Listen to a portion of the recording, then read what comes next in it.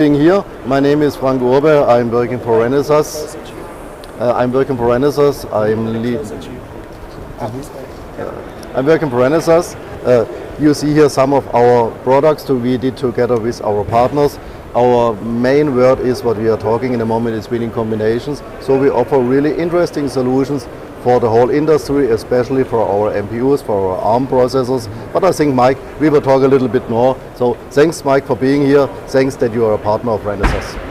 Yeah, the key item why we are here today is really, we launched together with Renesas, and it's really... Mic closer, sorry. Oh, I just need to change the roll and let me just do that. Okay, hey, what's up? This is live. And my mic is okay? Yeah, yours is good. Yes, good. Just my one. Okay. No, sorry. I'll cut it out later. I thought it's live. How you can cut it out? I'll trim this video out too. Okay. So again, thanks for being here, having us also at our booth. We have also our own booth at Hall 4. Please come and visit us. And on the other side, I want to introduce you to all the lineup which is generated in a year time frame. Yeah? Done by Renesas and the teams and the integration paths, which shows the capabilities of the design help and design support and design in support. So what Genetec has done is a certain kind of, let's say, community board. It's a 96 compliant board running full Linaro stack with all the items what's needed. And what we did actually was the key item was we're using winning combinations, so winning combos. As Renesas is a really full semiconductor house, and it was really appreciated. And there I say service to the world, because this gives you all connectivity, including BLE 5.0. It gives you 4G connectivity by Dialog Renesas. It gives you the full Wi-Fi capabilities, also thanks to Renesas and Dialog. These are winning combinations combined in one board with 2 gigabit Ethernet ports and with USB 3.0 as well, more and more, right? We're fully compliant on this. You can get that board now at Renesas and at Future Electronics. So seeing is believing. High-speed interfaces, Mezzani connectors, everything what the community needs and the developer needs. And here you see all the variations. And Frank, maybe you can tell some more about it. Talk a little bit more. Yeah. May I have this one? So thanks, Mike, for your enthusiasm on our product, and as you mentioned, winning combinations. This is our word, and why winning combinations? We are offering more than only the processor. We are offering all the components you need to make a successful solution for your customers, and Genetec with the community board is having really a great solution, including 10 of our components. So again, 10 Renesas components are on that with all features you could imagine. And looking on our processors, our brand name is RZG, so we are offering A55, A53 cores, single core, dual core, up to 8 octal core. So really a huge product portfolio, and very interesting for the moment for customers. And in a moment we see a lot of customers coming to us and saying, hey, we saw you're having these kind of solutions. With whom to talk, who can help us, from whom we can get a community board, who can do for us a customer design, and for sure Genetec is one of our most important partners. So thanks, Mike, that you made it happen, that you are really doing a great job for us. And it looks not that big, and but when you look on this one, everything you could imagine is on this board. It's on a standardized form factor called 96, so a small single board computer with nothing else. There's nothing left you don't have on this board. So Mike, thanks for that. Thanks for the great cooperation. Thank you very much. What we are doing. Appreciate it. And looking forward for the next solutions we will do. Yeah. Come and visit us, gentlemen. Gut. War das okay? Ja, sehr cool. Was sagst du? Ich habe nichts gehört, aber es war wie im Shopping-TV-Kanal. Ja, es soll auch.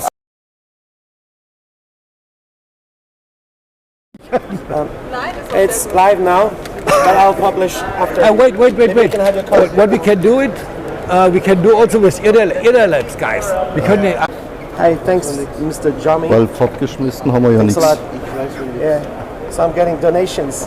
First donation on my Embedded World live stream. Cool. Wow. And yesterday was hundreds of people watching live. Really? Yeah. Really? And How many today will people? be thousands. You think so? Ja, nur ich bin ja Yeah, jetzt auch sorry, ja I'm nervös recording gewesen, still. was ich gerade erzählen yes, sollte. Sorry, can I have your mic? Oh, Yes. Wait a second. Vasilis is coming. And Marius is coming. Yeah. So we make an artificial demo as well here based on a chipset. This we do actually together with Ida Labs, which is a very famous Greek artificial company. Yeah. And the key item is here. We're waiting for Vasily. He is the CEO of the company. Yeah. See his picture-in-picture. Ah, this is cool. And I can this is now on can YouTube switch or all the video This sources. is live. Yeah. You're on mute. No, we can still hear you. Ja. Yeah. Right there. Oh, jetzt sind wir nicht live, oder? It's live. Auf YouTube. I'm bonding 4G She's live now. O2 SIM card with a 5G Deutsche Telekom using Speedify bonding. Okay. So I get the constant 8 megabit. Yesterday it dropped 0 frames in 5 hours and a half live stream. Okay. So it's just working. Wie machen wir das? Ja. Nehmen wir den Marius, But I got a bunch of den problems Vasilis, oder willst du es with the batteries and machen? everything. Marius und den Vasilis. Das soll der Marius Hopefully mit dem today. Vasily machen. Das ist schon. I think I'm oversaturated. Vielleicht kurz, dass er kurz auch wieder. Da haben Try wir to den get the Bezug von. sound to be good. Ne? Oh, there's better. Also ich würde Lower sound. was sagen. APH. Einfach nur Hallo sagen und sagen, was I hier love Thai food. nur sagen und machst die Introduction von Vasily. Ja?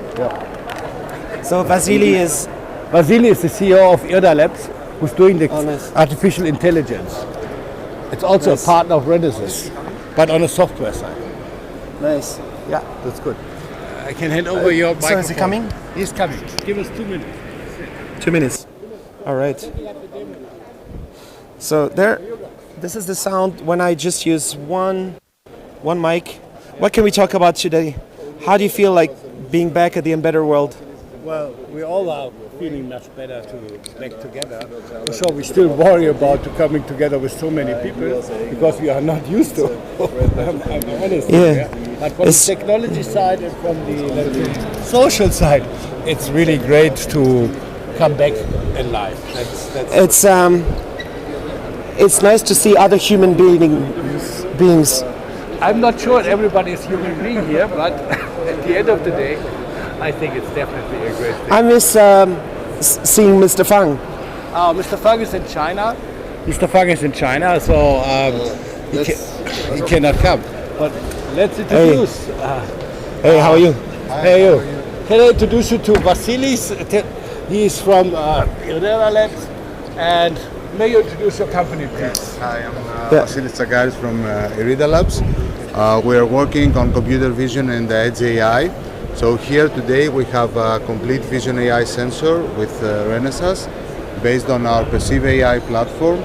So we developed together a vision AI sensor for smart cities and smart spaces. Nice. What are the actual hardware? Would you like to? Wait a second, please. It's booting there. We are booting in the moment, and you see here the gentleman. It's Axel Kleinitz. Axel is one of my team members, specialized on RZG solution. And as you see, it's live. We are booting to show the demonstration here. This demonstration is done in cooperation from Ida Labs, who is taking care on really sophisticated software. I want to introduce Irina. Irina is the CEO of the company MXT. MXT is a really high sophisticated mid-sized company in Romania based in Cluj. They are specialized on doing design activities with a high knowledge on processor technology. MXT did for us 3 different designs based on the standard SMARC. And maybe Irina, you would give some information on MXT. How big is MXT and why are you working with Renesas? Hi, nice to meet you. It's a pleasure for us to be here together with Renesas. We represent an independent design house in Romania, Cluj-Napoca. And together with Renesas, we had the opportunity to develop the system on modules that are presented here for RZ family. Our company is a medium-sized one. We have 20 engineers working on these solutions, the MCUs. And here on this stand, you can see the RZ-V2M system on module, but also we developed together some other system on modules and OSM-like modules. So We have this opportunity to work with Renesas for a few years now on several projects. So you mentioned a really great point, RZV2M, RZG2L. Maybe not to confuse the guys who are listening to us. RZG, RZV are our brand names for processor technology. We talk about A53, A55, different processors, dual core, single core, octal core, so different solutions. And the very big differentiator is on some of them, on the V series, we have a DRP AI. So it's really artificial intelligence, which makes our customers access to analyze much more easier picture, much more faster picture, and this is really a differentiator. We differentiate to other suppliers, and please feel free to have a look either on the MXT website, look for RZ products, RZ sums you can buy directly from MXT, or look on our website where you see all of our solutions we have together with MXT. And for sure, don't be shy, we are also working with other partners. This product is getting more and more popular, and maybe we need only some minutes and then we show you really the demonstration. It is now booting, and we need only 1 second, and then we show more in detail from Vasilis how does it work, and what is the demonstration here showing. So please, 1 second. Can you demonstrate more, talk about what will happen, what we'll see in the demo? So this is a vision AI sensor for smart cities. Yep. So the use case is that we want to deploy sensors for smart traffic, smart parking, and all the computer vision and the AI part is happening at the edge. We have this RZV2L board from Renesas. So here is our demo that we are providing. Also a use case with different cars coming in a rotating gimbal, and we are counting the cars and we are providing the detections per minute. So all the processing is at the vision sensor, and what we are setting to cloud is the number of cars, the timestamp, current traffic levels. So it can be integrated in infrastructure from a smart city or a public operator. We are providing, together with Renesas, the complete hardware-software package. We integrate this in another product, might be in a lighting pole or other cases, and integrate in a complete offering, a complete solution. Perhaps you can see here, for example, we are providing the user interface. We are providing the annotation that you can check where you want to put the lines for traffic, and also it will start generating analytics. For example, this is just for the first moment, but it will also generate all the analytics at the end. So does it make sense? I think all over that we are really proud to have Vasilis here, we have MXT, we have Geniatech here, so a lot of our partners. And as it was mentioned, we are a whole family, and looking really on the business model, what is possible for our customers. At the end, we offer all the solutions. It is a buy solution, so it is possible that the whole boards can be bought from our customer and use as it is. So this is a smart module done by MXT, used plugged on a standard carrier board. You can buy from customers all over the world, or it is possible to ask both MXT or Geniatech or somebody else to do a customized board solution based on our V2L, or if a customer wants to do the development also for himself, we can support, Renesas, our partners, can support our customers to do the design directly together with them. So everything is possible. We provide all solutions for our customers, and please feel free to look on this demo, see what we are doing. You have those nice cars with this nice advertising of some of our partners. So it's a nice demo, but it's not a demo. This is real life, and believe it, we have already customers interested in these solutions, and sooner or later you will see applications in the field where this technology is being used by one of our end customers very soon, early next year. So please have a look. Feel free to come to us, feel free to visit our website renesas.com/win, or go directly to our partners. With that, I would like to thank you to all the partners who are being here. Thanks a lot. Thank you very much. All is good. Cool. So I'll see you later. Maybe your shipment arrive at the booth? You pay me. Yeah. Oh, sorry. Can you help me for a second? Sorry. Needs to be very tight right here. Okay, thanks a lot. It's a winning combination. Oh, sorry, it keeps falling.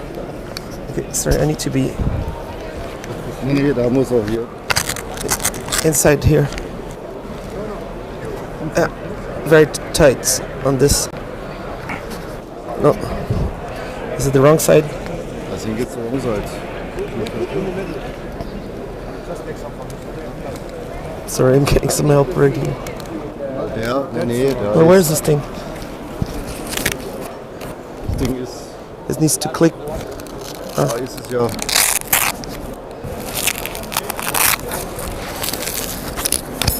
Yeah, thanks. Okay, I'm good. I have some extra stuff. Cool, thanks a lot. Wie finde ich das Thanks. jetzt? You have my card? Ja, I have You'll your find. card. Okay, see you. Cool. Hey, please, Vogia.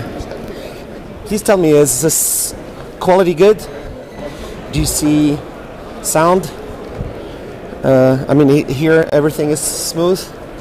I need to get to hall 4 as soon as possible. I'm late.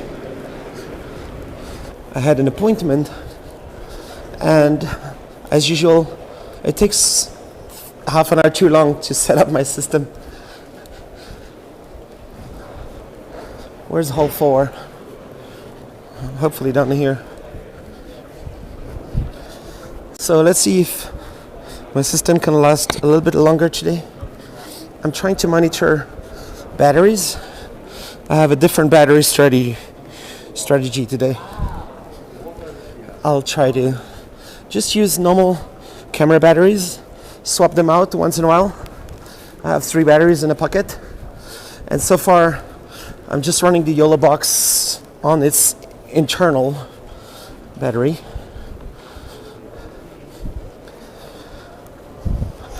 And as soon as the battery levels start going down, I hook up the power bank later. I think I should have done that earlier. Maybe that's how I can get to 4-5 hours without weird recharging requirements.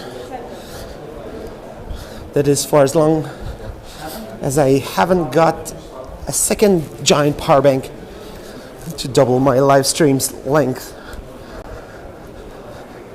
Video is good, sound is good. That's cool, that's the best news. I'm listening to sound coming out of the Yolobox, so it's a little bit weird for me. I speak with breaks because it's like a little bit more than half a second lag when I hear myself. So it's a little bit weird. Okay, let's get to hall 4 right here. I hope they are still gonna be around because I have a whole bunch of videos planned this morning. Hall 4. Oh, my selfie camera keeps cutting out. Okay. And my selfie camera is weird right now. Where's my auto white balance? Click. Can I auto white balance? Okay, let's see what happens when I get back inside.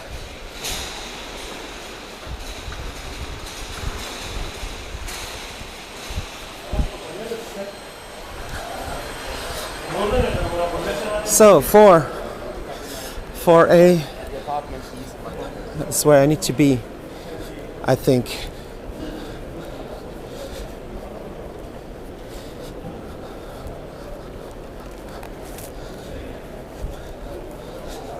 Right. These 3 days is my first exercise since 2019. So thank you, everybody, for being at the gym with me. Oh, keep cutting off. I think my Type-C little thing, maybe it's not the most stable. It's Type-C to HDMI converter on my selfie smartphone camera.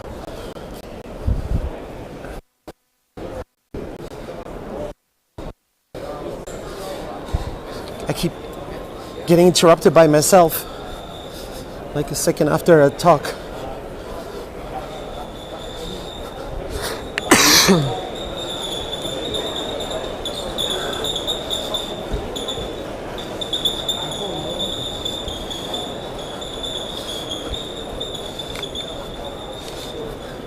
Okay, I'm getting closer. I hope. Right down here. How late am I? 21 minutes late. Whoops. Whoops.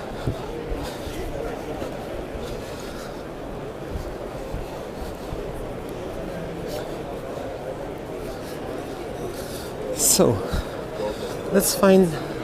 Oh no, it's not right here. Should be around here somewhere. I need to figure out who it is that I'm streaming with.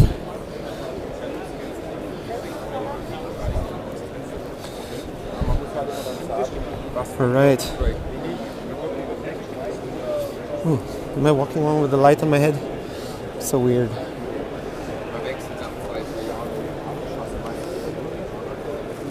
I'm at the wrong booth. Yeah. Maybe I need to look at the booth names where I'm standing.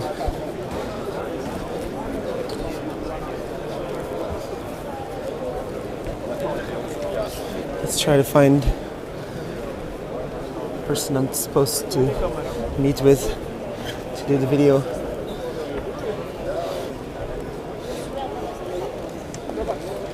Okay. Hey, how are you? Hi, Nicholas. Hey. Hi. I hope it's okay. It's live streaming. No, please. You don't want to be on? No, not. Okay, 1 second. I'll put you in a break. See you in a second.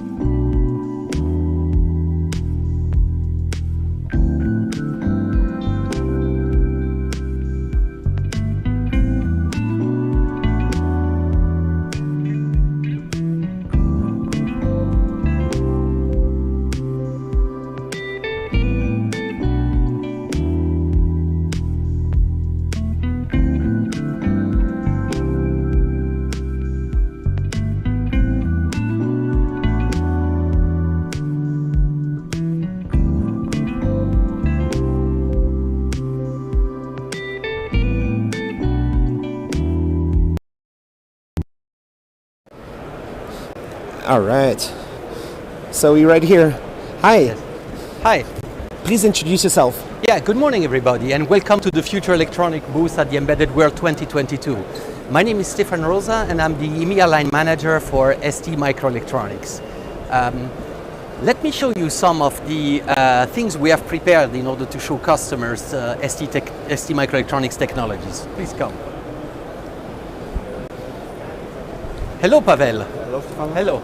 We are here on a live streaming and we would like to show to everybody what we have prepared for ST Microelectronics. I will introduce Pavel. Pavel is responsible for the Center of Excellence when it comes on embedded things and doing design. So, please, Pavel. Please use the microphone. Yeah. Okay. You can just hold it, or hold it up high. Hi. Yeah, there. perfect. All right. So we can see here car park occupancy demo. It operates on Acconeer short-range radar. It is working on 60 gigahertz bandwidth, and the range is a few millimeters, up to 7 meters even. And we collect data from the distance sensor, and we send this data over the LoRaWAN to application server. We also collect location data, GPS TCO module, and the LoRaWAN board is a board from ST Microelectronics M32WL, excuse me, and it contains microcontroller with integrated WAN transceiver inside the chip. So this is the one silicon. So we write the software, we collect the data from the distance sensor, we collect data from the location, and send them over the cloud to application server. We can see how does it work. Locally, we can see the blue diode, which is signaling that the now car park is occupied by car, and we should see the result very soon on application server. So, for example, smart city applications, when we can monitor the car park occupancy across the city with the location, could be the target application for the demo. Yes, we can see the presence detector detect the presence, and also we can measure the distance. Nice. Okay. All right. Do you mind just for a second? I'll just do a break right here. I'll be right back in a second.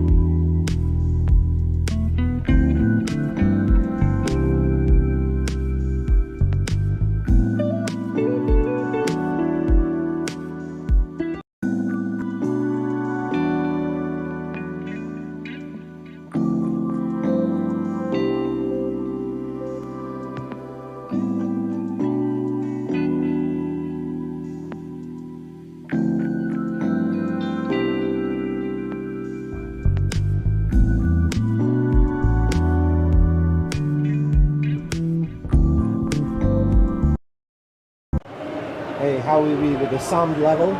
Can you speak for a second? Yes, can I speak? Yeah, it's great. Okay, now And- it's good. And again, we are filming, or I'm just gonna reset my sound. we are filming levels again? to or- 0. Okay. Yeah. Yeah, maybe. Oops. Maybe to do it cooler, do you mind if we kind of like start from the beginning, or we can just continue? As you want. Yeah. Let's try. How does it sound when you speak? Okay. Good morning, everybody, and Yeah, welcome that's to perfect. Yeah. Okay, so let's start again. Sorry about that. Let's start again. Okay. Right there. So hi. Good morning, everybody. My name is Stefan Rosa, and I'm the ST EMEA line manager for Future Electronics, and we would like to welcome you on the Future Electronic booth at the Embedded World 2022. Let's have a quick look around of what we have prepared to show the ST microelectronics technology. So we start with Pavel, who is part of our design center and has designed a lot of application with with the ST technology. Pavel. Yes, we can see here car park occupancy demo. It is based on 60 GHz radar from Aconier, which acts as a proximity sensor. It can measure the proximity from few millimeters up to even 7 meters. And we can see that if we, for example, put this plate on the sensor, there should be a local blue diode which signaling that the car park is occupied, and we should see the results on the application server. We transfer this data over the LoRaWAN. So we are using LoRaWAN as our network, and we collect data from the sensor, send them over LoRaWAN to application server. We used STM32WL MCU as our LoRaWAN transceiver. So this is the microcontroller from ST which contains the LoRaWAN transceiver inside the chip, so this is the one for the silicon. We also collect data from GPS module, which is also ST TCL, and we send this data location and the presence and the distance to application server. So for example, smart city, monitoring car parks around the city could be the target application for the demo, but of course this sensor has a more wider application capabilities than only the car park occupancy detection. Thank you, Pavel. Thank you very much. Great application. Now let's go to the power, and I would like our gentleman, David Woodcock, to introduce itself and to show the fantastic board we have done to let's say promote the GaN technology of ST. This is a full ST dedicated board. David, your stage. Thank you, Stefan. Morning. If we could just show you over here.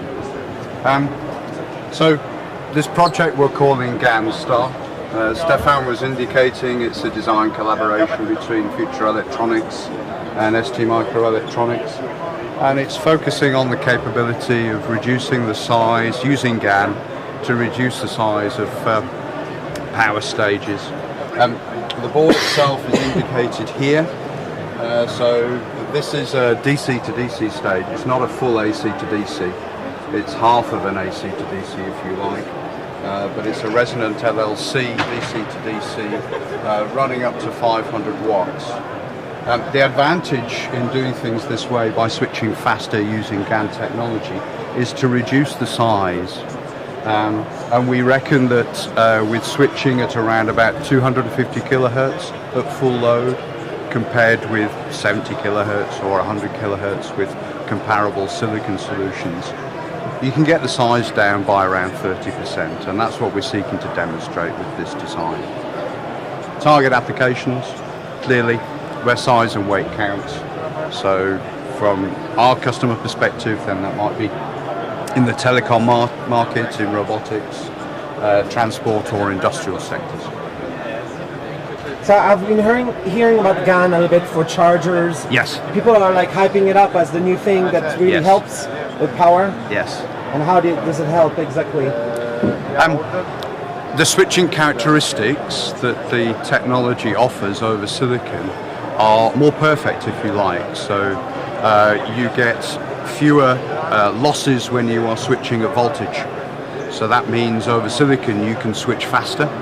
And if you're able to switch faster, then in any power system that allows you to start considering using smaller magnetic components, smaller primary inductance for transformers, and potentially smaller other passive components like capacitors. So that helps to reduce the overall size. Or you can use the fact that the switching characteristics are less lossy to improve efficiency, and that can also help you with size reduction for the overall system as well. What does the ST part help in terms of realizing all this? The specific ST part that's enabling this capability is a product called MasterGAN. It's actually a series of different products with different grades of capability, but fundamentally it's an integrated GAN device with half bridge or 2 power switches together with integrated drivers for those power switches on a single chip. So it's a very, very compact and very, very small solution. Nice. Cool. Are you having a good embedded world? Yes, thank you. Yes, very busy. Nice. Good. Let's move to the next station. We would like, which is over there. We will like to show ST, which is a stronghold in motor control, industrial application, robotics. So let's move and try to get somebody who can explain us. Yes, Martin. Good morning. Hello. Thank you for joining us. And we are here with ST to show ST technology. Could you please? Yeah, let's go over there. So here we have 2 demos, nice demos, attracting demos with ST. This one is showing synchronized motor control with based on the ST Spin 32 series from ST, which is a very interesting product to the market, combining a microcontroller and driver and DC-DC converter in one device. And here we have this combination between 2 of these interlocked wheels, driven by 2 of these controller boards, combined with a motor from Maxon Motor and the encoder, who's measuring the position. This coming together, attracting a lot of people on our booth. Is it very special to do it this kind of way? It is. ST has been one of the first to bring together this functionality and showing it in such a way. Yeah, that's it. And then what we have as well on the sensor side, so it's always the control side and the power side, and then we have the sensor side as well. What we show here with this nice little industrial sensor demo, showing all the industrial sensors on one board, so the customer can easily evaluate temperature sensors, position sensing, accelerometers, and so on, the whole portfolio of ST in that device. What is programmed in here is... So everything's there? Everything is there.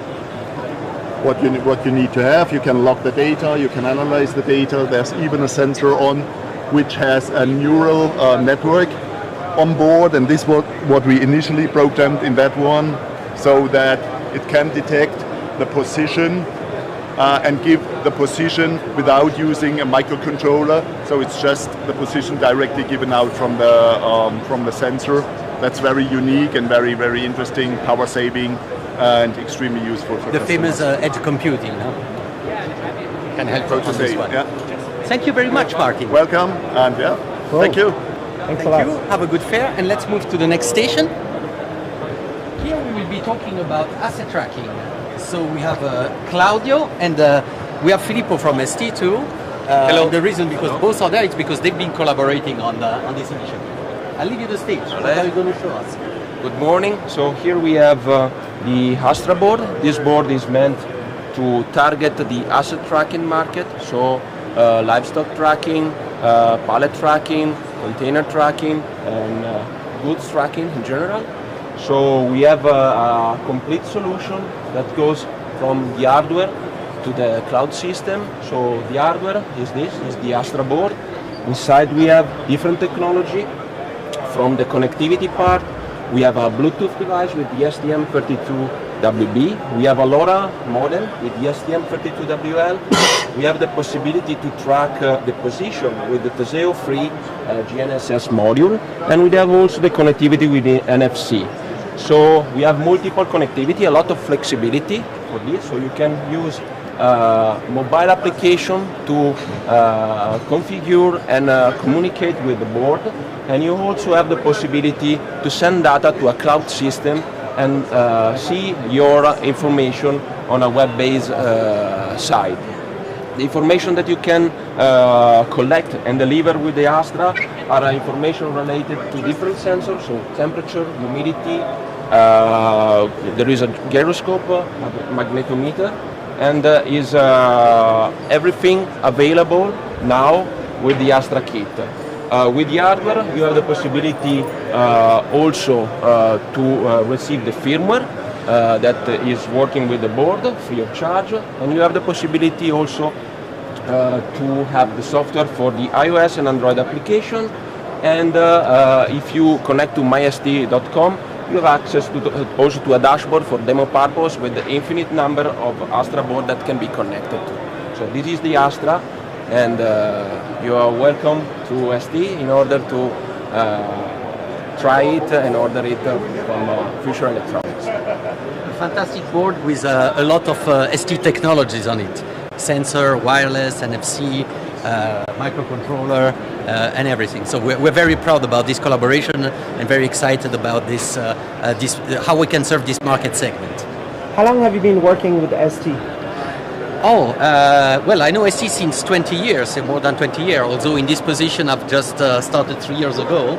But it is a very exciting journey, I have to say. It's incredible to see how many technologies ST is bringing out to the market, and we love to serve them and then help ST to bring them to our customers. Nice. Thank you. Thanks a lot. Cool. You don't want to give us more time? Oh, you can. Please go ahead. Yeah, maybe you go for the sensors, because I think this is very exciting. And by the way, we've been 10 years together here in Europe. 10 years. More than 10 years in other parts of the world, but 10 years here. There you go, Nice. guys. Hi everyone. Okay, Davide, our Yes. sensor segment manager. Yes. So, hi everyone. Here we have two demos. One is about the VD6283. That is the new spectral sensors from ST. So as you can see, these boards are communicating via Bluetooth. So this sensor is getting information about the intensity of light, and is extracting information about the light condition, the environmental light condition, and this board is basically controlling the LED. So according to the light condition, essentially if I change the light condition, so I'm putting my hand on the sensor, you can see that the light intensity and color, temperature color is changing over time. So the demo is displaying the lux intensity plus the temperature color, as you can see. And again, if I change the condition, you can see that even the LEDs are changing here, so displaying a different information. And here we have another demo that is about the sensor tile, industrial wireless sensor tile node.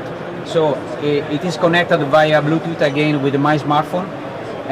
It consists of a lot of industrial sensors. We have some IMU, inertial units, gyroscopes, accelerometers. We have humidity, temperature, barometric pressure, and microphone, everything in the same place. And you can utilize this platform to assess your business case. Could be predicting maintenance, for instance, because all these sensors are industrial sensors. So as you can see here, I can change, let's say, the tab, select the feature like accelerometer. I can select accelerometer, the time scale of 1 second. I can shake the board, as you can see, it displays all the accelerometer information. The acceleration, I can even, let's say, change another time, stop plotting this one. We can track, for instance, temperature, select temperature, 1 second refresh time, and again, it's getting information about the environmental condition, temperature, humidity, whatever you like. So you can utilize the sensor as a starting point to, create your and assess your business case. Many thanks. Nice. Thank you. Thank you, David. Cool. Thanks a lot. Is that the whole tour of the booth? Well, we would have even more to show you, but I think we are limited in time. So I would really like to thank you, and I invite you to contact Future Electronics when it comes to ST products. Nice. Thanks a lot. Thanks. Let me give you my, if you want to check out right here. Thank you. Yeah. So it's live, but I'll flip it out after. Okay. It's a separate video. Thank you very much. Thanks, Stefan. Thanks. Ciao. No, thank you. This way. It's Michael. Zhiyun. Sorry, Nicholas. I don't think we can leave here, so we'll go to our next partner. Yeah. Hey, in the live chat, let me know if everything looks good, quality is good. Hopefully, I switched my wireless mics over to a shotgun because when I get closer to the ST booth, there's always thousands of Bluetooth things, and it's interference with my microphones. So now I'm in the shotgun. The problem with the shotgun is my voice is a little bit lower, but it's not a big deal because I'm behind the shotgun. We're walking in this direction.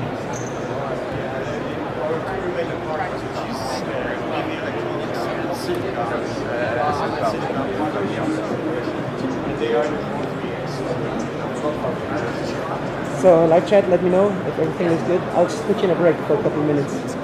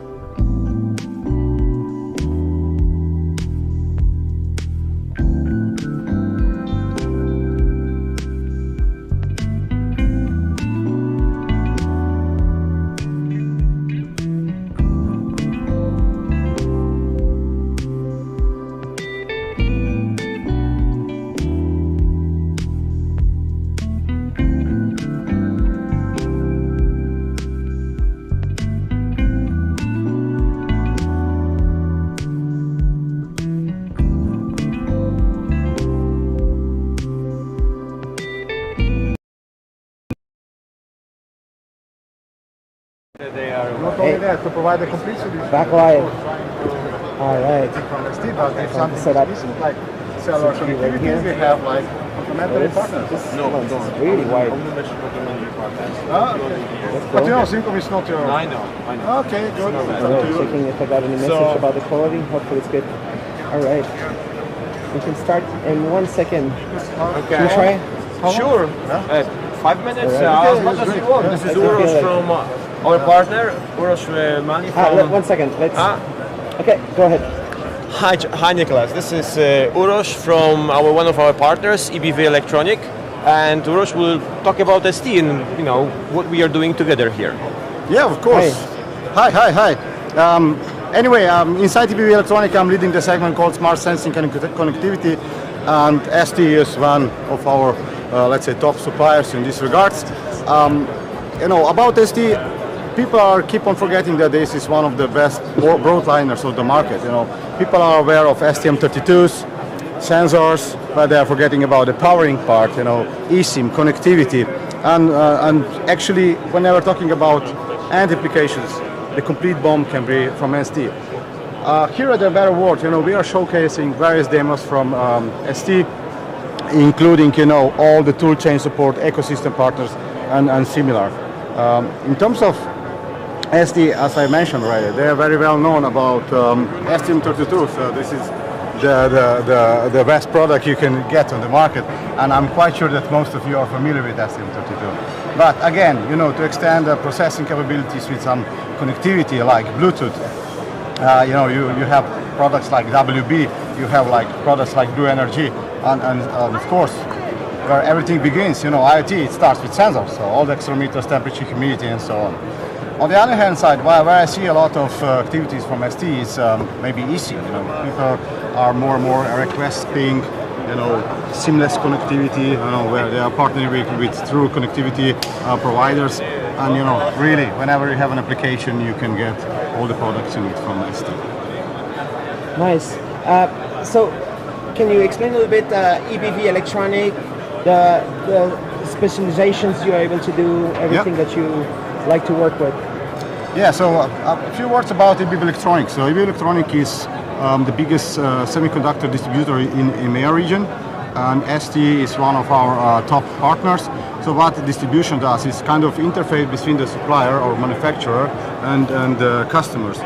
Because most of the time manufacturers cannot afford address wider database of customers, and this is where we are coming in and linking the customers with our suppliers. On top of that, we also have internally specialists which are focused on particular technologies or particular markets, and together with these guys and our ST partner, we are able to address complete market. Is there a challenge right now with the chip supply? What challenge you're talking about? Yeah. I don't know any challenge about it. Yeah, of course.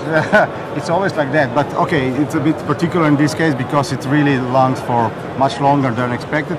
But this is where what matters here is communication. You cannot get everything at once, of course. Even if you would like to have 1 million pieces tomorrow, why?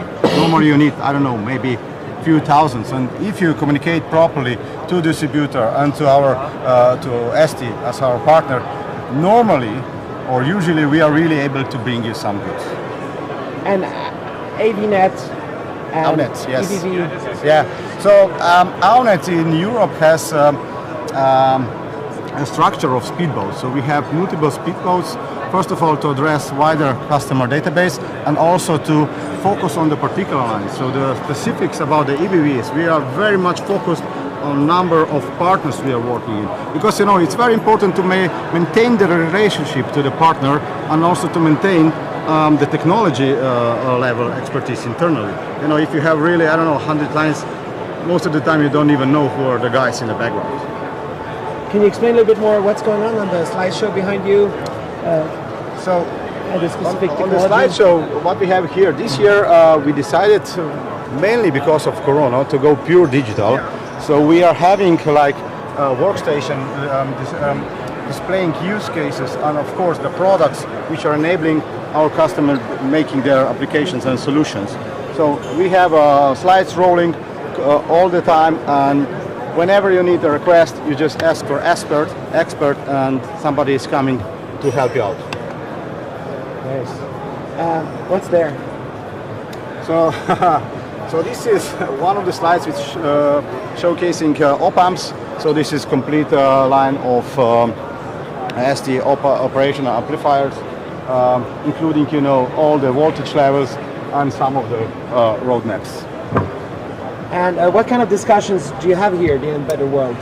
To be honest, most of the time the customers was coming how we can get some components.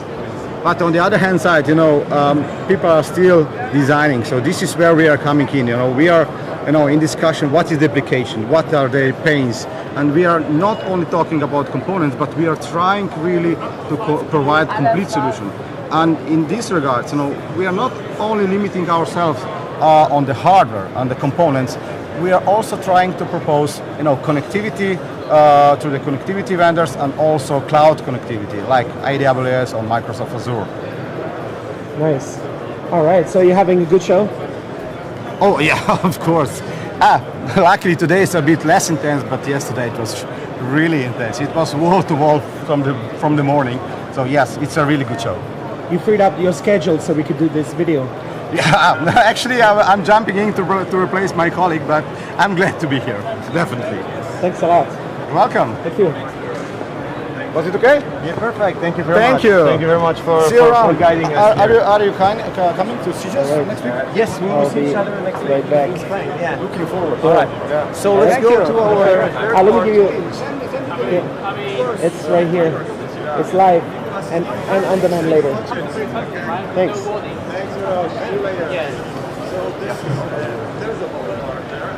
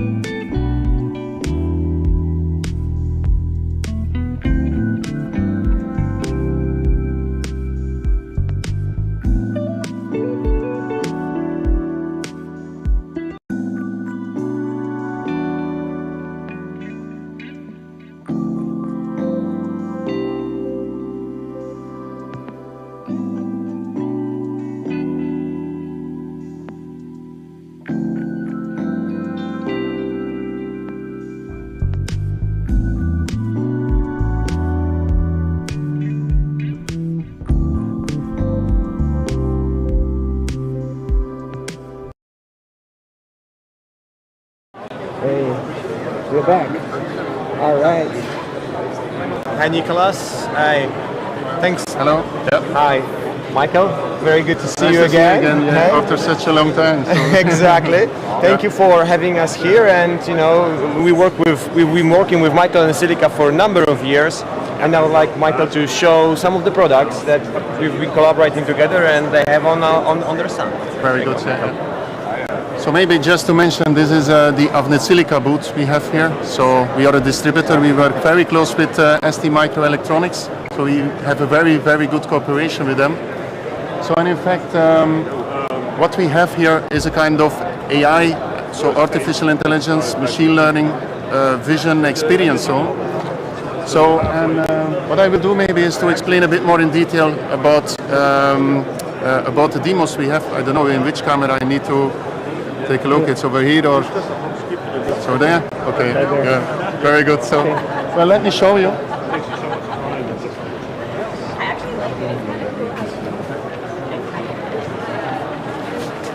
So it's in fact what we do here is we showcase two demos. So we have one specifically focused on vision. The other one is focused on machine learning with kind of classification. So this is the demo we have for people counting. So you see here an ST board where we have an STM32H747. So this is a discovery board, so this is used for development purposes. You also have a miniature camera module, which is put on a board, which is connected then to the discovery board. So what we do here is, so as you can see, we capture people around here. So it's people counting. It can be used for access control, for example.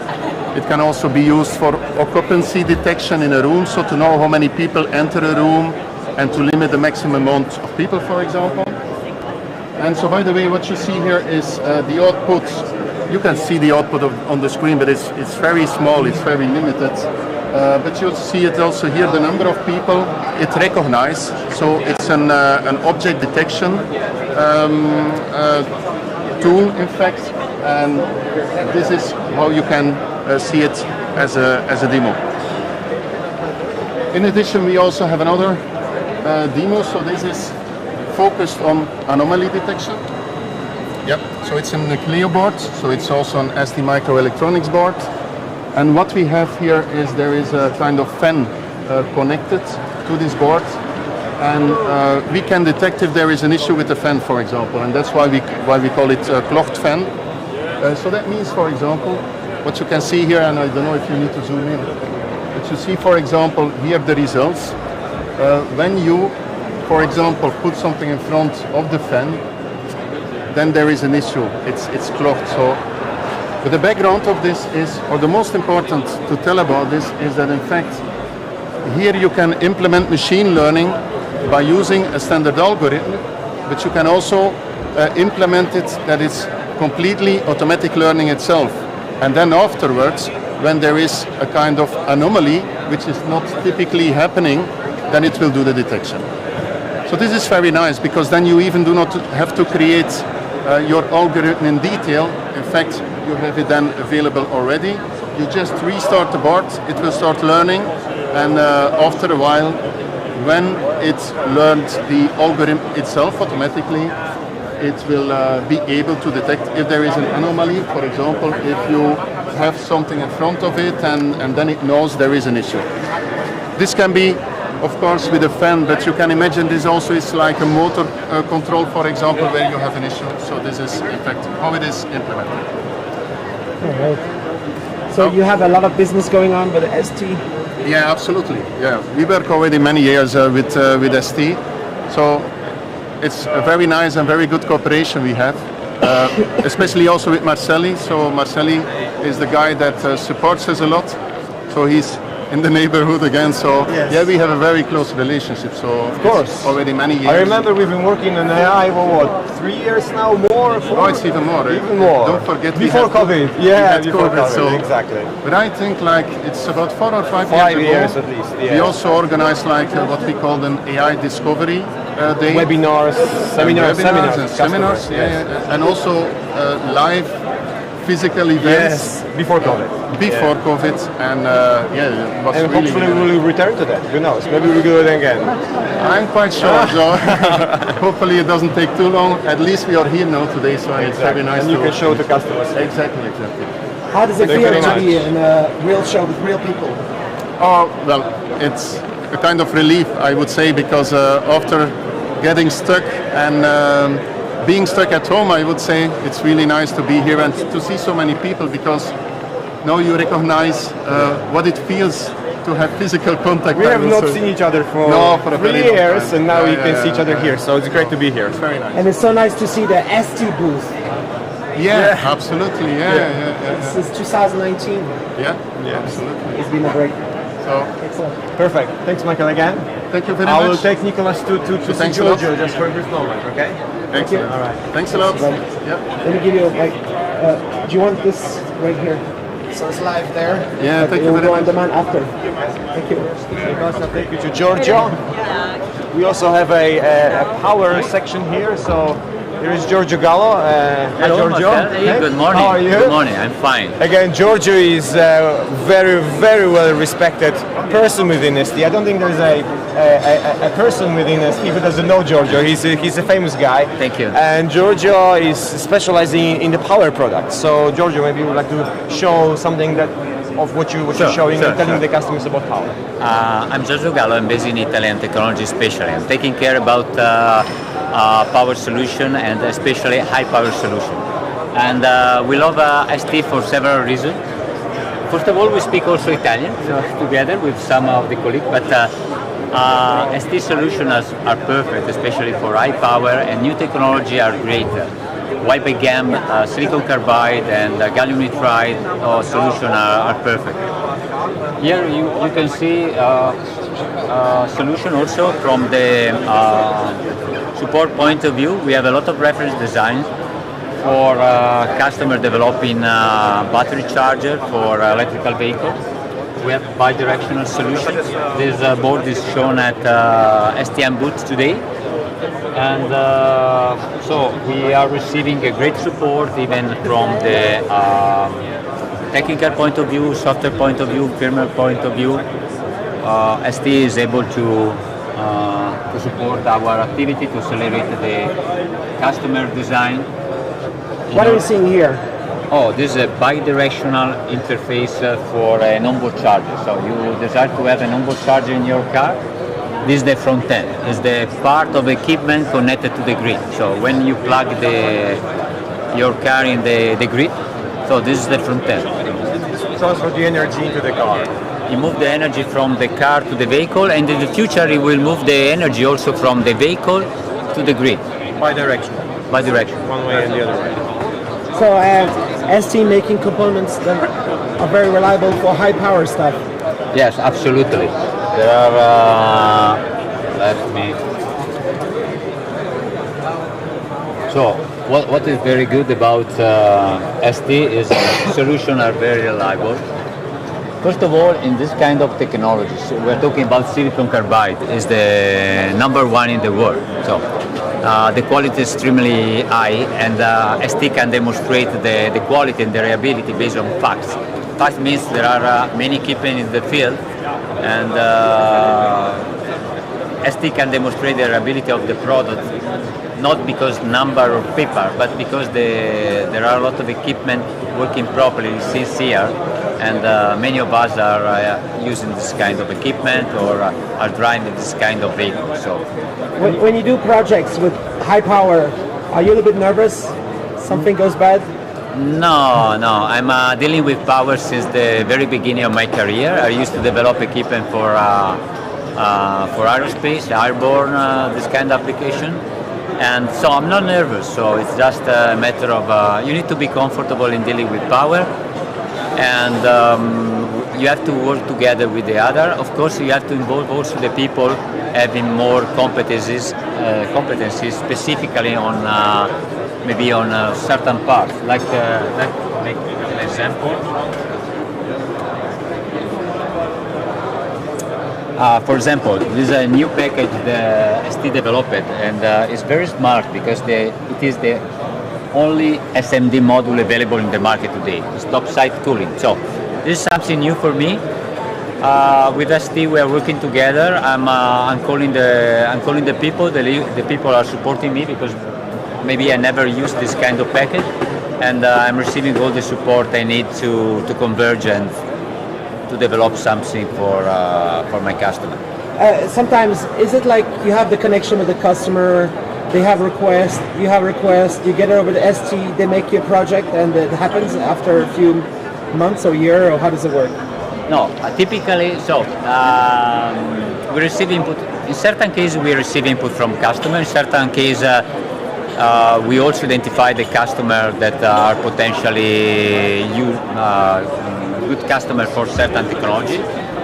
So we are proactively engaging some customers. Sometimes we are receiving input from customers because they have a special need. So what happened next is typically I'm dealing with my counterpart in ST. We discuss about the project, the need. Also because we have a visibility much larger than the visibility they have customers have. So typically we interact, we discuss one to each other, we prepare the meeting, we decide how to properly approach the customer depending on the needs. And maybe the customer has the need, technical needs, maybe also there is something related to the fact that the customer has to produce something. We take into consideration several aspects of the project, not only the technical aspect, but also the commercial aspect. When the certain part has to move into production. So, and typically we're working together. So now, no special secret.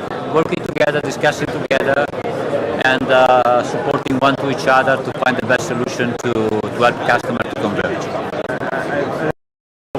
Such cooperation is we were doing EV charging webinars together, for example, earlier this year, and we're planning to do more of those webinars so that Silica can bring their customers closer to our products, and we can win together some nice opportunities and make sure that those customers are using the latest and greatest technology when it comes to the EV charging or charging in general. Without asking for any secret specifics, I guess there's some really cool projects. People do amazing stuff, and you know about it, and you help them make it happen. Sure. Especially for new technologies, so silicon carbide and gallium nitride, there are many cool projects, and I'm sure we'll see. Also, you will see something on the road soon. Typically, we have an NDA in place with the customer and ST as well, and we are working together. So I'll say.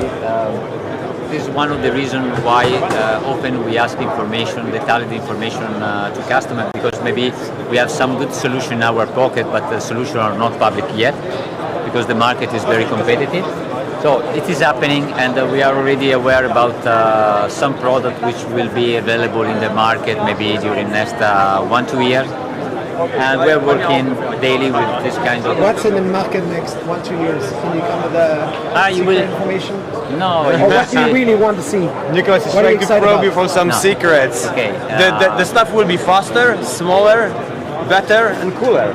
No, I'll say... And cheaper, right? And I'm joking. But for the customer, I'm sure it will be, because if things are smaller, they need to use a smaller heatsink. Yeah. They need to use smaller components. It's lighter, so eventually the customer will be driving a lighter car further. Okay, the car might cost a little bit more, but if it's better, then they will save some money. No, sure. So what is happening? Vehicle electrification, for example, is a mega trend. Is evident. It's not just related to the electrical vehicles, but many other vehicles you may have we may use. For example, the small tractor you find in an airport, or the forklift you find in an industry. And so many vehicles which has been mechanics in the past are becoming electrical. You have more efficient, more green, you are not producing pollution. For example, you have a forklift moving in an area like this one, they are producing pollution. So there is the need for electrical vehicle is evident, not only because the efficiency, the noise, but also because there are people inside, and of course you don't want to smell fumes and stuff. To smell fumes, or maybe you have also small equipment to clean up the floor. So I'll say there are mega trends. All vehicles, and not talking just about cars, but buses, or something to move the aircraft from the parking place, or equipment to clean up the floor will be electrical. And this is a mega trend. And ST has perfect solution, #1 in the market. Best part, we are receiving a great support. So there are many good reasons to work together. So thank you very much, Giorgio. Hey, Thank you. Marceli, thank you very much. Hey, thanks. Hey, thank you very Thanks, much. Nicholas, for having us here. All right. And you'll find it right here. It was live streaming, but it will go separate video after also. Okay, if super. you want, you can send me some description I can use for your YouTube video. Okay. If you want. Hey, Right. Cool. Thanks a lot. Thanks, Nicholas. Thank you. Shall I take you back to the ST booth? Yeah. Yeah. All right. Thank you. Looking Thank you for forward to coming. see you. Thank you for coming with us.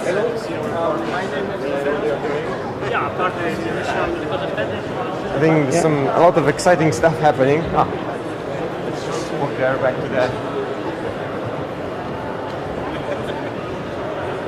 ST. We got some weird auto white balance on my camera, but it's okay. I'll be fine. Going back to the 4A. 4A is the hall of the ST. Right. I'll put people right on the break. Hey, ESP. I'll try to check out your booth just after. All right. See you later. Do like this. Little break for you.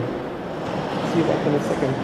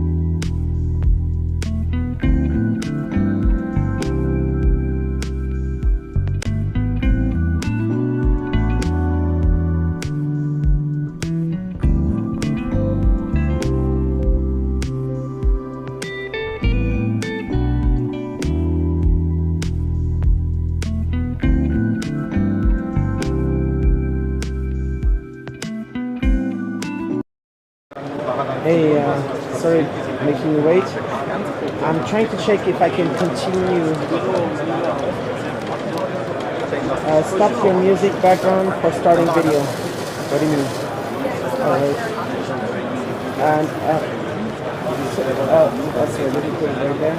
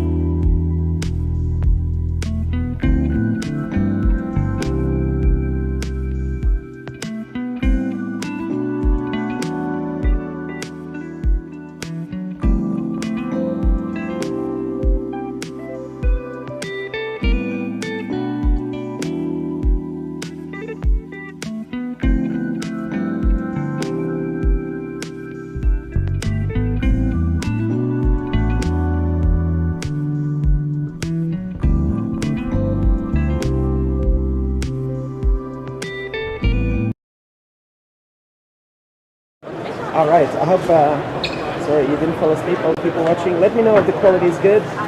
I'm gonna be live in a second. Let me go in the wider. Wider. Yes.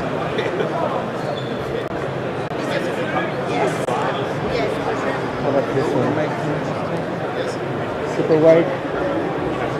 Let me know in the chat. How's the quality? Are you seeing everything? Are you hearing everything? I'll be doing an awesome live video right now. It'll be at least an hour at the ST Microelectronics booth.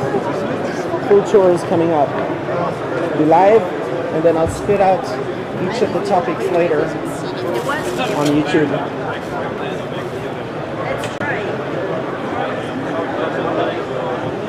Are you still there, everybody? Somebody watching? I hope everybody's healthy, happy, at peace, excited, having good reasons not to be here. Why are you not here? Write in the chat. Why are you not in the embedded world? It's where everything's happening. Hey, ESP. Chat was shortly broken, but now, okay. It's broken? Yeah, as long as it has a sound is code, okay. You can try. Yeah, I'm speaking behind the shotgun. So the person in front will be clear. Oh, okay. Thanks for the response. ESP, I'll try to get to your booth just after. I'm here to ST for at least an hour.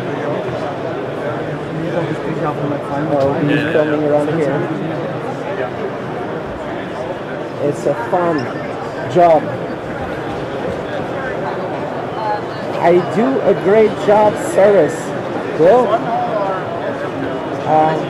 I wanted to do live streaming on churches for many years. I don't know, I didn't really do it because I didn't have my smart glass system connection. But now I finally have something like a live view, and it's inside the Yolobox Pro. So I'm bonding a 5G modem through the Ethernet cable, and it's going up into the Yolobox Pro. All right. Are we going to be cool? Yes. All right. All right. Let's do it right here. So, do you have an idea which way we go? Yeah, this way. All right. Cool. And just in case, when I introduce some people, let's say I do like this. If you can kind of remind them that they can try to bend over and speak into the microphone. Okay. So just to get a little bit closer to my mic. Really good audio? Okay. Yeah. So you can let them know, just in case. All right. And we're here. Hey. Hey, good morning and welcome on ST Booth again. We are live and that's the best thing this year. And we can meet with our developers and engineers. But you know, guys, I'm also very happy to see you and to talk to you because I'm sure you are interested to see and hear more about our stuff that we are showing here this year. So let's check it out together. You've been working on a lot of stuff the last 3 years. That's true, that's true. We did not stop. The situation was not easy. But our engineers and developers continue to work on the new products and the new technologies. And we are definitely showing some of them over here.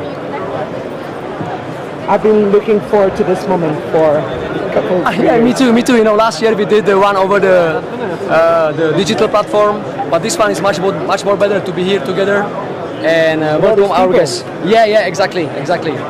So, you know, the first thing I would like to show you today is our demo and solution using artificial intelligence for people counting, people detection, and I asked Vincent, my colleague, to show you and explain you a little bit more about it. Vincent? Hi, I'm Vincent from the IIMPU team and at ST Microelectronics, and I will showcase you in this pod.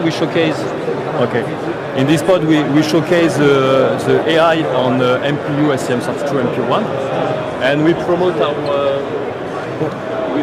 our XMX AI package, which is a software package to run on the MPU1. To demonstrate the people counting, everything is done on the edge today, and no private data is transmitting through the network. And so, with this neural network running on the MP1, we are able to detect the person, detect the feet, just transmit the feet coordinate to it, and to display it on the virtual map to display where the people are located today. What's the X-Linux AI? X-Linux AI is a software package that we delivered, that my team is delivering to propose all the AI framework to run on the MP1, meaning that TensorFlow is delivered on it. We'll also deliver some example and demonstration. So it's optimized Linux for AI? Yeah. Unembedded? Unembedded and on CPU only today. And we also use one board from the Sanya system, which is a partner from us. And this is called the MP Cam that you can find on the Siena website. And it's a cool board. Sorry? You can just buy it. Yeah, you can just buy it on the Siena website for it. And doing AI on the edge, it's really important to save energy. And also privacy. So no sensitive data is going outside the board and going through the cloud. Can you also explain the demo a little bit? So we see some dots moving. For the demo, you can see some dots moving. So my dot is there. So now Vincent is yellow dot. Here, and if I move outside the area, so this is my dot there, and you can track the people in an environment without providing some picture of the person, neither face recognition and so on. Nice. This is cool. Great. Okay, perfect. Thanks. Thank you, Vincent. Thanks a lot. So let's move on, and we'll continue on the subject of artificial intelligence, which is definitely one of the leading technologies we are investing into. it's a lot about the hardware, but many things around the software. So let's check what do we have here over. I see we are quite busy, but that's good. So maybe we'll start on this side. Okay. Maybe you can start talking. Yeah, always customers here. Yeah, so maybe let me introduce. Here we are showing the Nano Edge AI Studio. And maybe you guys are already aware that we have won the award in the category of software this year in Embedded World with this Nano Edge AI Studio. So yeah, Basil, could you tell us and show us how this Nano Edge AI Studio could help our customers and engineers to develop and bring artificial intelligence into their project? Yep. So here we have a project using a time-of-flight sensor, and we are doing gesture recognition with this sensor. And it can detect if you're going left, going up to switch the blocks, and going on the right. So you can do this and classify many different things with thanks to Nano Edge AI Studio. And with Nano Edge AI Studio, we're just trying many different things now, because before we had the vibration use cases, current use cases, and now the time of flight gives us many different applications and many different things to try. Yeah. Can you show us the demo how it works? Yeah. So going left, then you can go right, up like this, and if you go up, you can turn the blocks and rotate the blocks. So there's a lot of applications for time of flight. It is. But you know, the story here is we are using time of flight as the source of the data for the analysis. But you could have a different source of data. You could have a MEMS or vibration sensors as well for all the predictive maintenance. But the real beauty of Nano Edge AI Studio is that you don't need to invest hours and hours, and you don't need to have a data scientist to collect thousands of data, clean them, classify them, and build your neural network model. What the Nano Edge AI Studio really does is, from the basic set of data that you can collect directly from the application, it will select from thousands of different pre-trained models that has its own database, the best one fitting the application, then propose it to flash it inside the microcontroller and make the real training on the micro, on the edge again. So the whole process and the time to implement such a solution in application gets much more shorter with low investment. And okay, so let's move on. As you see, so Basil explained the demo with time of flight. Here we have the solution also with Nano Edge AI Studio, showing some predictive maintenance with sensors. And I would love to introduce you. I would love to introduce you to Pierre, which is one of the fathers of the solution. Yeah. So yeah, Pierre, if you can say a few words about Nano Edge AI. Absolutely. So should I look at the demo? Should we have a look at the demo? Let's go. So this is Nano Edge AI Studio. So this is a software solution by ST that is targeted for embedded developers, and it's for developers who would like to develop a solution including smart features like AI, machine learning, but without specific knowledge in machine learning. So the idea is that you use signal examples coming right from your sensor, raw signal examples, and then you use them to find the best possible AI library that is specific, the best specific solution for your application. And what is exciting about this solution is that it enables embedded learning. So you can learn patterns and recognize them directly from within the microcontroller, which is something very unique on the market. So here we're doing anomaly detection using current monitoring. Here we're doing anomaly detection using vibration sensing. So it can be used with any sensor. It's compatible with all STM32 boards. And it's also compatible with the ISPU board, which is a MEMS sensor. So in those types of applications, we are in the edge. We're running embedded AI in the microcontroller. But here we're pushing it even further by embedding ML learning capabilities directly in the sensor itself. So you know that every time you're getting closer to the data, it cuts the costs. So it's a huge breakthrough in the industry. Nice. Okay, thank you. Thank you. We can continue with our customers. Absolutely, yes. Have a good show. Go, thank you. Okay, so let's move on, guys. Maybe the last little thing we also here show on AI is similar to what you have seen with our MPU solution with the X Linux AI package. But here we are running also people detection and people counting, not on the microprocessor, but on the microcontroller. And I let Guillaume to maybe say a few words about the demo and the best advantages of this one. So here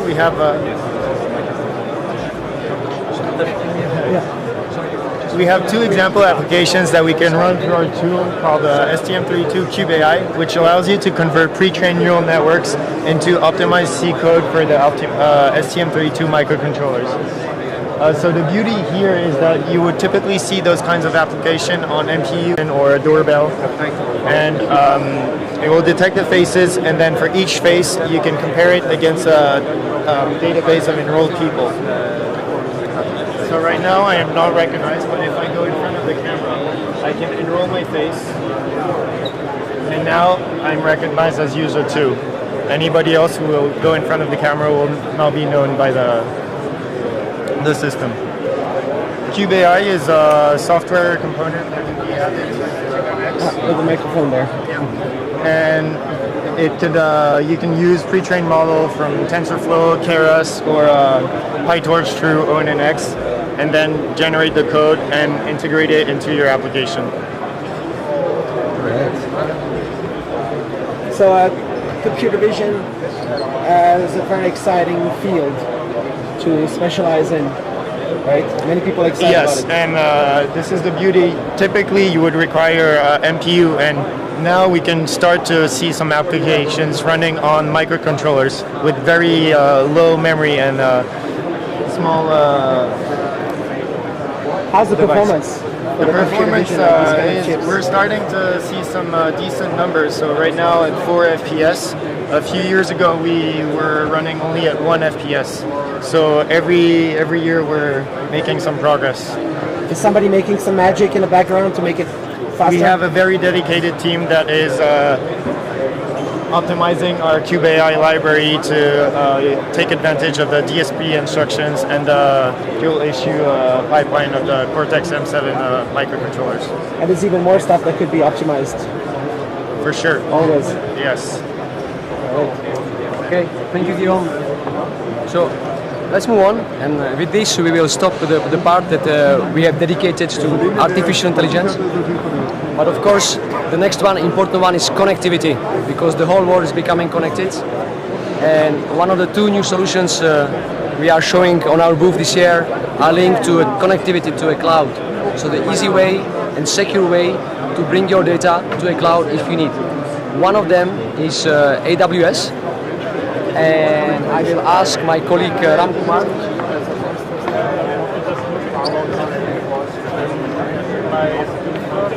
Right. So yes, this is Charbax. And if you could say a few words about our solution with AWS and how the U5 is helping to make this connection reliable and secure. Yeah.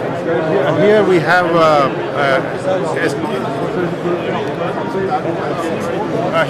AWS IoT running on the STM32U5. The STM32U5 is specifically chosen for the security, built-in security inside the device, because it has got secure IES, it has got best-in-class security with a hardware unique key. And this is very much important for the secure solutions that need to have the key stored on the device, on the MCU itself. And on this board, what we have here, we also have ST-Safe. If you want to go for common criteria, EL5 solutions, you have ST-Safe on this board that is tied to STM32U5. And on this board, Now it is qualified and running on the AWS IoT Core. So we have that running.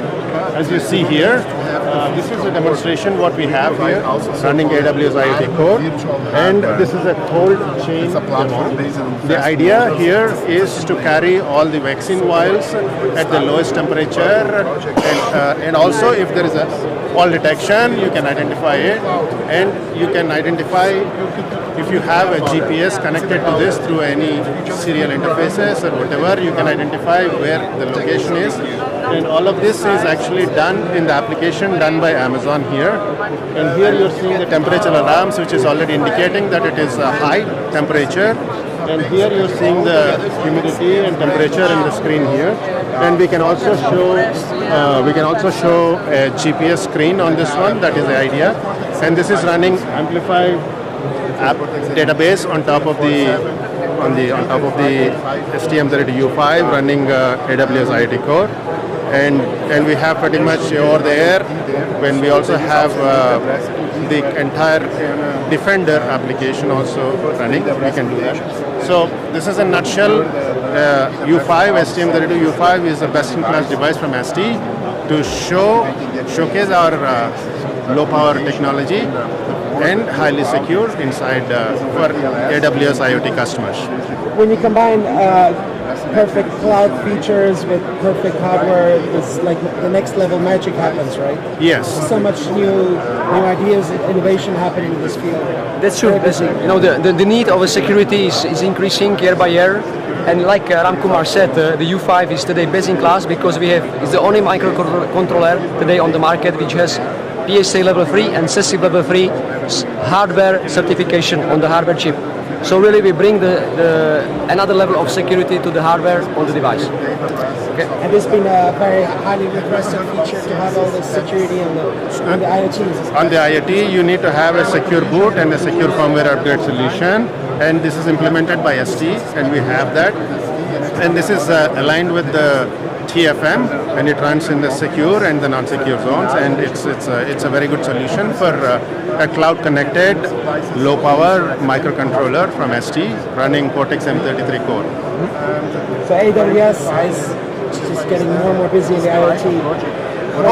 AWS is very popular in the cloud arena. They have system solutions across the industrial, consumer, or many applications, or even wearable applications. All the consumer applications needing to connect to the cloud, they have a full ecosystem support on the AWS IoT Core. Yes. Thanks a lot. Thank you. Thank you, Kumar. Thank you. So talking about U5, let's check after the security as well the low power features, because as we said, IoT very often these are battery operated applications. Energy efficiency is a big topic as well.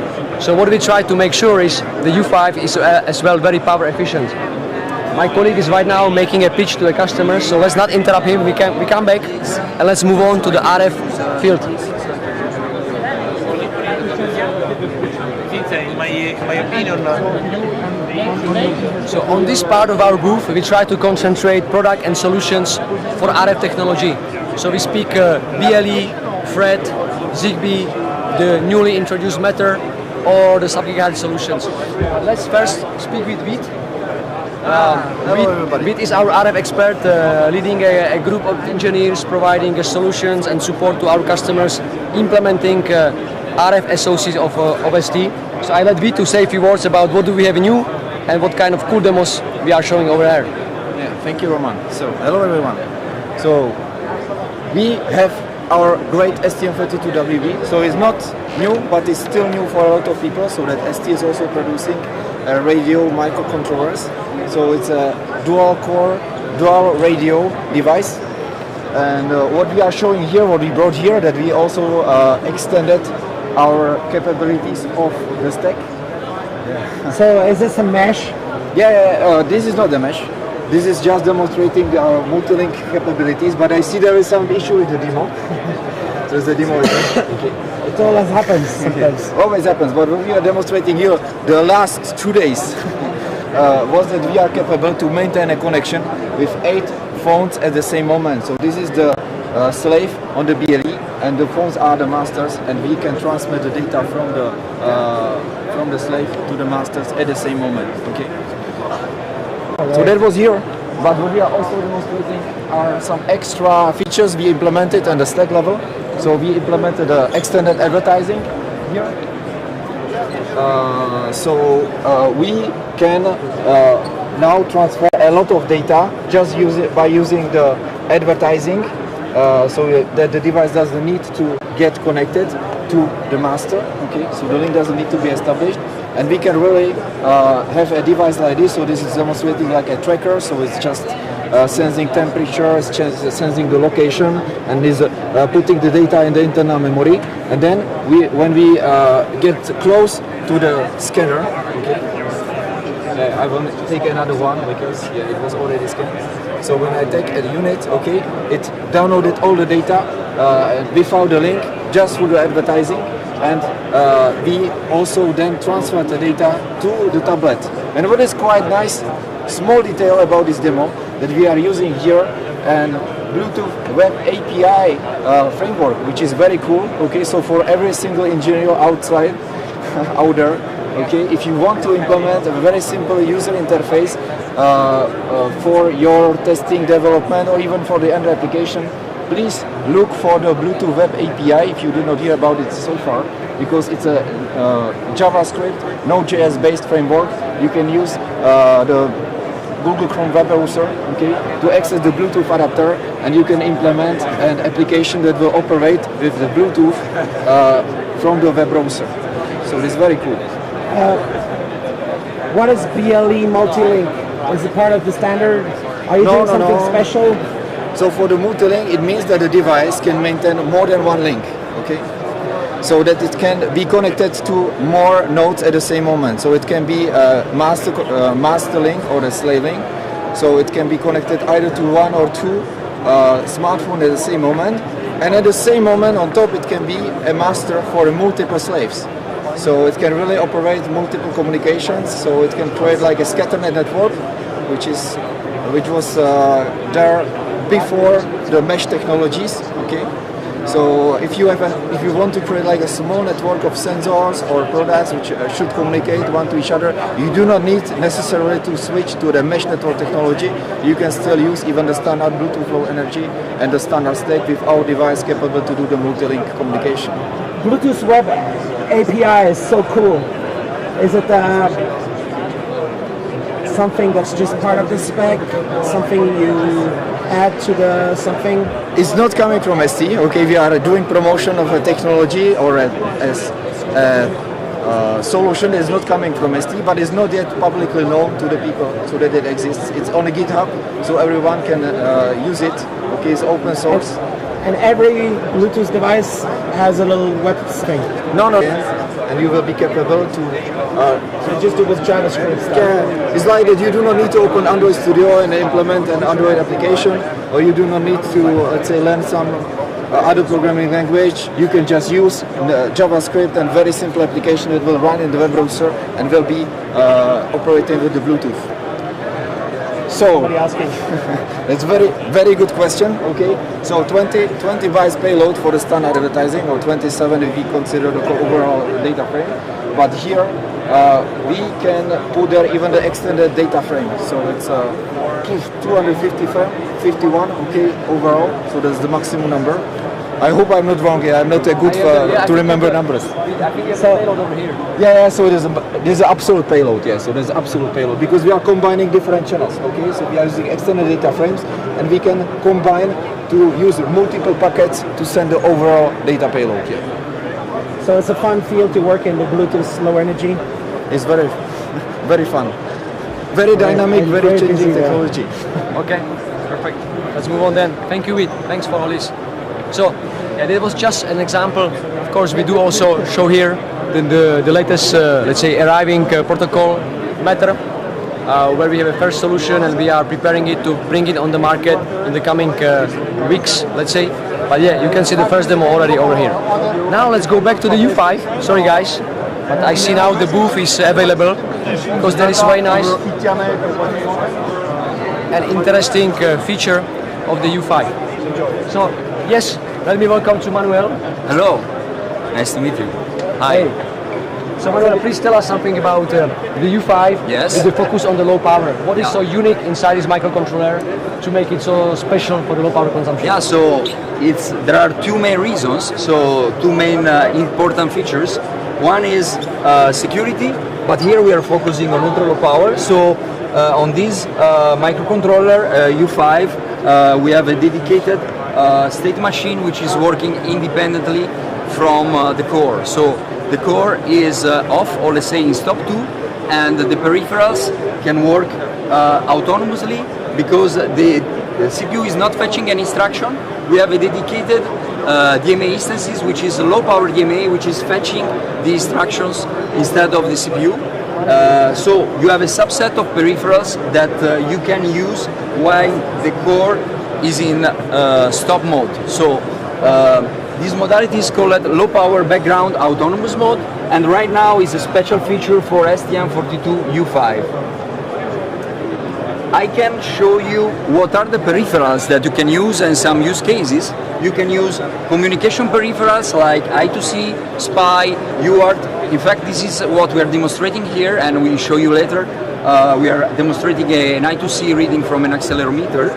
And in addition, you have a dedicated 12-bit ADC for this low power domain, which is called the Smart Run domain, that you can use to store your data. The data are stored in a dedicated SRAM, and down to stop 2 you have 16 KB of SRAM available, and you can decide to wake up then the core on the strategy you prefer, transfer complete, half transfer complete, or when you reach a certain threshold, for example. And other peripherals which are available are DAC for digital to analog converter, low power timer. You can also create control loops because you have also some analog peripherals which are available, comparators, op-amps, and you have dedicated low power SIO which are available and very interesting, for example, for implementing your own data transmission protocol. In general, what you can do is chaining a different peripheral to achieve your task and keeping the MCU in low power and achieving ultra low power consumption. So with this solution, you can cut your power consumption by a factor 10. You're talking about 16K? 16K of RAM down to stop 2, so it means that when you initialize, you build your function, your LPBAM application, you have to be sure that the variables and the handlers that you use in your application are stored in these 16K bytes. When the memory is full, you can then wake up your core, do some computation, and then come back to your task, for example. That's a smart strategy. Yes. What are you doing there?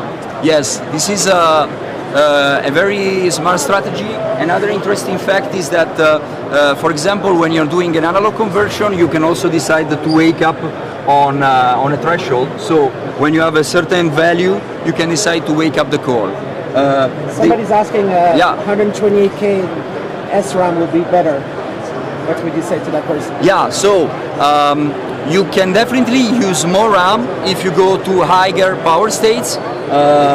We have to say that for the solution, for the implementation we've seen so far and customers using LPBAM, 60K is pretty okay because you can always wake up for a while doing your operation with 160 megahertz and then come back to stop 2 and go on with your ultra low power tasks. So maybe I can give you a short overview of the demo we are presenting here. So we are reading an accelerometer via I2C3. We have a dedicated I2C3 instance, which is I2C3 free. And the acquisition from the sensor is triggered by a low power timer. And the same timer is also triggering another timer, which is a low power timer free, which is generating a completely independent task with modulated PWM. So we basically have two DMAs channel doing two different tasks. One is configuring and reading data from the sensor. Here we are reading 2 times 6 bytes from the sensor. And we have another DMA channel which is taking care of generating variable PWM in circular mode. And to do so we use our U5 85 disco board, which has accelerometer and gyroscope on it. and also some nice connectivity like Wi-Fi and building. And our power shield that is based on L496 with our cube, and we have I2C signals. If I stop the acquisition, you will see that the sampling time is around 1 millisecond, and on the third channel we have the modulated PWM. Then we have the other 3 channels which are used for debugging purposes to see what's going on in the smart RAN domain. In fact, this is a very clever way to debug low power application. When these 3 signals, which are CD stop, C sleep and SRD stop, are high, it means we are in stop 2, and when this signal is toggling, it means we have DMA transfer happening. Now we measure the consumption with our X-Nucleo LPMA01 and our cube monitor power. I will show you. So we are now measuring the consumption. The application is running with cube monitor power. One very interesting feature is that you can select your time window, and you can have a calculation of the average power and the average current that is used. So in this case, with low power background autonomous mode and 1 millisecond per timer, we are in the range of 61 microamps. We have built an application which is using instead another, which is using what we call legacy mode. So we have built a benchmark application which is not using LPBAM. So you have to imagine that the core has to wake up when the transfer is happening, and you keep on switching between stop 2 and run to do this transfer. So we can also demonstrate in this case that if I flash, for example, the example that it's using this legacy mode, okay, I will show you. We can observe 2 things, okay, from this logic analyzer. First, what is happening on this 3 channel is a bit different from what we saw before. These lines are toggling. It means I'm waking up very frequently, okay, which is not very good for power consumptions. In fact, if I measure the power consumption with this legacy application, you will see that the values are around 180 microamps versus 60 microamps. So we are gaining a factor 3 of power with this low power background autonomous mode. So we can generalize the result saying that with STM32U5 and low power background autonomous mode, you can achieve great benefit in terms of power saving up to a factor 10. In this case, we demonstrate also that the gain you have is increasing as we increase the sampling frequency of the I2C interface, and this result is valid for I2C, UART and SPI, so for all communication interfaces that we have on STM32U5. If you want to discover more, I leave you with some reference links from our application notes, which are mainly related to low power, and to one of our latest on-demand webinar, which is in fact showing how to build this application from scratch. Thank you very much. Thanks to you, Manuel. Very great pitch. Thank you. Thanks. Do you have any questions? Sounds like the STM32U5 is a beast. Yes, it's really, it's our latest product based on the 40 nanometer technology, so very progressive and latest one. And really the combination of performance, security and low power enable this to create at many of our customers, let's say, the dreaming applications. Okay, so let's leave a little bit the part of the booth where we speak about microcontrollers and microprocessors and the different solutions around, and move to see some of our other products.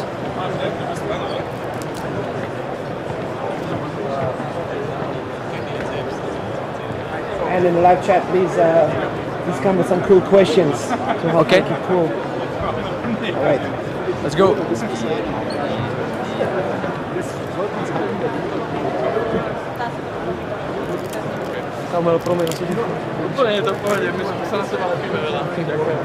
Okay, so we move to the second half of our booth. So after the microcontrollers, microprocessors, let's check what do we have for, let's say, the sensors and other products. And I'm here with Zuzka. So Zuzka, could you tell us something about this great sensor, which you have seen a little bit already when talking about the Nano Edge AI Studio, but here you see the hardware in action. So good morning everyone, here we are showcasing our new sensor. It is called ISM330IS and it offers accelerometer and gyroscopes, but besides that it also includes a so-called ISPU, an intelligent sensor processing unit. This means this is a small but compact RISC core capable of data processing with much less power consumption than an MCU. So here on this booth we are showcasing two demos. Specifically, we have here one demo is showcasing how we can run sensor fusion directly in the sensor. So this means we calculate the orientation in the sensor and then the BLE system on chip only collects the data and transfers it directly to the smartphone app. Then we have here also another demo, which is a combination of TMOS sensor and the ISPU. So it is a simulation of the front door and the ISPU here is specifically here to detect the state of the door.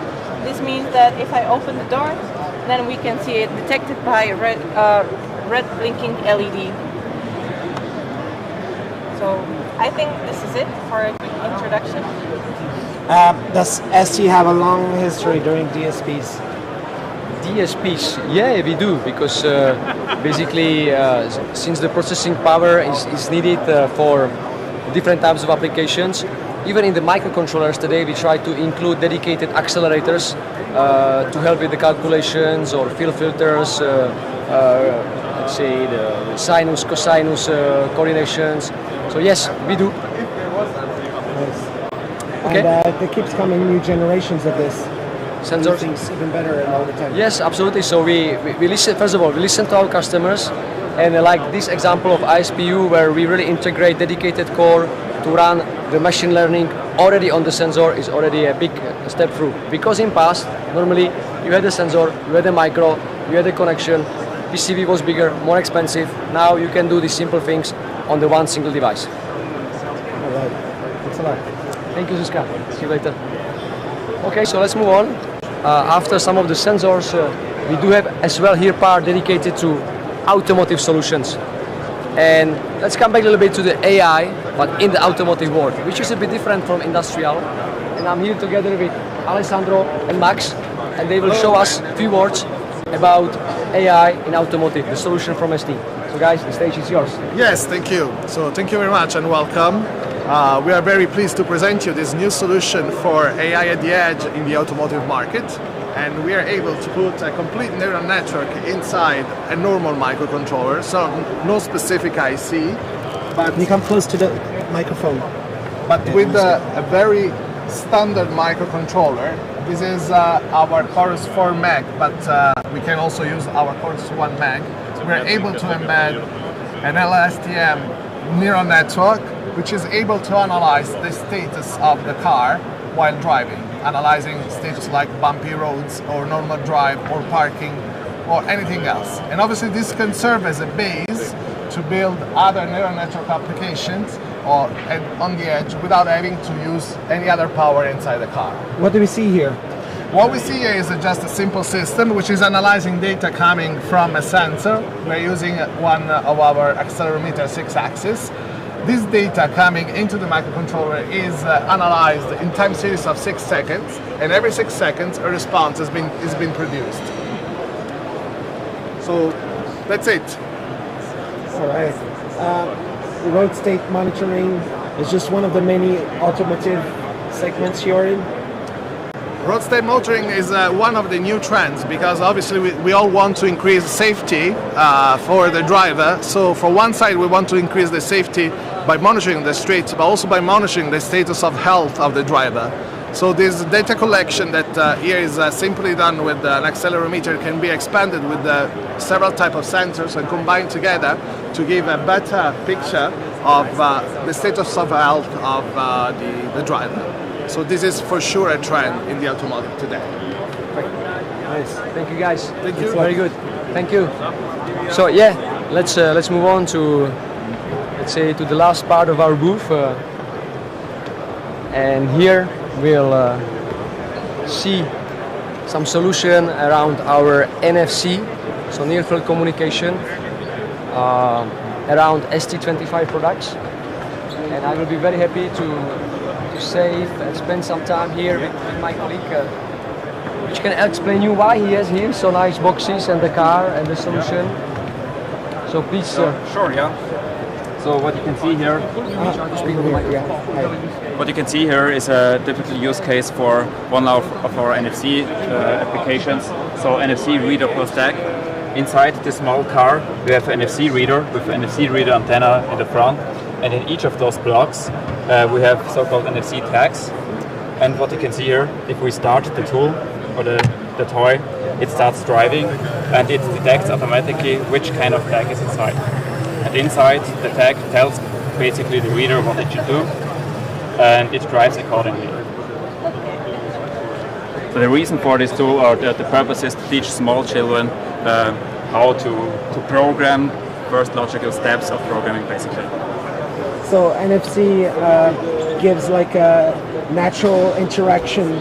Exactly. So with NFC, you can communicate over several centimeters. There are a lot of use cases, not only for dedicated NFC readers, but also communication with smartphones.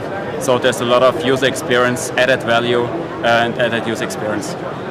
And it does the charging. Charging is also a use case of NFC, which is quite new actually. So we have here a proof of concept for NFC charging.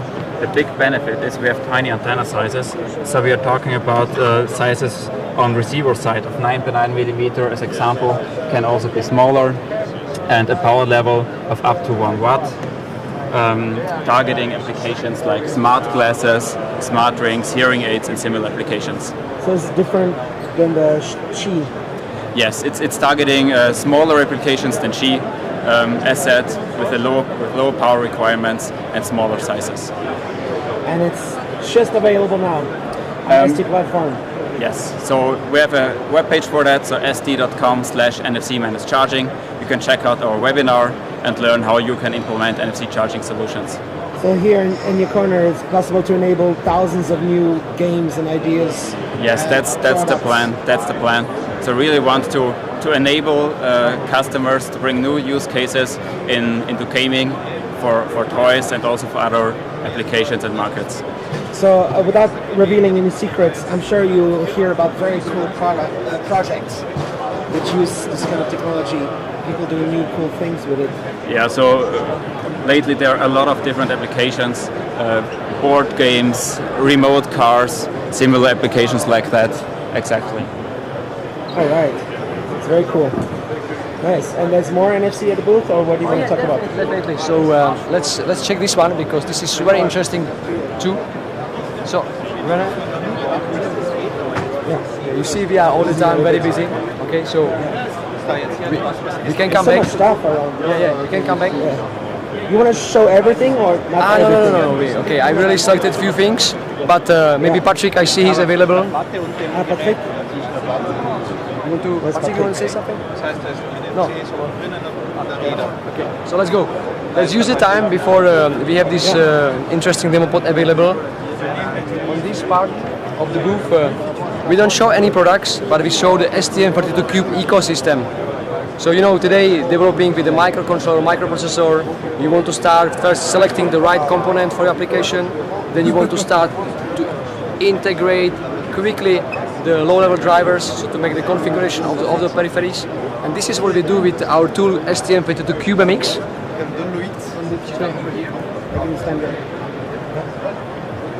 So code generation, exactly. So in the development flow of a software selection, of a software, let's say, development, first you do the configuration of the basic peripheries. The CubeMX will configure a project and generate for you the basic project on which you can start to build your own application. Then of course how and where to build the application and the debugging. For that we have a list of several Cube and IR and Kyle IDEs. So you as a customer can select between. The advantage of STM32Cube IDE is that it is free of charge, supporting all the STM32s in one shot.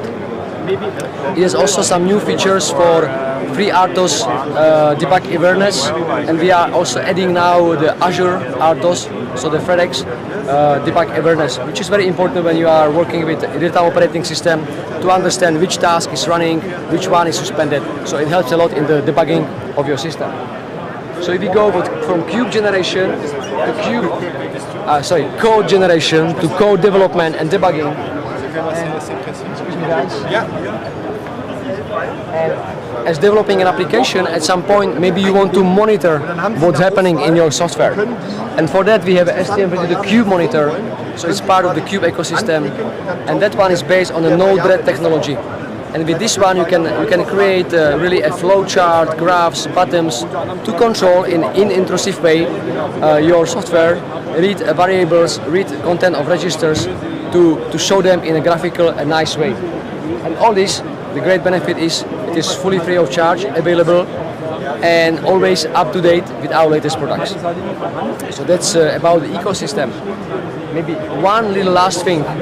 Just before Embedded Board, we have released STM32 MCU Developer Zone. So what it is, maybe you are wondering. Basically, with this STU MCU Developer Zone, what we try to do is to bring into one single entry point all the information about the products, software, middleware, tools, partners that you may need to know when starting to work with STM32. So it's like an entry point in intersection. You can continue your information and data research to be able to develop with STM32. It's a very big task to be community manager and developers. Of course, the community itself is very important part today of the support and development flow. On ST side, we do have extensive community. We try to moderate and answer ourselves or within the community to all the questions from our developers and users. See if our colleague is available. I got one question here in the chat, just in case, if that's okay. Please ask ST on their plans to include dedicated AI accelerators in the MCU. Yes, indeed. So maybe you missed the beginning of our shooting, but yeah, at the time we were really looking after our solutions for artificial intelligence. So in terms of hardware accelerators, today we don't have any dedicated one, but be sure on our portfolio we do have STM32 with dedicated accelerators for doing the artificial intelligence neural net for computation. So more and more stuff is happening in that field. Definitely. We don't sleep, we go on, we carry on. So stay tuned for new products. I'm sure we will be able to introduce you more in the coming weeks and months. How do people get involved to become developers, find a company to hire them, get to be an expert? You have everything for everything in that stuff, right? Well, I wouldn't become absolutely true if I would say we have everything. There's always something missing and something we can add more. But yeah, to start with STM32, today you find a lot of tools, samples, libraries free of charge on our web. You find a lot of training materials. We have plenty of YouTube educational programs. The one I could recommend is STM32 learning page on our st.com. You find a lot of links to YouTube, so-called MOOC sessions, where we start from the basics of what is microcontroller, how to select the right one, how to run the first code generation, how to start debugging, monitoring your application. We have dedicated videos and training programs on security, so how to implement the secure boot, how to implement graphics, HMIs and GUIs. So really, I'm quite confident to say today we have a lot of things available for you. So if someone wants to start developing, you should be able to find a lot. But at the end, in the same time, true that we still have a lot of things to do. And yeah, give us your feedback, let us know your needs, and we will be very grateful for those and try to bring new things, products, solutions, trainings, materials for you. And even more discovery boards, more little boards you can play with, right? Definitely. So yes, you may remember that in past we were always supporting the community and developers with boards. We do it again this year, but in not such a big scale because of the current market situation. All right.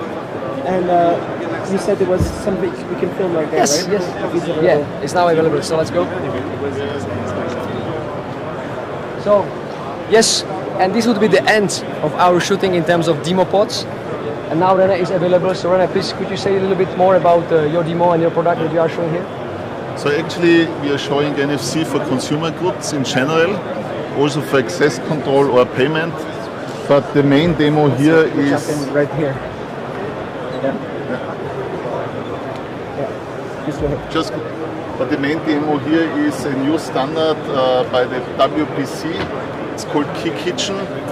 And what we are showing here is the upgrade of a standard induction cooktop with NFC to enable appliances, kitchen appliances, to go cordless by just placing them on the induction hub.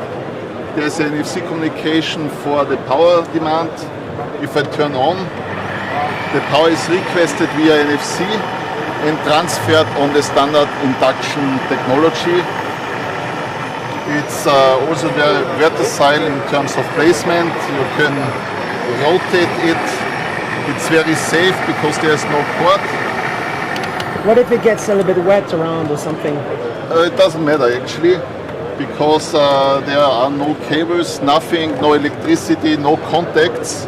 It's pretty safe, and even on a water kettle, for example, of course it takes a while now to cook up, but basically... So you just add NFC to standard induction? Exactly. So there's an NFC reader in the induction plate, a receiver in the appliance. Those two are communicating for the power demand, and in the end the requested power is delivered via the induction hub. And you can already see that the water is starting to boil in here. The kettle is getting hot, but actually below everything is staying cool as usual. And the nice thing is cool. Warm. It depends. But not dangerous. Not dangerous. Stable. Stable on the full mixer. power. Full power. 2.2 kilowatt power delivery. Same like if you had a cable. Exactly, but just without the cable. The nice thing is that this is a dual function hub, so it means you can use it for cooking, you can do your scrambled egg, whatever you want, but you can also put a cordless appliance on top, and the power is delivered wirelessly. And the Key Kitchen standard is also working to make hidden transmitters. If you, for example, have a dining table, you can place it hidden below the table. And if you have a family come together and you put a cook on top of it, you don't need to plug it in.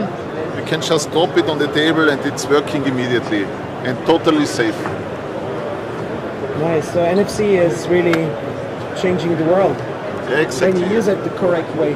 We are upgrading actually existing applications with benefit for the end user, making it more convenient, more safe, and especially if you think about the smaller kitchens, with the cable you always have a hassle where to put it. You can drop over the cable. In this case, you just drop it into the kitchen table and it's done. So very convenient actually. All right. It's an exciting future of smart homes. People will have this built in. And it needs to be a common standard, right? It's actually a standard, as I said.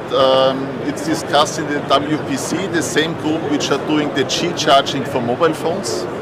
And there's a dedicated group to it, the Key Kitchen, where this standard is discussed, hopefully released very soon, and we will see for sure first appliances as well in the near future. It'll be a fun gift. Yeah. Before this Christmas. Yeah, I'm not sure. Let's see. As soon as possible. But basically, I would get something of those for my kitchen for sure. Nice. Cool.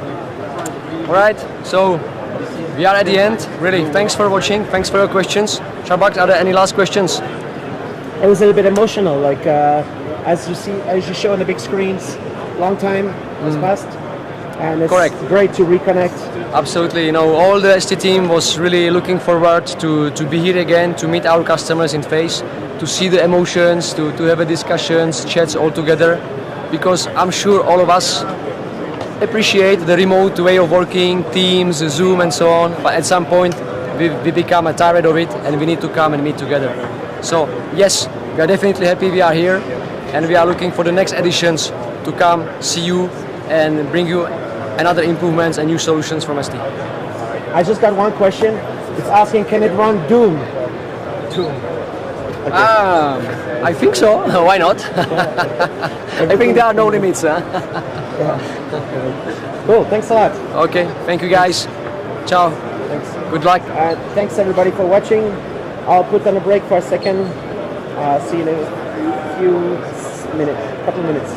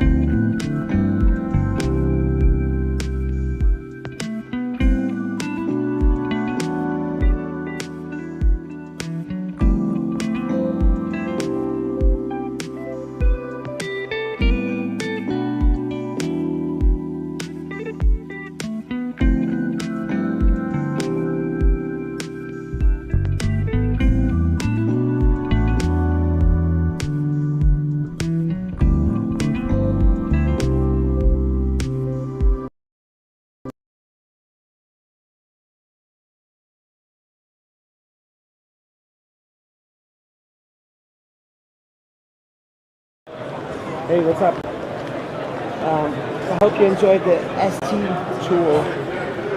So now it's like 4 or 5 hours left of the show.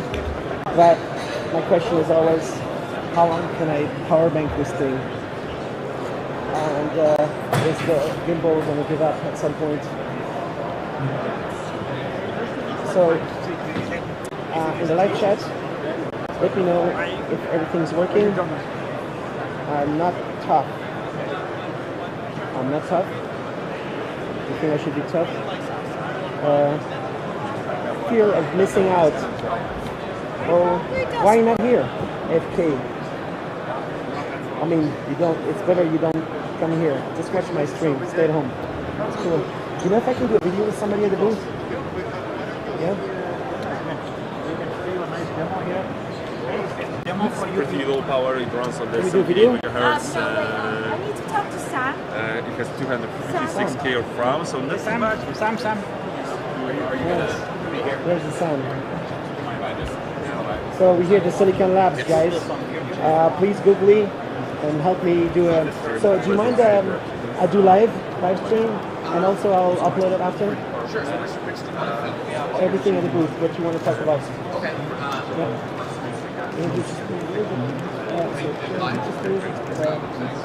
Still good. Yeah, you cool? Yeah. Okay. I'm not going to be on the camera. Who can be on camera? This is probably you guys want.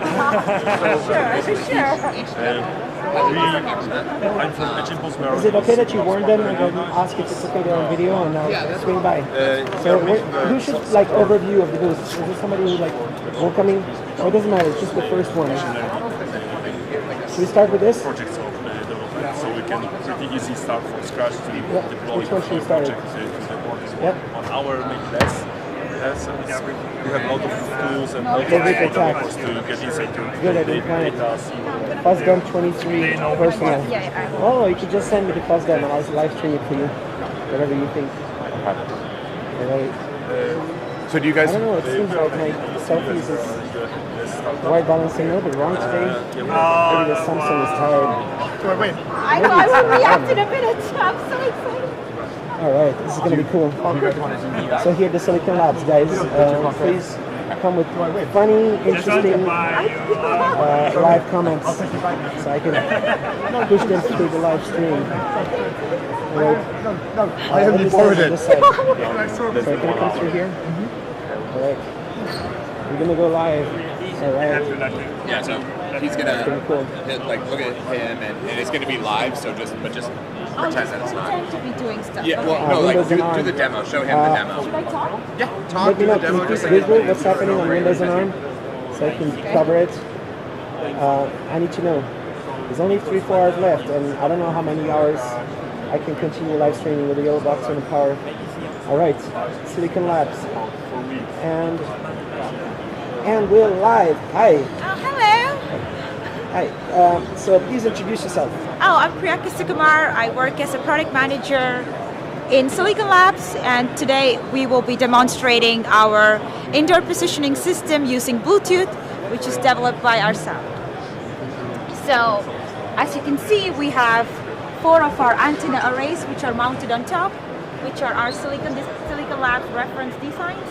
And we have our own BG22 SoC, which is ultra low power and low cost, which can be used for indoor asset tracking. So what we're going to demonstrate here is how we can achieve sub 1 meter accuracy using our solution. So if you can look at the screen, we're tracking this table, which is around 1.4 meters. And as I move the asset tag across the table, you can see how we achieve the accuracy. It's also 3-dimensional, so we can also track the elevation angle using our solution. Nice. Do you need to have this configuration for it to work? Yes, so we have 4 of it mounted. So how it works is that our asset tag, it sends the signal to the antenna arrays, and the IQ samples are sent to the RTL library, which is at the moment running on our computer. And so the RTL library, the algorithm running there, helps to compute the position of the tag. Is this fully on the market? Yes. You can buy this stuff? Yes, so our new antenna array board was launched on Monday. So if you go to Silicon Labs/direction finding website, you can actually buy the antenna array, and our asset tags are also publicly available. So it's called BG22. So both of them are available. You can buy the whole evaluation kit and you can try it out yourself. We also have our Simplicity Studio, which is free. You can download it and you can run our sample apps and you can get the whole solution working. Nice, and it's fun to work with this stuff. Yes, absolutely. All right. Who wants to talk? ML engineers, helping them to get the ML project to market much faster, much easier, without any high effort. Here we are showing the machine learning model running on the Silicon Labs EFR32 MG24 microcontroller, which is pretty low power and very high performance. It embeds MVP coprocessor to speed up machine learning operations. So we can get a very high performance over the machine learning applications. Like here, we are doing object detection over the image data from camera. Processing single frame took about 100 milliseconds, which is very good result, taking care that the microcontroller is only 78 megahertz with 256 kilobytes of RAM. This small development kit is very powerful. This small micro development kit has a lot of sensors on board. There are microphone, IMU, environmental sensors, so you can pretty easily start your journey with machine learning application using also Edge Impulse as a tool. Nice. So what does the Edge Impulse company do usually? Do a whole bunch of stuff? Edge Impulse is providing a software suite for developers, so you can create your own application based on machine learning in very short time. For example, we have a lot support for keyword sporting ML models, so you can set up your own keyword sporting project in 20 minutes, capturing data, training model, deploying into constrained devices like small microcontrollers in few steps. Without we are providing a lot of additional tools that gives developers insight into their data, so they can check the data before training model to see if they are good enough, if they need to improve, if there is enough of data to train the model. On the deployment stage, they can get insight into the ready model, see whether they can be improved to reduce the footprint size or speed operations. It's very powerful tool. All right. Thanks a lot. Thank you. Cool. We have some friends around the booth. We can speak around it. So what's the next demo we should check out? Yeah, this and this. In the middle of it. Let's see if I can jump in a little bit this way. Any new announcements? New chips? The first one? In the front? This one there. Yeah. Know where to go. I just came to the phone. Let's see if we can get the next one lined up. Otherwise, people are going to fall asleep in the live chat. I'm joking. Let me go right here.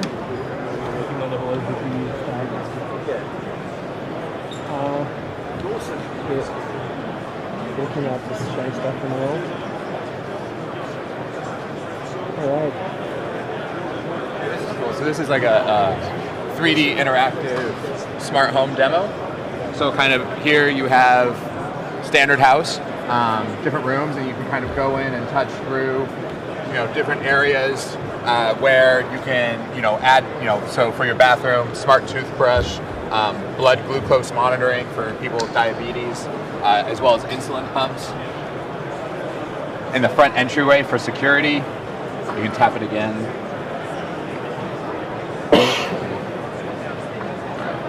Well, I don't know, I'm breaking it.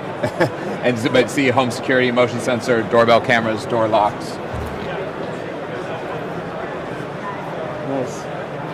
Home automation, LED bulbs, plugs, switches, climate control, your HVAC, shades and blinds, speakers for music and audio, smoke detection, carbon monoxide detection, and your refrigerator. And you can just kind of take a... I don't know why... Well, it doesn't want to let me go through it. That's but okay. It's a demo. Yeah. Demo thing. Yeah, exactly. Right. You seen these guys? They're like so busy. Yeah, very busy still on the final day here at Embedded World. So. Cool. Maybe I'll swing back. Yeah, to, swing to, back. to film those parts. All Perfect. Right. Let me give you my my card. You can find the live stream is 2 hours and 40 minutes in the live stream, but I'll split it out. Okay. So it's a separate video. Okay. And hopefully we can add those parts. Yeah, definitely. That'd be awesome. Thank you. Thanks. All right. Guys, help me out. I'm in 4A. On the computers as in 4. I'm just gonna go over there right now. There's a Raspberry Pi here. Let's see if Eben Upton is at the booth, so I can try to live stream interview with him. It's very deterministic, cycle accurate. Very heavy becoming. And it is quite fast. Cool. So if I can do video. Sure, yeah, go ahead. Is Eben? No, the rest of these. In a bit? Yeah, I'm not sure what his meeting schedule's looking like, but he's definitely coming back soon. To talk on the camera? Or should I come back for him? And that is something you program. How are you? Hey, not too bad. How are you? Please introduce yourself. So my name is Alistair Allen. I'm the head of documentation at Raspberry Pi. And what's the activity here at the Embedded World?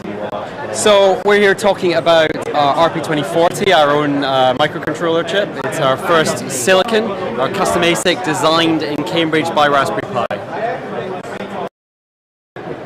You say ASIC? So it's custom silicon. It's a dual-core Cortex M0 Plus with running at 133 megahertz, 264 kilobytes of RAM, and up to 16 megabytes of QSSPI flash off-chip. So, do you have it on the board right now? Yes, we have. To find the right PIO program. Are you actually giving them out? Yes, we are. We are giving away 25,000 Raspberry Pi Picos will be given away this week. Thank you. So since when are you making this Pico? So Raspberry Pi Pico was launched in January 2021, and the chip was made available in June the same year. So you can buy the chip in volume right now at $1 for single unit price, or down to 70 cents per chip for a reel of 3,500, I think. Cortex M0 Plus. Yes, dual core. It's beautiful architecture, right?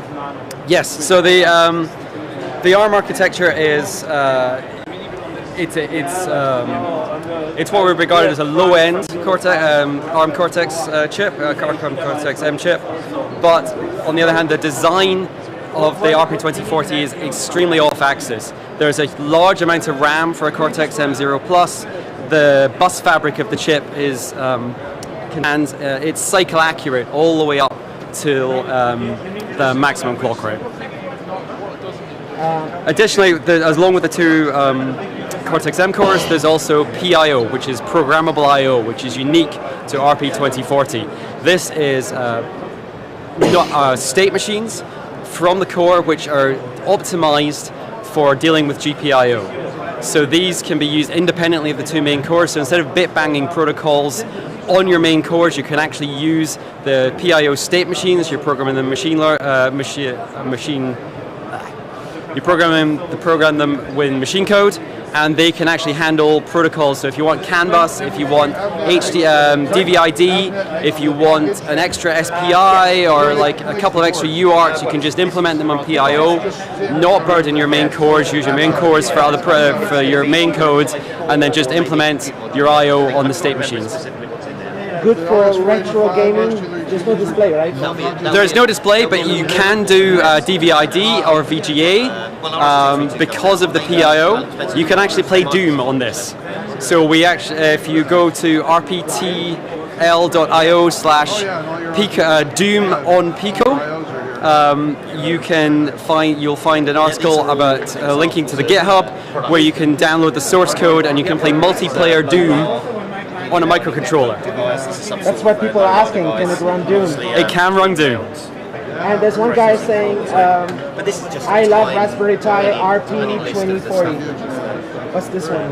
This is the RP2040 right here. And when can we see the Bluetooth Low Energy and RP2040? So Raspberry Pi does not talk about unannounced products, so not going to answer that one. Not that it's not have a GPU, it's mostly an MCU. That's one of the comments. I mean, I'm a C programmer, really, so I do my Pico is stuff more in the there. league of an Arduino. So Any you gaming machine you want. it is a microcontroller. You don't run Linux on this, unlike the rest of our boards. This is a bare metal product. So you can address it with our own C SDK. You can run MicroPython, CircuitPython. It will run FreeRTOS. There's a FreeRTOS SMP port. I think it's one of 2 boards supported by the SMP port.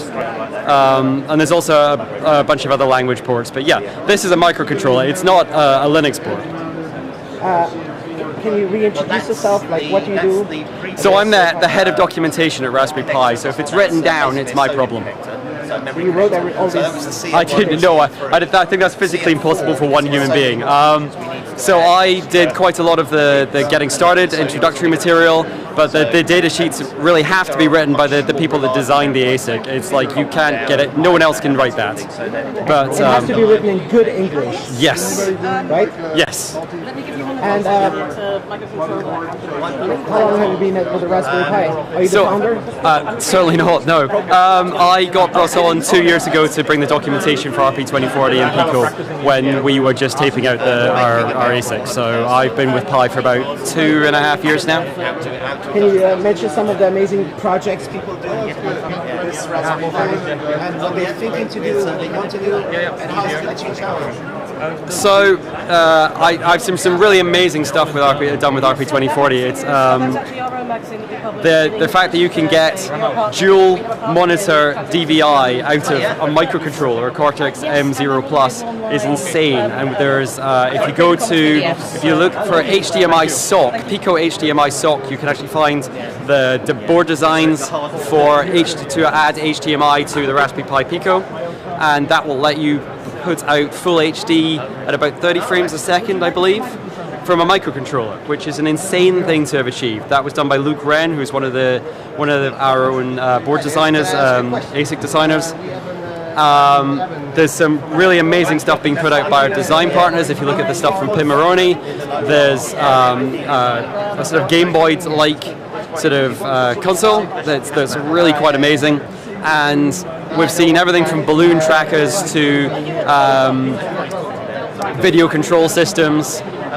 People are building custom keyboards around it. If you talk to I/O, you can do it with the RP2040. Is it a little bit of a departure of the Cortex A stuff that Raspberry Sure, Pi absolutely. It's we're well known for our single board computers, and this is our first microcontroller product. It's also our first piece of silicon that we designed ourselves.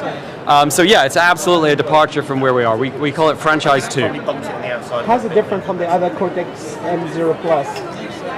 So we designed the RP2040 after years of using other people's microcontrollers. It was basically designed to be the microcontroller that we wanted to use. So it's cycle perfect all the way, because of the way it was designed, it's cycle perfect all the way up to the point where it will fail. You will absolutely get replicable results. The bus fabric is insanely huge compared to other chips in this range, which means that you can push data across this far more easily. When I was first coming on board, was first being talked about to come on board with this, Eben, who is the founder, I'm certainly not the founder, sat me down in a room and he whiteboarded up this chip, and it was like the first thing he drew was the bus fabric, which, if you know anything about chip design, is a really weird place to start when describing how a chip is put together. Normally you start with the cores, and Eben started with the bus fabric, and that is the difference with RP2040. It's designed to be flexible. It has hardware GPIO, it's hardware SPI, I2C, but you can implement pretty much any protocol you need, like I2S, DVI-D, CAN bus in PIO, so that it's designed for flexibility and for input-output. How was the experience of designing a chip? So I am not a chip designer. I only play one on TV. But you were in that movie, right? No, okay. So designing a chip is an insanely specialized job description. It's there aren't that many people that do it, and we have an absolutely amazing ASIC team at Raspberry Pi that's been brought together. This is our first piece of silicon. Like, we've been working on this for about 5 years before it was released.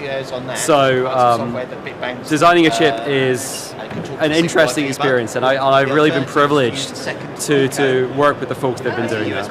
So Raspberry Pi 5. When can you let us know? As I said, we do not talk about unannounced products. So no, I am not telling you when Raspberry Pi 5 is going to be released. So what features is going to have? Not going to talk about that either. And so we provide the drivers for OpenOCD. Raspberry Pi has done a lot of things to make the world a better place, right?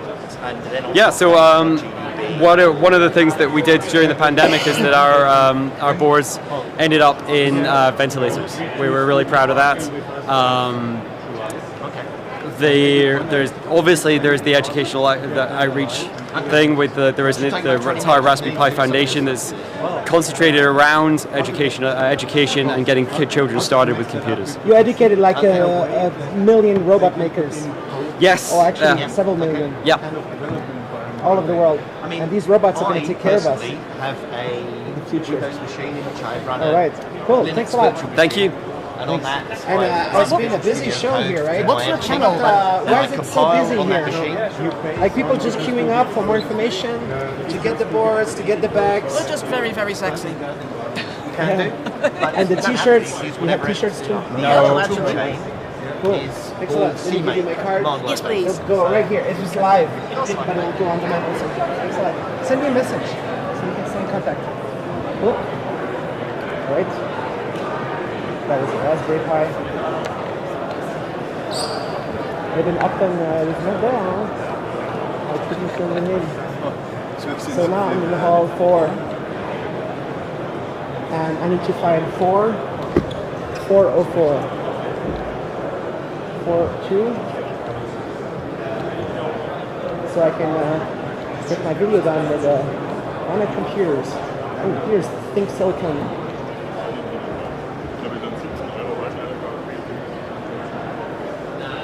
Hey, can I do a video with you?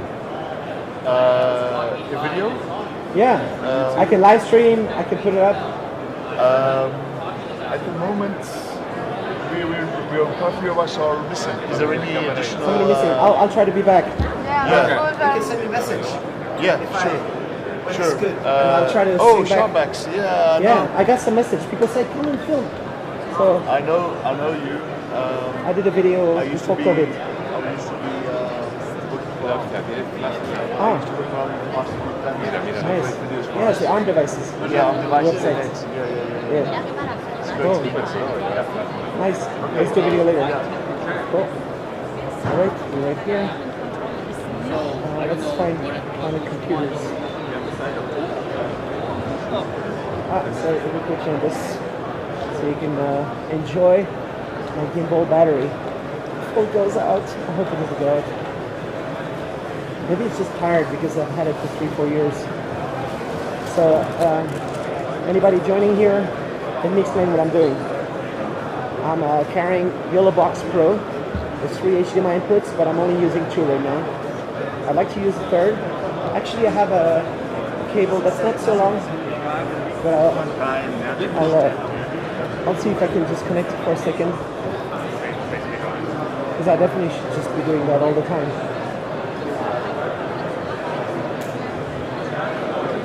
If I find my cable. It's hard to learn, man. Switching pockets. I've got this weird little audio thingy thing. You hear it? Do you hear a little audio thing? I'm going to try to fix it by... I try to fix it by turning off the HDMI input and really turning it on. Usually it sounds like it fixes it. So I don't know if that's one of the bugs. Here's Genetech.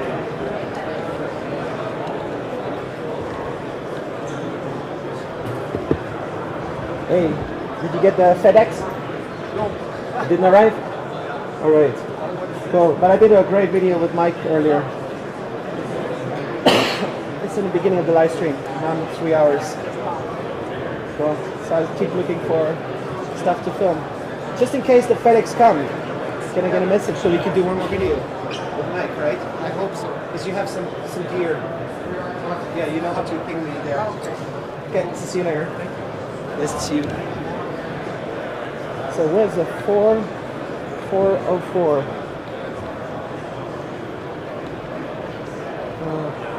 Now I have to turn on my brain and try to look at numbers and figure out where I'm 4 or 5. So it could be in the next row. Actually, this one is 4, 4, 3, 8. Wir melden uns auf jeden Fall zeitnah. Ne?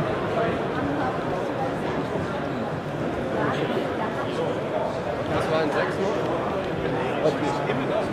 Oh, thanks a lot. Thank you very much. I lost a piece of my equipment and somebody gave it to me. That's so cool. Otherwise it would be gone forever. It's just a little piece of my jacket. Which, I don't know, it seems I don't need. Oh my god. I didn't lose my mics yet. One is just falling off. So in this show I borrowed the 2 cables, microphone cables, power cables, USB cables. So far, I don't think I've lost any microphones, hopefully, but I kind of broke some of the mics, so they don't do it. But now we are here at the Planet. We are in the Planet Computers, the leader in British productivity, I would say. All right, high tech. Hey, let me Hi, get Nicholas. back to the chat. How are you? Cool. I got so many messages, people asking me, go to Planet Computers, that's the video. Okay. It's good, it's good. So you hear the embedded world? Yes, absolutely. Absolutely. Welcome to Embedded World. Welcome to the Planet stand. Hey. Here's the Astro slide. Kind of like the coolest phone in the world. Well, we like to think so. And it slides. So here you can see the phone. So it looks like a normal phone, but then we can open up. Oh my god. And then it becomes a little pocket computer PDA. So come on in chat, what do you think about this? This is like the ultimate form factor, like the dream of many geeks in the world. Not just geeks, but anybody who actually cares about being productive. Well, we think it's a really great business phone as well as doing things like SSH or any of other tools. We think it's a really great business phone as well. Do you have a bunch of developers here that shows like, I want this? Well, there's a few people that we've met a few backers from Indiegogo, and we've seen quite a few people that are really interested in the phone. Yeah, absolutely. This is awesome. And shipping to backers? Shipping to backers, still early days, but shipping to backers already since December. Very slowly because there are quite a few issues in China with the zero COVID policy. So we're doing our best to get the majority of the devices out during the next 2 months. So let's hope we can do that. Nice. But it's been quite an interesting time for the last few months. But yeah, it's happening. We've got the Swedish and the Swedish and the Finnish keyboards in production now. The first stock of German quartz keyboards coming into the warehouse, I think tomorrow. So yeah, it's quite an exciting time. What is this keyboard? So this is a Japanese keyboard. This is a Kana keyboard device. So it's got both QWERTY and Kana letters. kind of Yeah, symbols on the One of keyboard. your biggest markets is Japan, right? Japan is our number 1 market, US number 2, UK number 3, and Germany number 4. I think the US and UK need to step it up and try to see if they can beat the Japanese. You and tell buy them. more of them. You tell them, Nicholas. How about maybe some telcos are watching this video? What's the next partnership so you can get to sell millions? So the nice thing is this is the first and only 5G device with a keyboard. So of course, being 5G, it's something that is here to stay until 2030, even longer. So the first 6G we're expecting to come up around. Let me show you just the keyboard side as well. If you want to see the main screen. The keyboard, we're expecting to see sort of about 2030 the 6G coming in. So 5G is here to stay. So that means that the phone is kind of pretty resilient in terms of the network side, right? So that's kind of where we are. That's kind of where it's interesting that 5G technology is here to stay for quite a while. Nice, so it's future-proof already, this one. And this is your third generation part working together with MediaTek. It's a third generation. It just get better and better. You want to see the right? spec? You want to zoom in on the spec? I don't know if you want to do that. And it should cost more than an iPhone, right? So currently it's about $925 in the store on pre-order, and it's sub $1,000. Barring all the inflationary costs that are happening now, so we might have to recalculate the price up. So if anybody's watching, get it now because the prices will go up. So. But what if you can get a deal and sell 5 million pieces? Then the price will go down. But for the current batches, the price probably going to go up because of all the inflationary costs around the world. I want the billionaire watching this video to call you up Invest. and say, let's do 5 million pieces. Yes, absolutely. And what's here, the embedded world? What's the latest? You're working on some new projects, right? So, so our main business is phones, but we're looking to expand the range of devices. So we're looking at some new products under the Planet brand, which will be utilizing some embedded computers. So we formed some partnerships. So we formed Maybe a you can partnership. break some of the boards on the table. Yeah, so we formed a partnership with Firefly T-chip. So you can see here, we've got this is the ITX RK3588J board. It's a rock chip. It's a Rockchip 3588. It really rocks. It has 8 cores, 2.4 gigahertz. So it's very fast. But some really great features on here is you see there are 3 HDMI ports, right? So those 3 HDMI ports, one of them has 8K video out, okay? One of them has 4K video out, and the third one has 4K video in. So you're getting some excellent video. Very high multimedia device. Exactly, right? So, as there'll be some interesting products coming up from the Planet brand, and we have this partnership with Firefly to make some of the boards. So these will be bigger products, not phones, but we hope that our audience and our customers will really like the products. So nice. And so there could be partnerships and all kinds of embedded ideas here, right? yeah, I think we do want to have consumer-ready devices, but obviously those have embedded parts inside, right? So that's kind of where it's important. So, I mean, in terms of current Firefly products, the Station PC range is very interesting. So these are small PCs which are ARM-based, so running Ubuntu or Android. So this is a small mini PC from called P2. And what's the rock chip in there? There's a Rockchip RK3568 in this one. Step down from 3588. Yeah, 3588 is absolutely the latest. So there's no Station PC yet for that.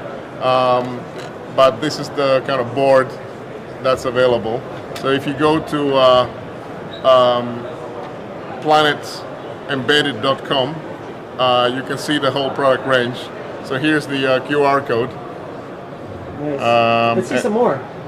Yeah, so some of the other boards. So yeah, I can show you some of the other things. So this is absolutely the smallest form factor station PC. It's a quad core, but this is a smaller device, but it's great for things like display signage or just a small little media thing. Great thing on this one, it has an infrared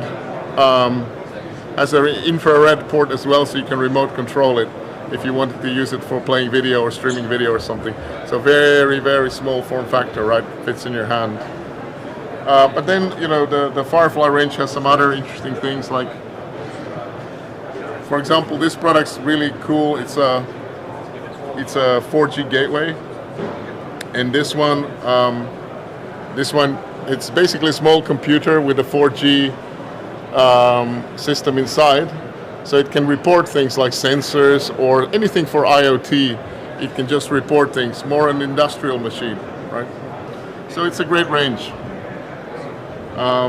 What are these boards we see? So these are just boards. So these are just the core boards.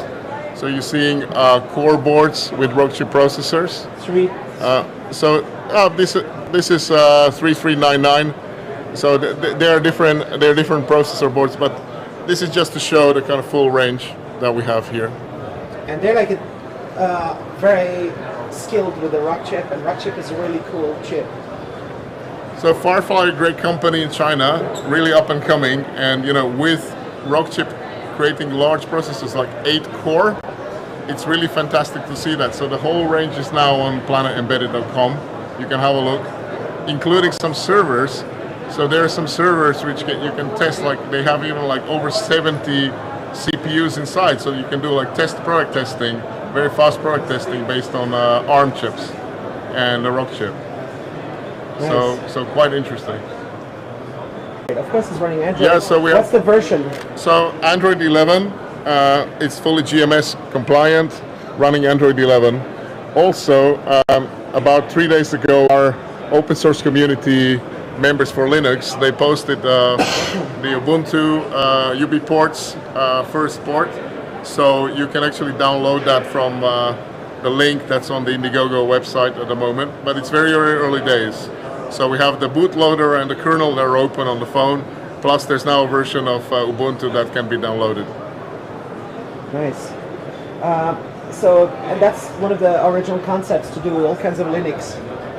Yes, and we want to focus more on Linux and some of both Linux support for the phone, but also Linux on other products that we're going to announce, which will all be sort of based around Linux. So we want to really, and hence we've kind of created this partnership with Firefly, because they have actually provided in the ARM 64 Linux Ubuntu build, they've been very instrumental in making that happen. So you have essentially the mainline kernel has a lot of support for the Rockchips, which is extremely important, and that's what we've been looking out for. So yeah, absolutely great support on. If you go to the Firefly wiki pages, you get some excellent documentation about how to actually compile and run. Apart from the ready-made images of Ubuntu, you get some excellent documentation how to compile and run the Ubuntu there. I got one comment that says "ARM to the moon." There we go. ARM is so cool, and you like doing stuff to like innovate, change the world, influence people, make the world a better place.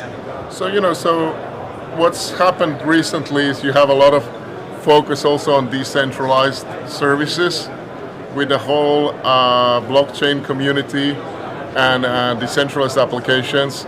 So we are looking to see what we can do in that space as well, and also form devices that are really useful for the public. So that's kind of very important.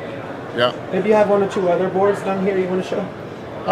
So I can show you the 3568 board. So actually, this is kind of an interesting board. It's a quad core. So based on the Rockchip 3568, it's a quad core device. It's actually a really nippy device, also running Ubuntu. or Android on the system.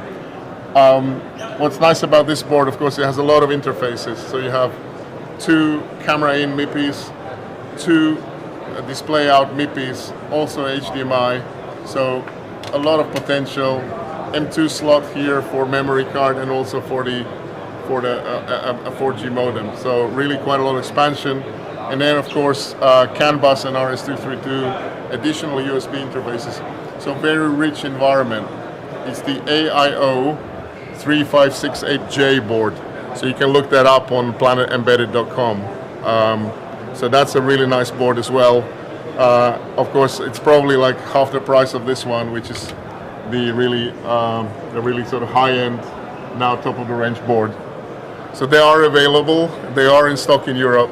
So something to see. What's the discussions you're having here, the embedded world?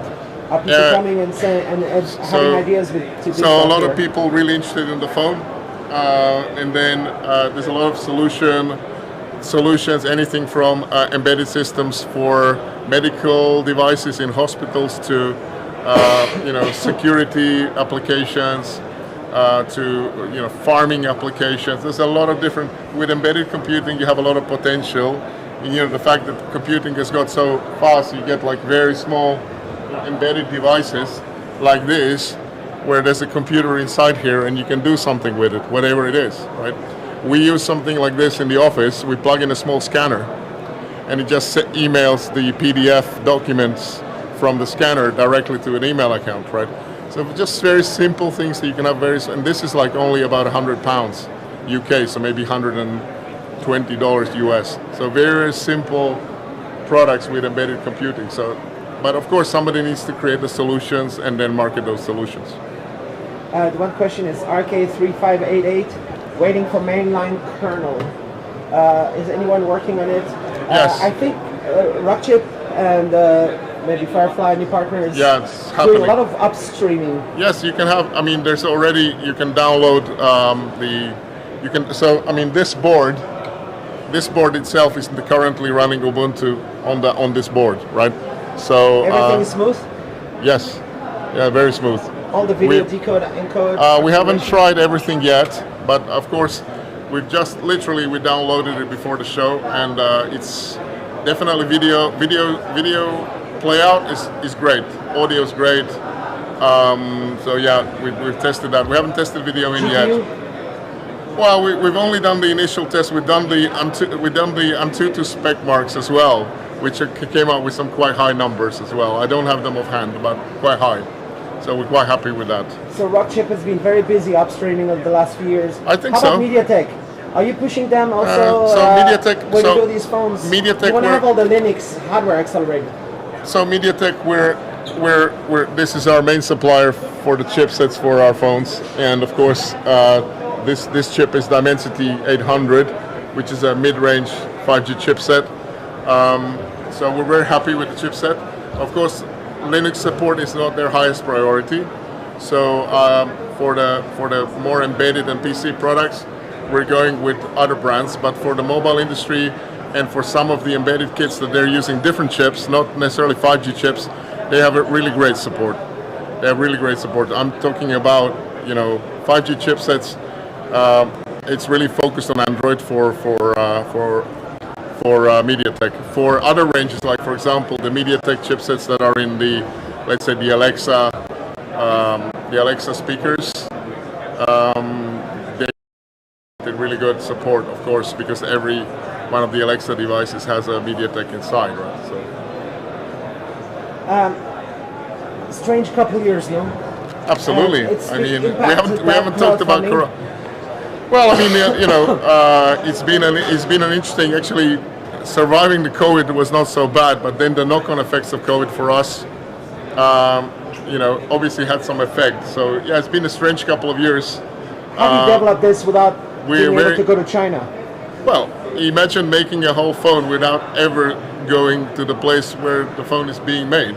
It's you've got a lot of risks, all kinds of risks, from the original engineering.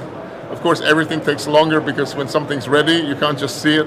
You have to wait for another 2 weeks to receive it because logistics is slower. So logistics, warehousing, lockdowns in each city, components which are faulty and then take another month to get a new component in. Assembly plants locked down, you name it, there's been a problem, right? But hopefully these things are now coming to an end.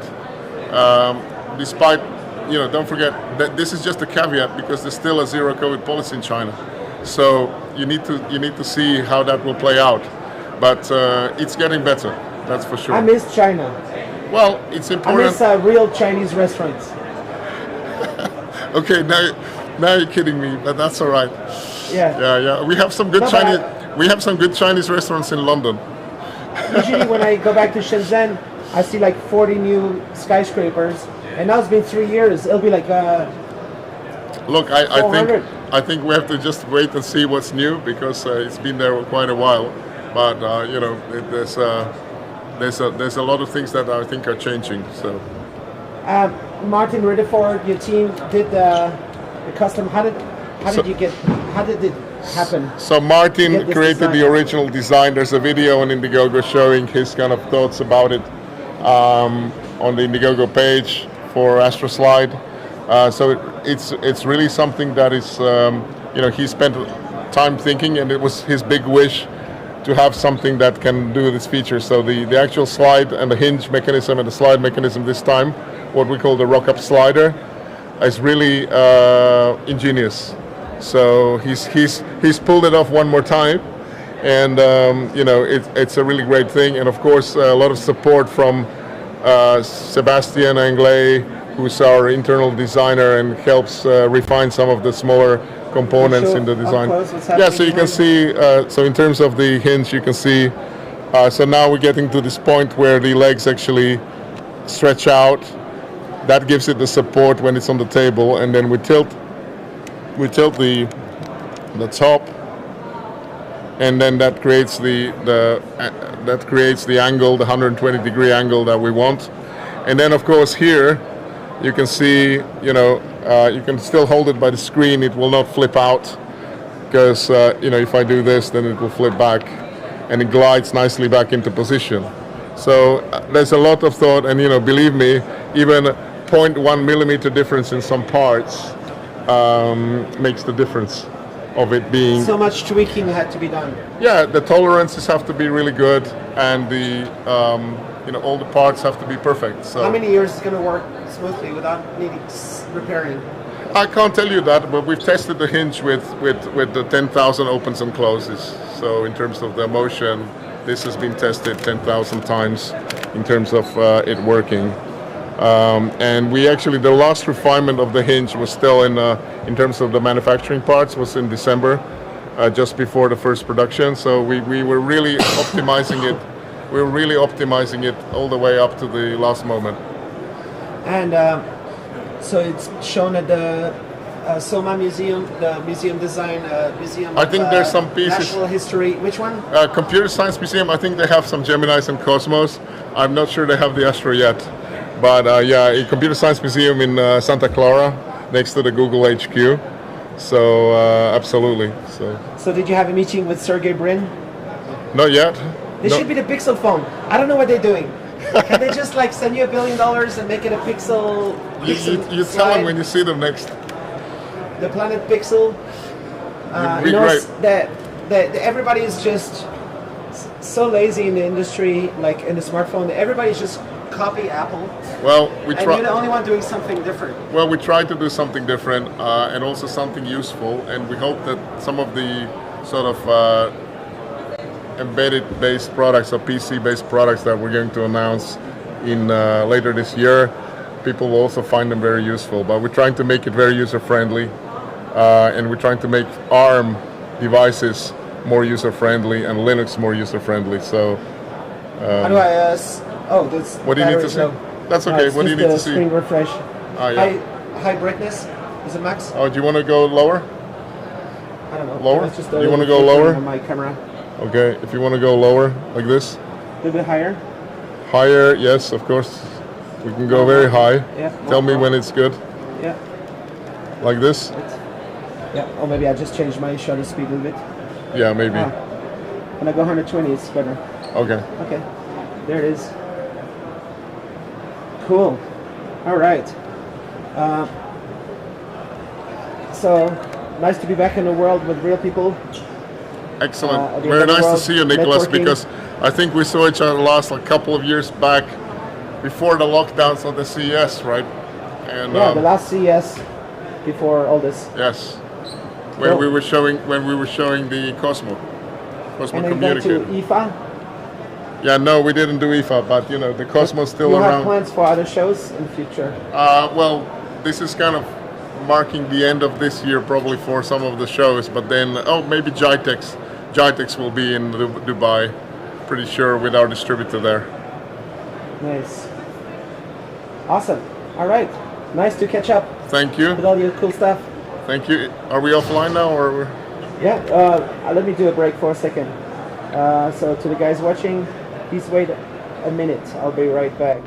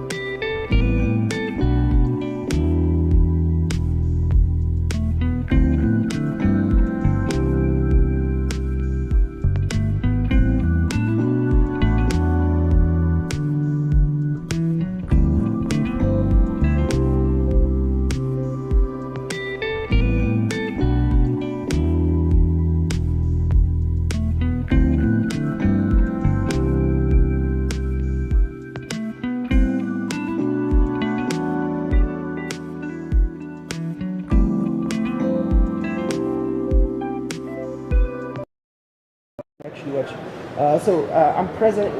Sorry, people in the live chat. I'm showing what my setup. So there you have it with the live chat. People were posting comments on your video right there. I just put the comments on top of the video. I can do it full screen like this if I want to monitor in full screen. I try to balance my weight so I can even do it hands-free a little bit, walk around like, is it called the frog walk? Or the way I'm walking?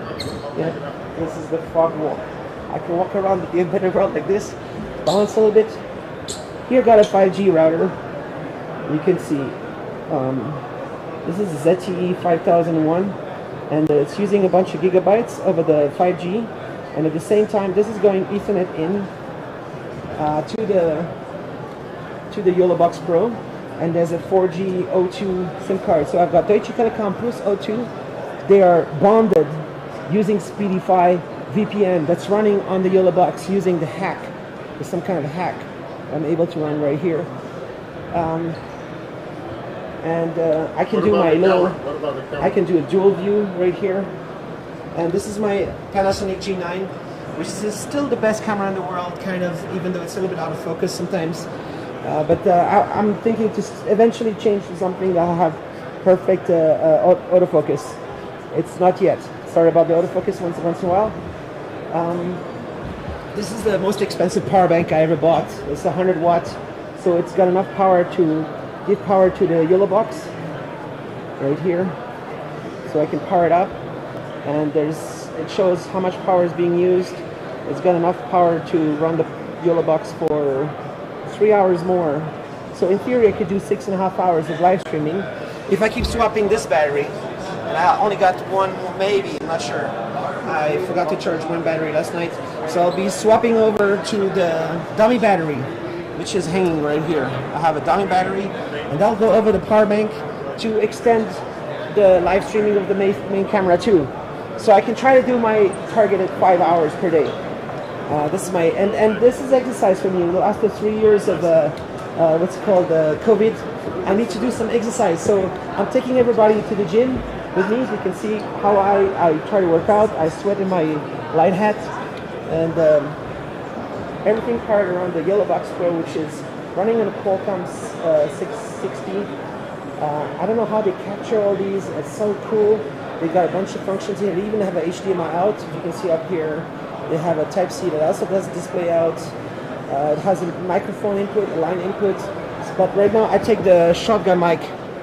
I use the shotgun mic because I've had a little bit of interference.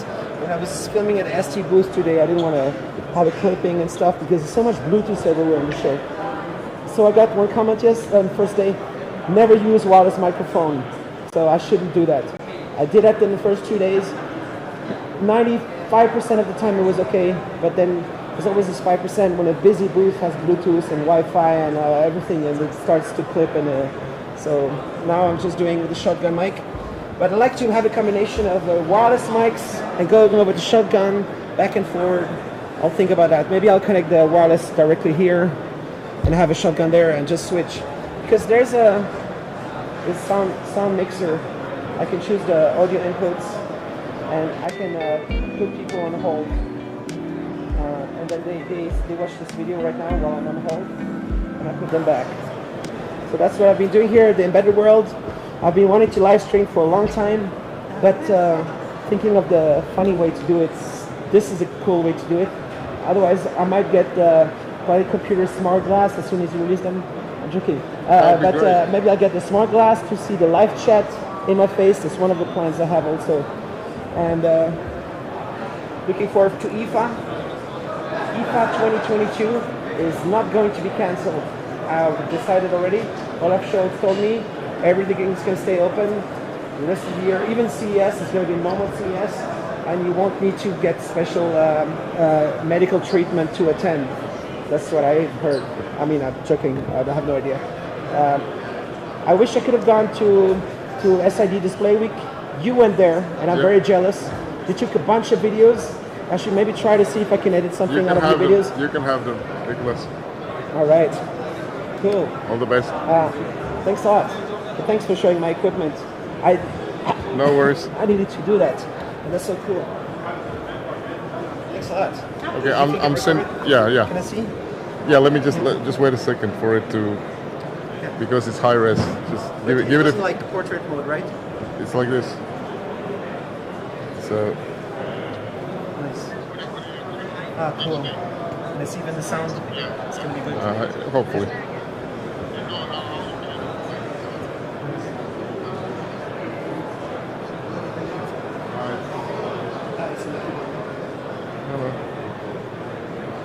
You're gonna have to amplify it a bit. You have sound there or not? There is. I can hear you. Just no more. Cool. Thanks a lot. That's perfect. That's really cool for me. Is there any chance you can drive it to me something there? When do you need it? What about on an SD card? It's nice, huh? Card, you mean? Look, nice colors, huh? Nice. It's good, It's isn't a it? great camera. It is, isn't it? Yeah. It's great. So then we can demonstrate the camera in this video. Thanks a lot. I might get even more views than that than on my. No, it's good. It's good. Because it's showing my crazy setup. It's very cool. Cool. Well done. Thanks a lot. And you're a great cameraman. It's good. I'm right? trying. Yeah. Absolutely. Cool. Yeah. I mean, two things. I can try to get you a memory stick or something. Do you have the roaming? It's a lot. I'd rather give it to you on a memory stick, because how? I'll find the memory stick and I'll give it to you. Memory stick. No, don't worry. I have one. I'll give it to you. Otherwise, you can drive it to me when you have. Are you going back to the hotel tonight? But I mean, I'll get it to you. It's a bunch of gigabytes, right? It's fine. I'll put it on the thing. And it's nice if you can send it to me, not like in. When you send in WhatsApp or something, it will No, not too much. WhatsApp. Not WhatsApp. If I can have the original. Yeah, that's what I'm saying. I should get a memory stick. How's life? Yeah, good. Yeah, good. cool. Yeah. Oh. All right. So actually, the stream is going, and I'm gonna go over there. Somebody is asking visit analog devices. Okay. There's analog devices. Right there, and the I next think one, it's or in just there? 3A. I think it's in 3A. 3A. I think it's in 3A. Cool. All right. Yeah. Thanks a lot. All right. Nice to see you. Yeah, I mean, stop by later when you stop filming. Right. Okay. Cool. We'll grab a coffee. There's some beers over there. Thanks. Thanks a lot. See you, man.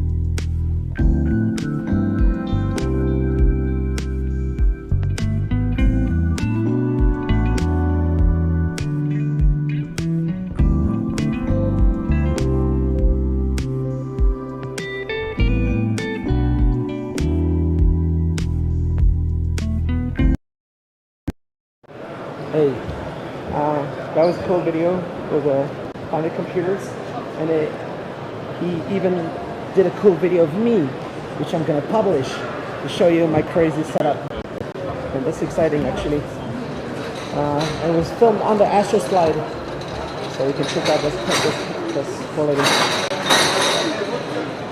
So you love the feature. So please let me know, analog devices, what's the booth number? I need to find all this stuff. Thanks for being my production company, producers, and helping me get videos done. Let me go on my phone, and that's, I guess, the way I can find the booth. Right? How do I find the booth?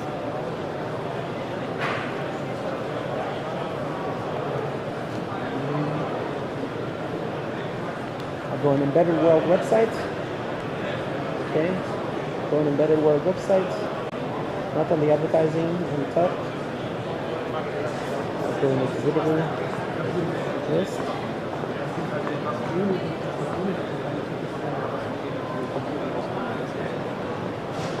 And it's called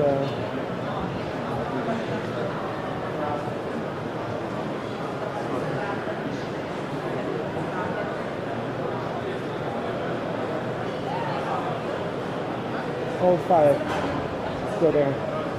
5, 2, 1, 1. Love. It's like Phi-Tech. Check out what Phi-Tech is doing.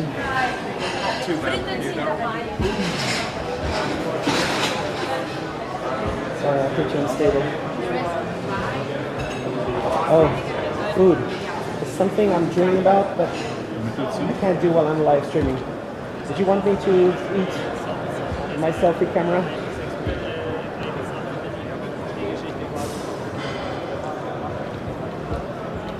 Hey. Hey, how are you? How are Hey. you? Whoa, let me put it on the break for a second. I'll see you in 1 minute. Yes, okay, here.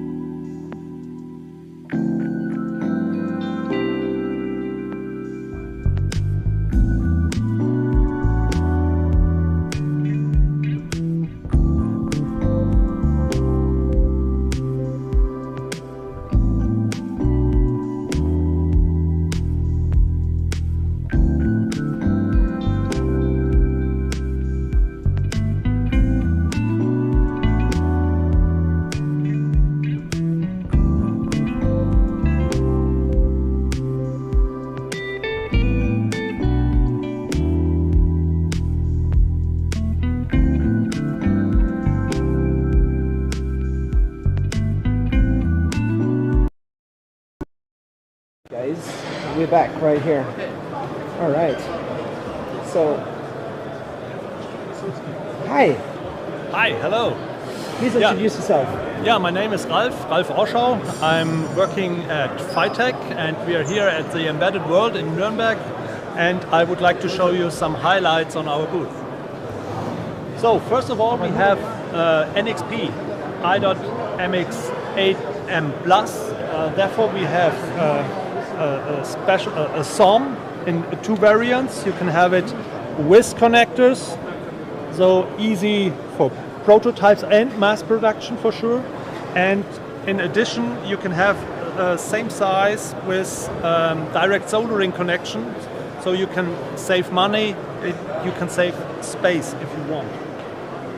So that's our i.MX8M Plus development kit. You can easily start with your development with our rapid development kits, and yeah, that's available for 8M Plus and also for the 8M Mini. Yeah, in addition we have,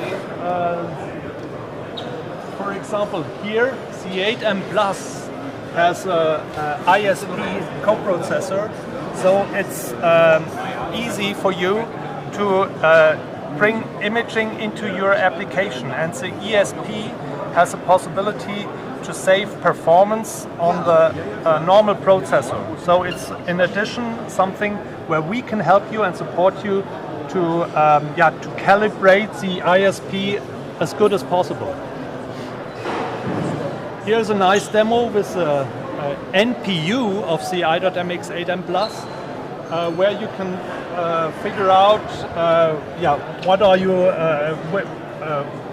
what are you looking for? What is the person you're similar to? I try to show you that if it works.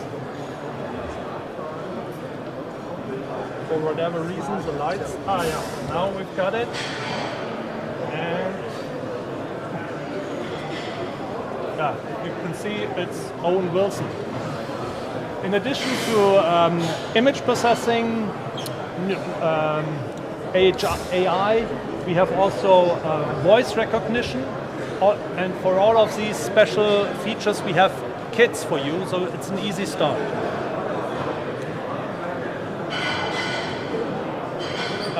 For update and device management, we have a special software which is integrated in our standard board support packages, and in addition you can have a complete fleet management. So come to us with your requirements, and we will figure out what's the best choice for your fleet management, update and device management. Also important, security. We have security bundles defined for you, so to make sure that your data and your know-how is well protected. Because we have our own production facility in Germany, in Mainz, we have the possibility, also the key handling can be done from us. So ask us if you want to protect your know-how or the data of your or your customer. Yeah, what else do we have? We have here the possibility we not only build SOMs, but we also can offer our customers complete development of customized baseboards, and in addition with our SOMs. Also possible is that we make flat designs. You can see here it's a NXP Quad Max processor. It's not a module. It was important to have it very small, and so we can also offer flat designs with the knowledge of our SOMs. Yeah, we can go now to the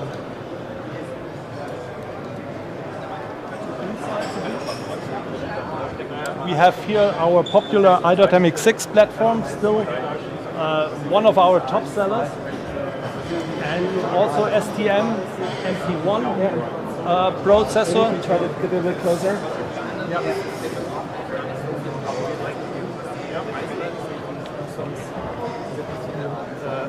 So we have here the STM32 MP1, also very popular processor with the M core and the A core. Brand new on the show is AM62 and AM64 from TI. You will find them also on the TI booth, and it's AM62 is successor of the AM335X, which is very, very popular in the market. high That's now the performance. next generation with higher performance and the possibility to connect several displays to this platform. The AM64 is more for IoT gateways, so you have up to 4 Ethernet interfaces, and you can easily use also Ethernet IP. Nice. So it's an exciting corner, busy right here. What are we seeing here happening behind right here? Sorry, can I check this out? What is this? That's a demo for the AM64 to show the connection possibility through Ethernet, real-time Ethernet, and it's a demo. My colleagues from the development team built this demo to show stepper motors and communication. You can have a detailed description of this demo if you can go to this link or just ask us. I saw the Texas Instruments booth. They were saying everything was running on your 5-core AM62X. It's true, right? It's something like this. All their demos. Yeah. On the TI booth, you have a EV charger demo. Also very interesting. What's next? We should check out. Should we go on the other side there? Okay.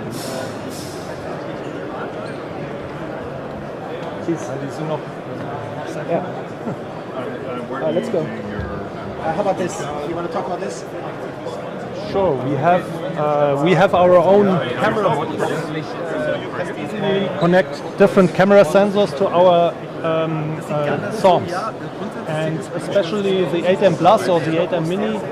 There we use the MIPI interface, and we have the smallest. If you can speak to here. Yeah, we have the smallest camera here. It's a board level camera for M12 objectives. So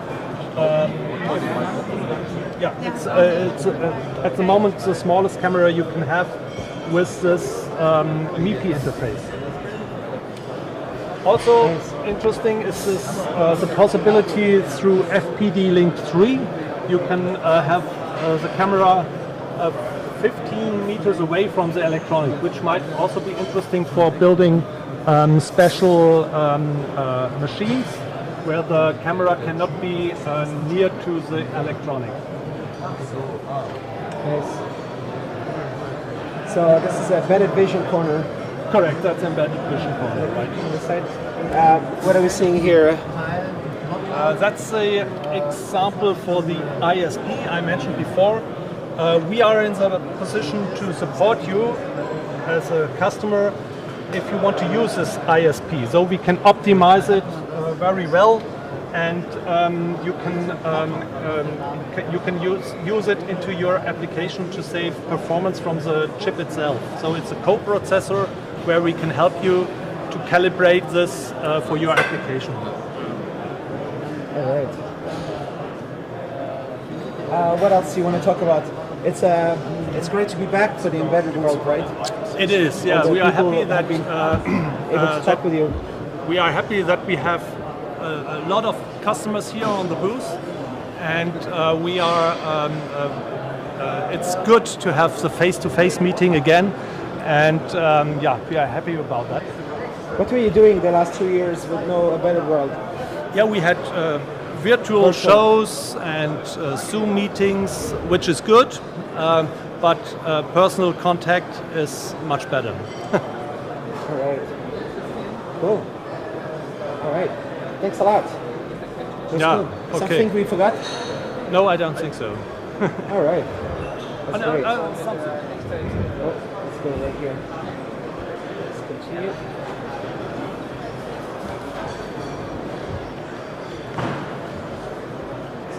So, And what do we have here? These are called our OEM products. That means finished products, certified, ready to use hardware and board support package, where you just need to add your application, your software as a customer, and you have a special end product where you can brand your company's name on it, so it looks like it's yours. And especially for companies who are building or making software to be more visible on the market. All right. To be more visible. Yeah, to have not visible, to have the possibility to bring the software to the market, right? Nice. What is this machine here? It's a ticket printer. It shows especially what we can do in total. So it's a project where we make nearly everything. The customer is doing the application software, but all the rest is coming from Phytech. Housing, electronic, board support package. It's something that all was done from Phytech. Cool. Awesome. And just more and more activity in the better world and the better markets. Phytech always more and more busy every year. Yeah, okay. Yeah? Thank you. Okay, cool. Thanks a lot.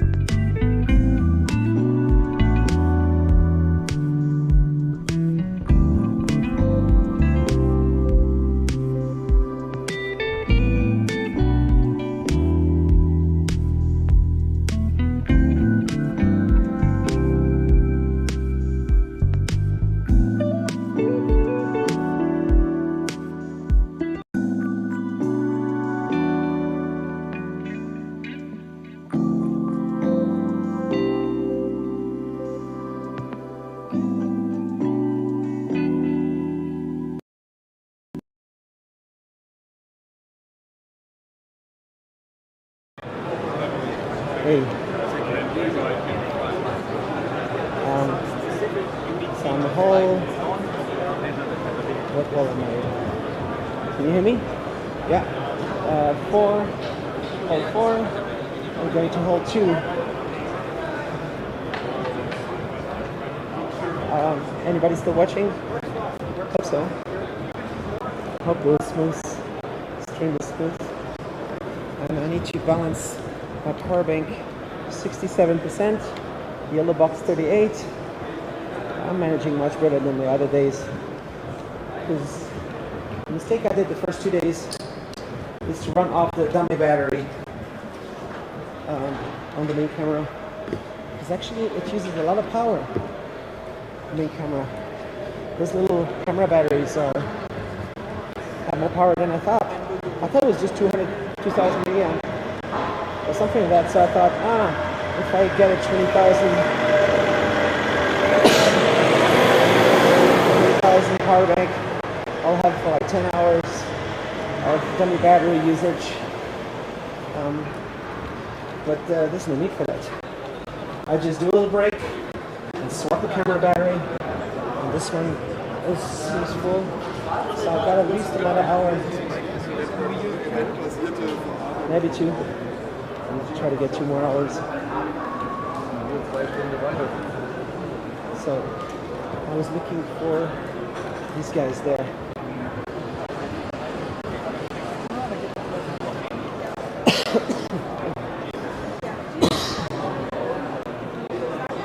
Hey, how are you? Yeah, hi. We do a video. 5 minutes? Yeah. Okay. Cool. How are you? Hey. Did we email with your colleague? He can't. What's his name? Your colleague. He's emailing. So 5 minutes. Who will talk? You would talk, right? We were chatting. Yeah. So you will be in the video. These 2 guys. You will not talk. Okay, cool. So you talk about, she will talk about this, you will talk about that? Okay.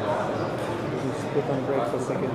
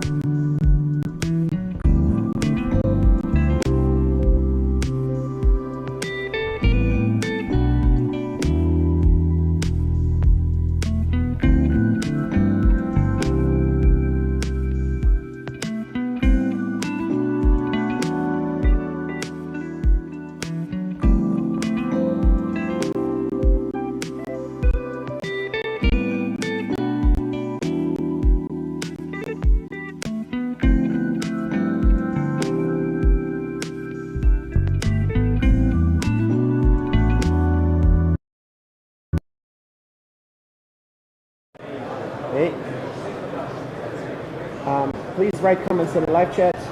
This is interesting content.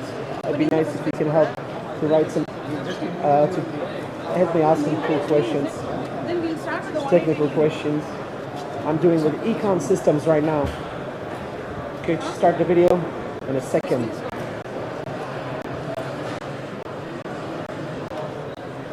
Alright. Let's do it like this.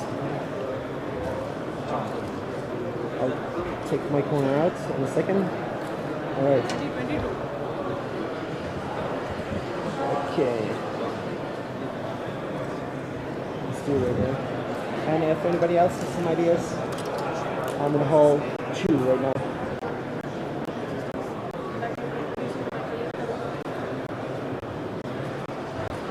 I did with our wind systems and Mythic already. And we'll keep going until you throw me out of the show. Which is maybe in 3-4 hours, but I don't think I can last the battery that long. I think I can hope for at least 1, maybe 2 hours. That'd be crazy.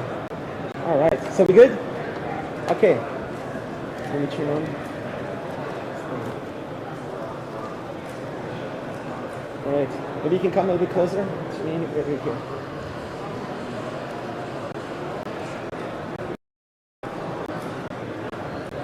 So we're here at the Embedded World. Hi. Hi. Welcome to the Embedded World 2022. It's me, Bharat from Econ Systems. I'm a marketing manager, and let me introduce our colleague. Is Abdur. Hi.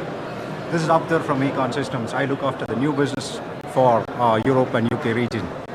Then let me introduce one of my colleagues, Taruna. Hello, my name is Taruna, and I'm handling key and strategic accounts here at Econ for Europe region. Nice. Yep. So far the show is pretty good, and we have a lot of interesting demo. My colleague will explain you, walk you through all the demos. Hello there again. So we have today on the first demo here Sony Starvis range IMX485 based sensor. So this is a 10-bit raw Bayer sensor, and this is currently running on the AGX Xavier platform. But within a week's time, we will actually be launching this camera on the Orin platform. That's the world's most powerful embedded platform right now. Next, here is a SturdyCam 20. This is a GMSL2 camera, and you can connect up to 15 meters length, where your requirements between the camera and the processor should be more than 3 meters or 15 meters. This is the camera solution for you. Can we check the descriptions you have here? It says with of course. NVIDIA Jetson, AGX. This is running on the Orin kit. The GMSL2 camera is running on the Orin kit. Alright. So, our next demo here is actually targeted at the medical industry, and this is for the pre-analyticals IVD in vitro diagnostics. This camera is based on the AR0521 sensor, which is a 5 megapixel sensor. What this can do currently is identify the colors of the test tube and tell you what color it is. This camera is probably the smallest AI-powered camera because this has an AI chip inside, and this is actually a work in progress.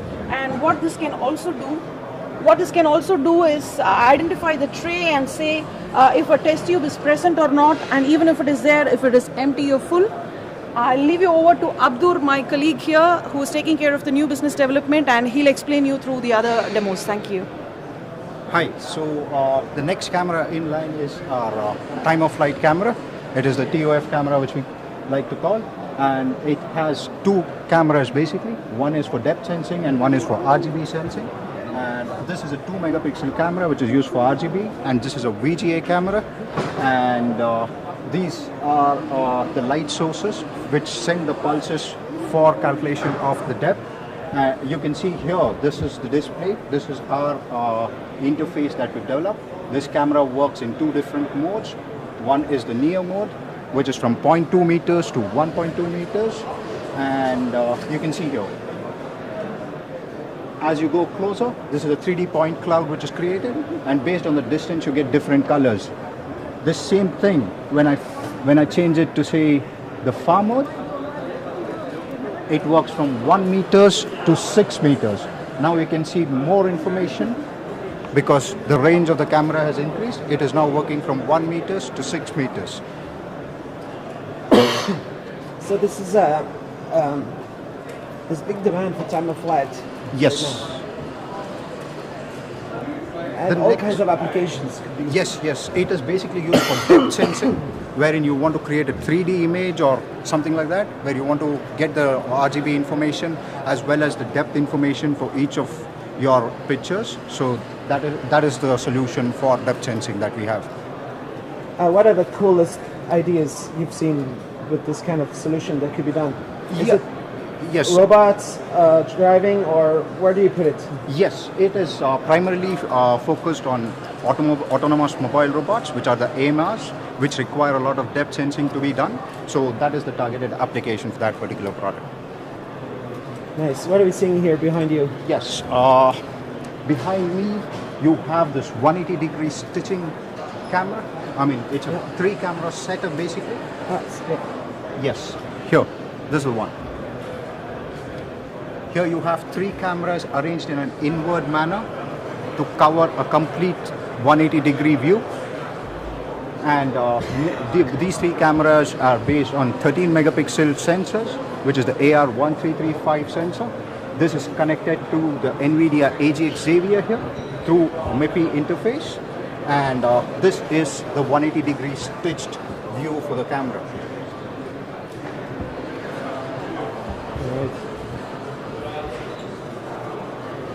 So it's stitching using 3-camera setup. I think you smartness in there. Yes. What is the technology you have to develop to stitch? It's basically 3 cameras taking 3 different images. There will be some overlapping regions between these images. We'll have to cut down those overlapping images and create a combined image of 180 degrees using a 3-camera setup. Nice. So it has to be synchronized. All those images have to be taken at the same time and all of that. There's a lot of cameras in this. Yes, this is a range of cameras. Not the complete range, but some cameras that we have. Yes. So we have a wide range of cameras, say from 1 megapixel to 16 megapixel. Some of the cameras are on display here. Here you can see the Nile-Cam camera solutions. You have 2 Nile-Cam camera solutions. These are based on the GMSL interface. Then you have the AR1335 based autofocus camera here. Oh, no. Do you have a way to open? It is. I mean, it is blocked right now, so it. It's connected. Yes. Oh. Okay. So this is the this is the AR1335 based autofocus camera, which is a USB 3.0 camera. You have various other cameras. There's a CU27 here, which is a very good NIR camera. Again, it's a USB 3.0 solution. You also have cameras with the enclosure. This is a global shutter solution, the C3 Cam 24 CUG. So that's about our range of cameras. A lot of cameras. And These are not do you all have the cameras. customers These are just all some over the cameras. world? Yes, Partners? we supply cameras all over the world. And all these logos. Yeah, we have a very strong partner ecosystem. So for any of your ISP needs or sensor needs, we are partners with Sony, onsemi, and Omnivision. If you have any of the ARM, GPU, or CPU needs, we have a very, very strong partner ecosystem, as you can see behind. What is the important thing about partnering with the SoC vendor? You get to optimize everything. Of course, we are NVIDIA's Elite partners. So being NVIDIA's Elite partners, we have access to their internal ISP. So any sensor that you would want to work with, even if it is not on the roadmap or portfolio, if that is what you're looking for, we would be able to fine-tune the sensor and design, develop, and manufacture the camera modules just for you. We also offer custom solutions, yeah. And when you say you work with Sony, they provide so many camera sensors, you just take them and Yes, we have a R&D team who decides, there are about 3 sectors that we actually target. One is the industrial, retail, and the medical. So our R&D teams and engineers work along with the partners and then decide which sensor is going to go into which of our applications and business cases. So whatever that is better suited, that's what they'll select and work with. And there's also board makers. PCB designers? Yes, of course, of course. We have more than 350 plus engineers working across R&D, support, custom camera development, product development as such, services, custom solutions. So that is how the entire employees are placed. Yeah. Engineers. Nice. Yeah. And where? We are from India, south of India. It's a city called Chennai. We are headquartered there. We have our manufacturers in Delhi, contract manufacturers in Delhi, and we have our sales offices in US. We also have our European representative here. Our European distributor is Silicon Highway, so they are our European distributors here. And the company history is many years? Yeah, we've been in the business for almost more than 18 years now. We started off as a design house, and slowly we realized that there is a huge gap between customers who need smaller volumes of cameras, and then there are the sensor providers or other component providers who demand huge volume. So we decided to act as a bridge between the two. So if a sensor provider demands that you need about a 10,000 unit volume as a MOQ, we get that 10,000 units MOQ, and then we design, develop and manufacture the cameras, and we give it to our customers who need just 500 units or 1,000 units. So we act as a bridge between the small volume customers. Right from small volume, we also cater to about 300K volumes per year. So the volume's not really a... And computer vision on the edge is a huge topic right now. Of course. And you're doing just a lot of work in there. Yes, so we do have a spin-off from our company. It was actually a separate division. You want to go inside? Do you want to join us? Yeah. So, we have a spin-off. It's called Viz AI Labs. So they are the ones who actually work on the AI and ML needs. So if there are any AI ML needs, we will be perfectly capable of taking care of them as well. Cool. Awesome. How does the embedded world, how's it to see real people again? Oh, it's lovely. It's fantastic being here after almost 3 years' time, I believe. So because of the pandemic, we were not able to be here for the last couple of years show. So after almost 2 to 3 years, meeting the customers here in live in person brings a lot of energy and enthusiasm. How was it like to stay connected with people during the pandemic? You just did a lot of video chat? Yes, it was always virtual and video chats all the time, Teams calls or Zoom calls. That's how we've been managing to stay in touch and meet each other. Cool. And now just a whole bunch of new projects. Everybody coming and saying, I want to do this, I want to do that, I want to do this. And you can supply. Of course, no problem with the components? Of course, the whole world's facing a supply chain issue with regards to semiconductor. Pandemic's not been very kind to our industry. So there is a global supply chain issue that is happening. But like I said, we have a very, very strong partner ecosystem, and we have a very resilient supply chain. So we are ensuring we get the forecast from our customers so we can cater to their needs also. We understand the timelines that they're working with, so we are able to help them meet their time to market. Cool. Thanks a lot. Thank you so much. Thanks for showing everything. Yeah. Thanks. Yeah. Cool. Thank you so much for stopping by. Hope to see you at the next Embedded World. Cool. Thank you. Thank you. I'll put people on the break for 1 second.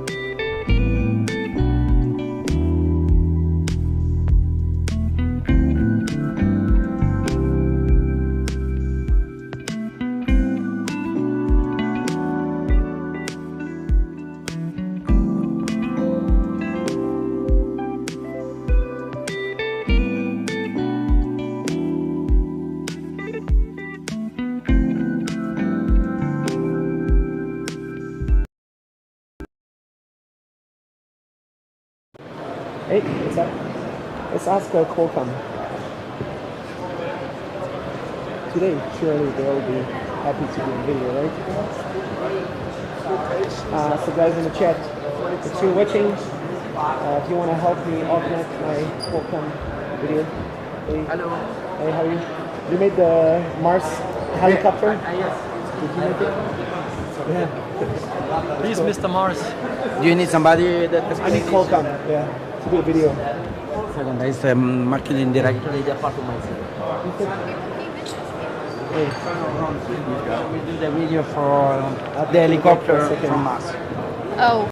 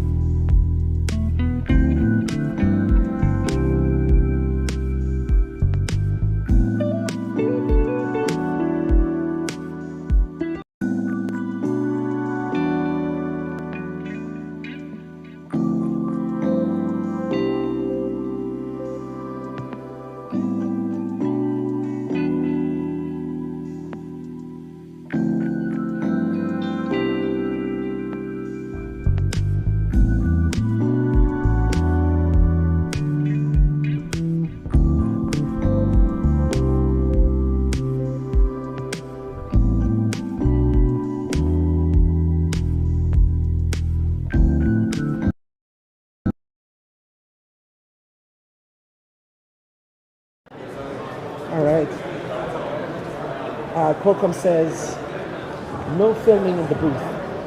So no Qualcomm for you this time. They're not interested to be in the video. Let's check the Diamond Systems. It's really a bit strict. It was weird. Sorry about that. I wish I could do a little Qualcomm video. But, Did you see the Johnson somewhere? Yeah, where is he? I want to do a nice video with him. Yeah. As a matter of fact, yeah, let's check. Let's see if we can. let's see if you want. Do you have a little water I can borrow? Or like receive for free? No, actually. No more water? Jonathan is gone, right? He's here, but he's not here. He's not right here. Yeah. Okay. I told him you were around yesterday. I gave him your card. Yeah, no just problem. as promised. It's busy. Yeah. But I'll try to see if we can. Yeah. If he doesn't, then I'll just see be him back. around. You can see him back. You remember this guy is making a clip? He's here. Cool. 5 minutes is great. Hey, ESP, I saw You want to you wait waiting. For sure, I'll go there. 3A. 5 minutes. Okay. Yeah, 5 minutes. I'll be filming with Diamond Systems, and then I'll go to 3A125 after. I promise. Cool. Somebody's chatting and asking me to go. Just 5 minutes. Nice. Cool. Maybe yeah, I'm just right here. Just maybe I do one for 5 minutes. Right. Do you have a nice neighbor doing cool stuff? Do I have a nice neighbor? They're all nice neighbor. But I don't know. Yeah. What is stuff around here? Let me ask just here, okay? I'll be right here. 5 minutes, okay. Good. See if I can film something right here. I wave.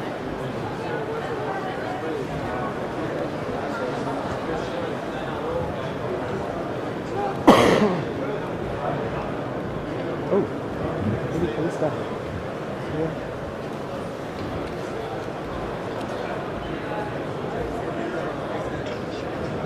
Oh, this 5. Let's see if we can do a video here.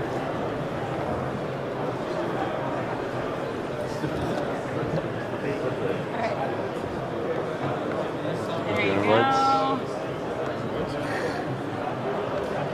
Yeah. Did you all put your names on it? No. Do you got a pen? What happens when you fill them all out and get all the stamps? You win You like get entered into a drawing at 4:30. You can win this one. You win this one? Yeah. You already If won you- it? No, you can. It's just one. This is today's board that we're giving away. Nice. All the Risk 5 community is excited. Do you know if Calista Redmond is somewhere? She left for the day. At for the show. Yeah. Too bad. Do you know if somebody else can do the tour talk? Thea might be able to. She should be back in a moment or two. She's got student day coming at 1:30. She's got a The student group coming at 1:30. Yeah, let her know that I'd like to try to film. Okay, perfect. Yeah, I know who it is. Okay. So I'll be back. Okay. So we didn't manage to do this 5 CEO interview. I tried 3-4 times, but it's hard when there's not a specific schedule and people just leave. Let me check right here. Hey, how are you? Can I do a video with you? Yeah? Who wants to be on video? Yeah? I already have the future in the morning. Cool. So it's live streaming, and I'll put it up also after. And there's so much light this way. Maybe we do it like this. I don't know. Maybe see a video. So I'm here at iWave, guys, in the chat. Yeah. Please help with the questions. 1 second. So do I just run? Yeah, 1 second. I'll just do like this.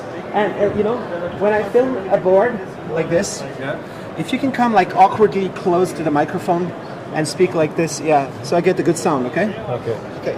And Let's can I try. just go everything around you can show all the way till there? Yeah. Or we do stop at everything. the okay. Yeah. Let me just start. Can you start right there 1 second? And I will give an introduction or? Yeah. 1 second. I'll just start right here. All right. So we're here at the Embedded World 2022. Hi. Hi. This Please introduce is yourself. Taufik from iWave, and we are excited on this is the last day of Embedded World, and we are excited to be here, and it's been a great show so far. So what are you showing at the Embedded World? Yeah, so we are showing a wide range of system-on modules around the ARM SoCs, the Xilinx, and the Intel FPGAs. So here we have the complete system-on modules around the SMART, the Q7, and the OSM standard, as well as single-board computers. So if you look at the various range, starting from the IMX 8 series, from NXP, all the way across the IMX. Okay. So from, you said IMX, Yeah. NXP? Yeah. So starting from the IMX 8M Plus to the Layerscape and the complete thermal solutions around the SMART SoC, we have the complete SMART system-on modules. And this is the Layerscape processor in the SMART form factor. This is the IMX 8M Plus. What can you say about the special skills you have at the company doing, what is your formats and everything? How do you do these? Yeah, so we primarily believe in scalability of system-on modules, and over the last 2 years we have seen that system-on modules are now the preferred approach for your product design, keeping in mind the supply chain challenges and in terms of your material, in terms of the supply chain challenges, and also your time to market. Nice. What are we getting here? What are these? So this is the newly launched OSM standard.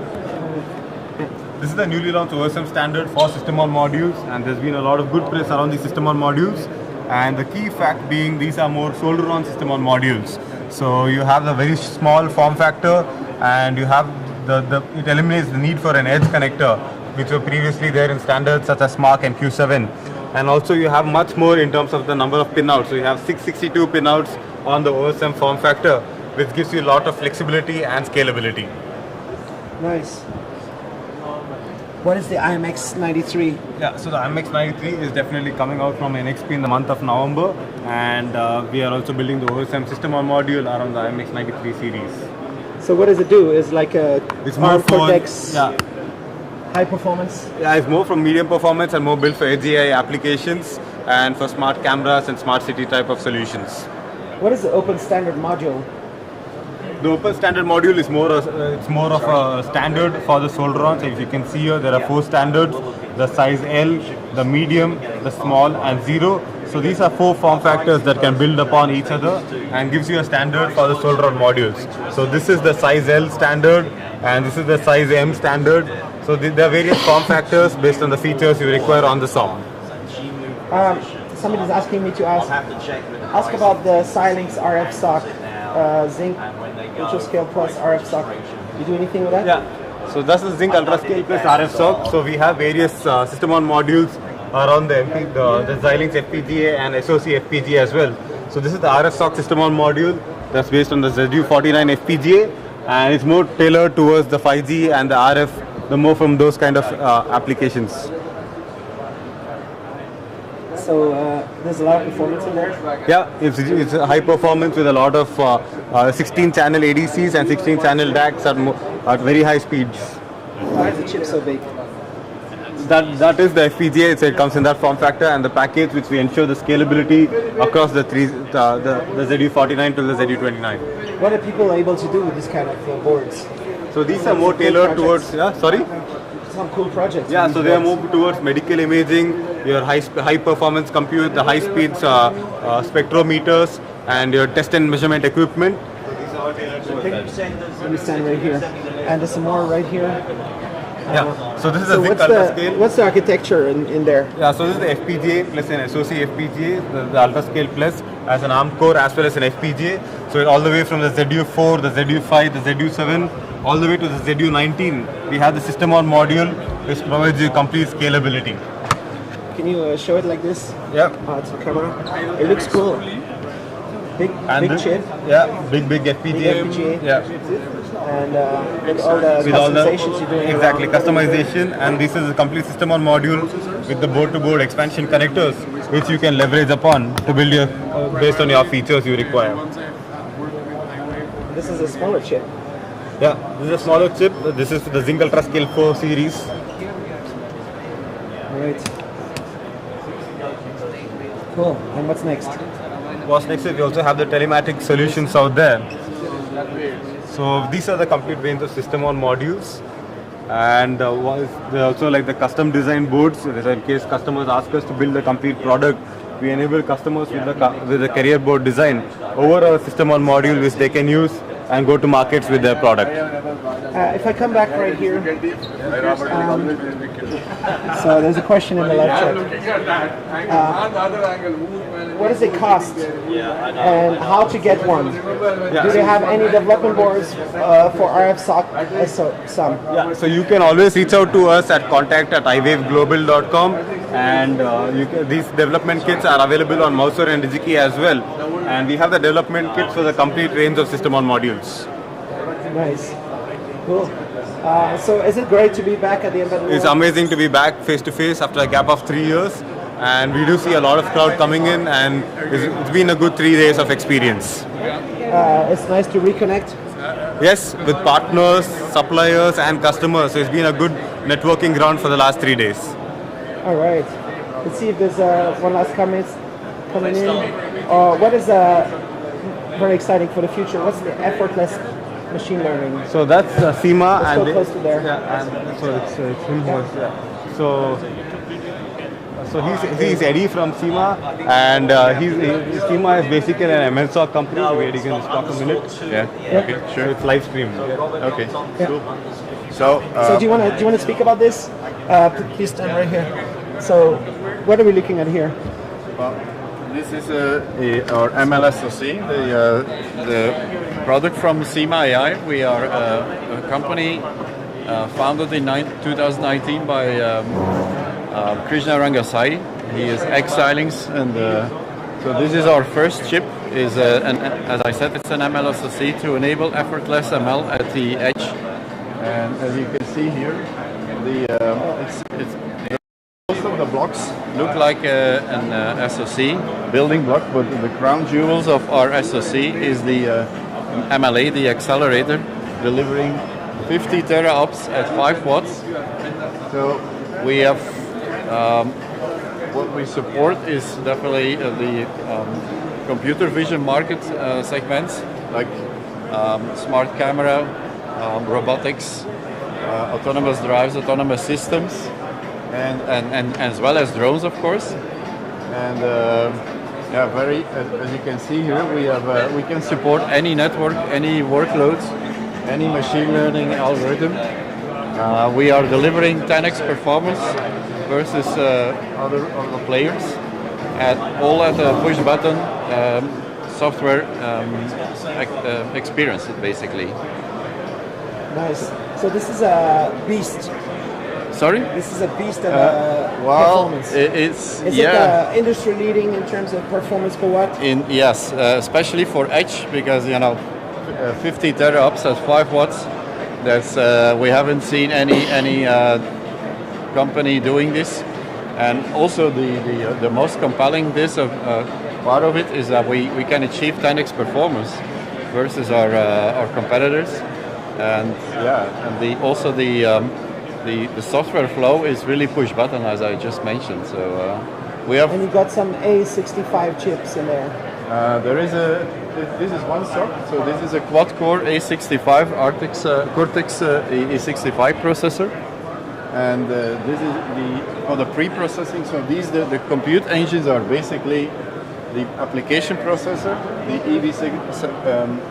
EV74 computer vision processor. It's a vector processor, and then of course the MLA, which is doing all the inferencing of the neural networks.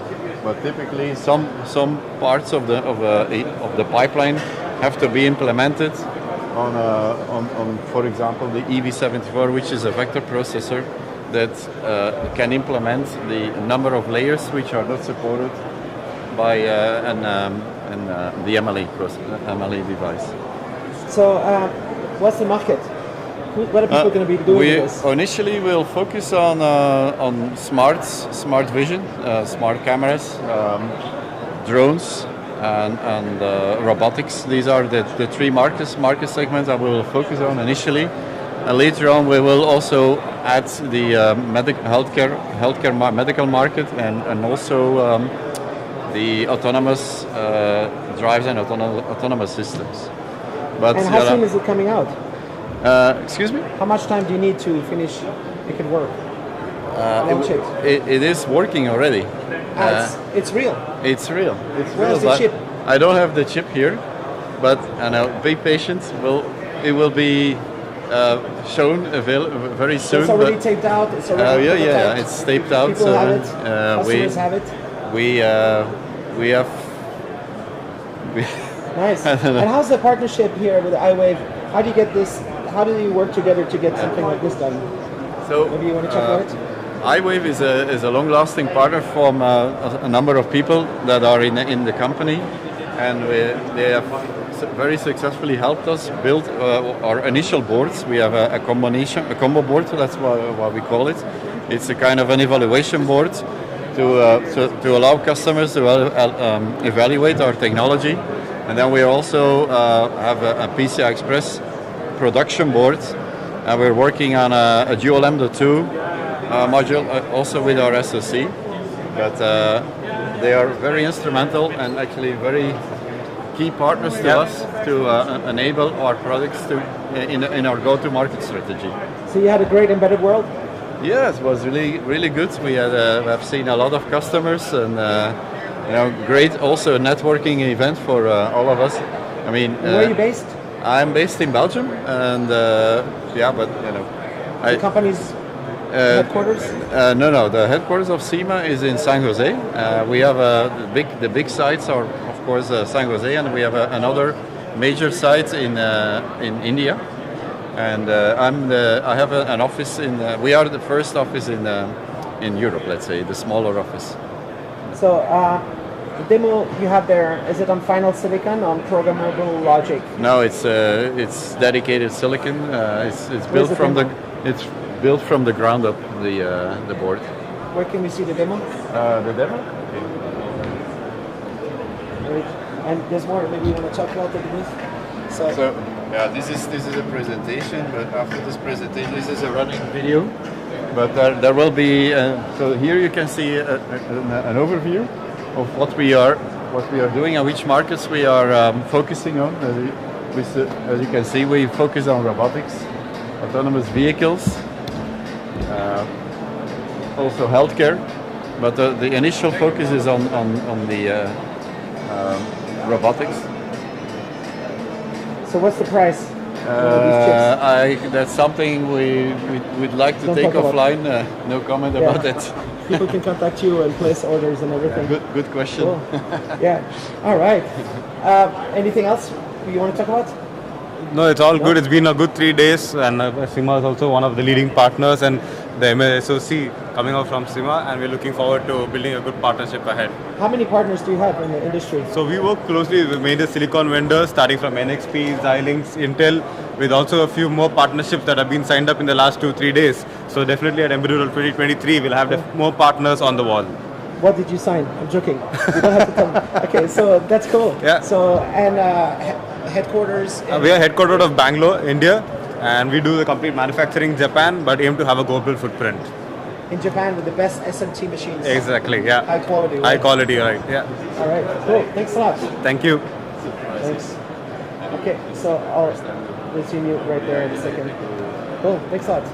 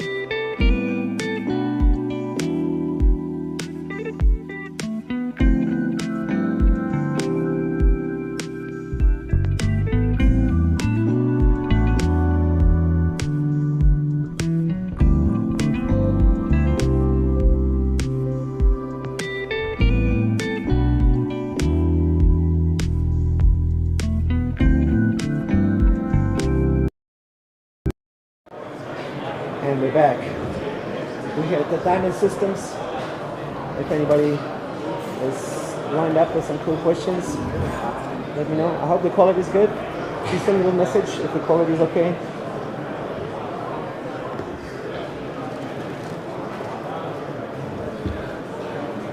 If it's cool, if the coverage is interesting, so I'll figure it out in a whole bunch of videos. The chip shortage are fully represented in this year's show. I didn't see any chip shortage. I see a lot of chips everywhere. Joking. I mean, I'm eating, what do you call it, Pringles in the morning, and I'm getting some Lay's in the afternoon, and I finish up with some Zweifels, the best chips in the world. Can you show Elo print in the Hall 3A? Okay, the 3A is the next. I got 2 requests for the Hall 3. Okay, cool. All right. Every time I see you, have more equipment. Yeah. See, it's live streaming with 2 cameras, and I can switch it to you, and I'll hopefully get some extra questions. So we can just go ahead, right? What is it? What are we, Okay, what is we can the start overview of the recording. company? Yeah. What do you say? You want to do an overview? Yeah. What do you want to start with? Yeah, so yeah, as you want. Okay. Yeah, you can. Sorry, I'm on a delay with my headphones. Okay, cool. So let's try right here. Let me just start. Okay, so we have the Embedded World 2022. Hi. Hi there. So it's nice to be back in a trade show, right? It's so great to be back and see all my old friends from all over the place and talking to all of our sales partners and customers, and everybody is so busy with all these new applications, and technology is advancing so rapidly now. There's all these amazing new applications coming out, especially in the area of AI and vision and automation. So it's very, very exciting, and it's good to be out here again talking to customers. Have all your partners, all your customers been very busy the last 2 years, or are some more busy than others? You know, I guess it's a real mix because we have maybe 50 partners around the world, so it's all kinds of things are going on. But in general, everybody is having an increased level of application, of activity, just because the new technology is bringing all these new, making all these new applications possible, you know? Nice. And what's the latest cool stuff you're talking about here at the Embedded World? So, well, we have several new things we were talking about here. This presentation here is kind of doing a quick overview of our 5 newest products. So we have a new rugged system here, which is really excellent. I'll show you this in a moment. This rugged system is excellent for quick turn, quick customization. So it eliminates a lot of the problems with rugged systems, which is all the custom design. So it makes it much easier and faster and lower cost to develop a custom rugged system. for vehicles or military, whatever. Then we have new rugged SBCs for standard industrial applications. So this one is Apollo Lake with PCIe 104 and rugged design. Then we have here Ethernet switching. This is a very big product line for us. So Ethernet switching is used everywhere. All these vehicles, whether it's commercial or industrial, UAVs, submarines, they're all using Ethernet switching now. So we have quite a successful line of Ethernet switches. And then this is the latest NVIDIA Jetson carrier for the new Jetson Orin, the high performance 275 TOPS module that's coming out later next month actually. So we have a range of products in these different market segments. That's why we say we cover the spectrum of embedded, because we have these 4 categories: Ethernet switches, we have rugged SBCs, we have NVIDIA Jetson, and we have rugged systems. So which one do you want to start with? So one, I'll show you my new rugged system here. This is called Geode. Geode is rock hard, but precious on the inside. Please come close to the mic. Oh, okay. So Geode is hard on the outside and precious and valuable on the inside, right? And so this is our Geode system.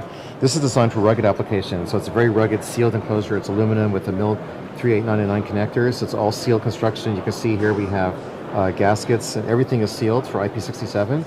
What's special about this product is that it's flexible in every possible dimension, and it eliminates a lot of custom design. So first we have a COM Express carrier board, so you have a choice of CPU. So I'm not sure if you can see all these cables that you normally would have in a rugged system. Everything is PCB mounted, and the PCB is connected directly to the main PCB, so there are no cables inside, except for this one special cable. So this makes it much faster and easier to customize the products and to build it, because there's no custom cable design. That's the number one issue in rugged systems, is to design the custom cables. So they eliminate all that work. It makes it much faster and easier. And it's pre-expanded, so we have expansion connectors already built in, so that if you need to add more I/O, which everybody does, you can do it without having to redesign anything. All you have to do is one low-cost cable from the I/O board to the connector board, and you're all set. So we call it quick ship custom rugged systems. So that's really nice. That's supposed to change the whole market for rugged systems, because it eliminates all the custom design.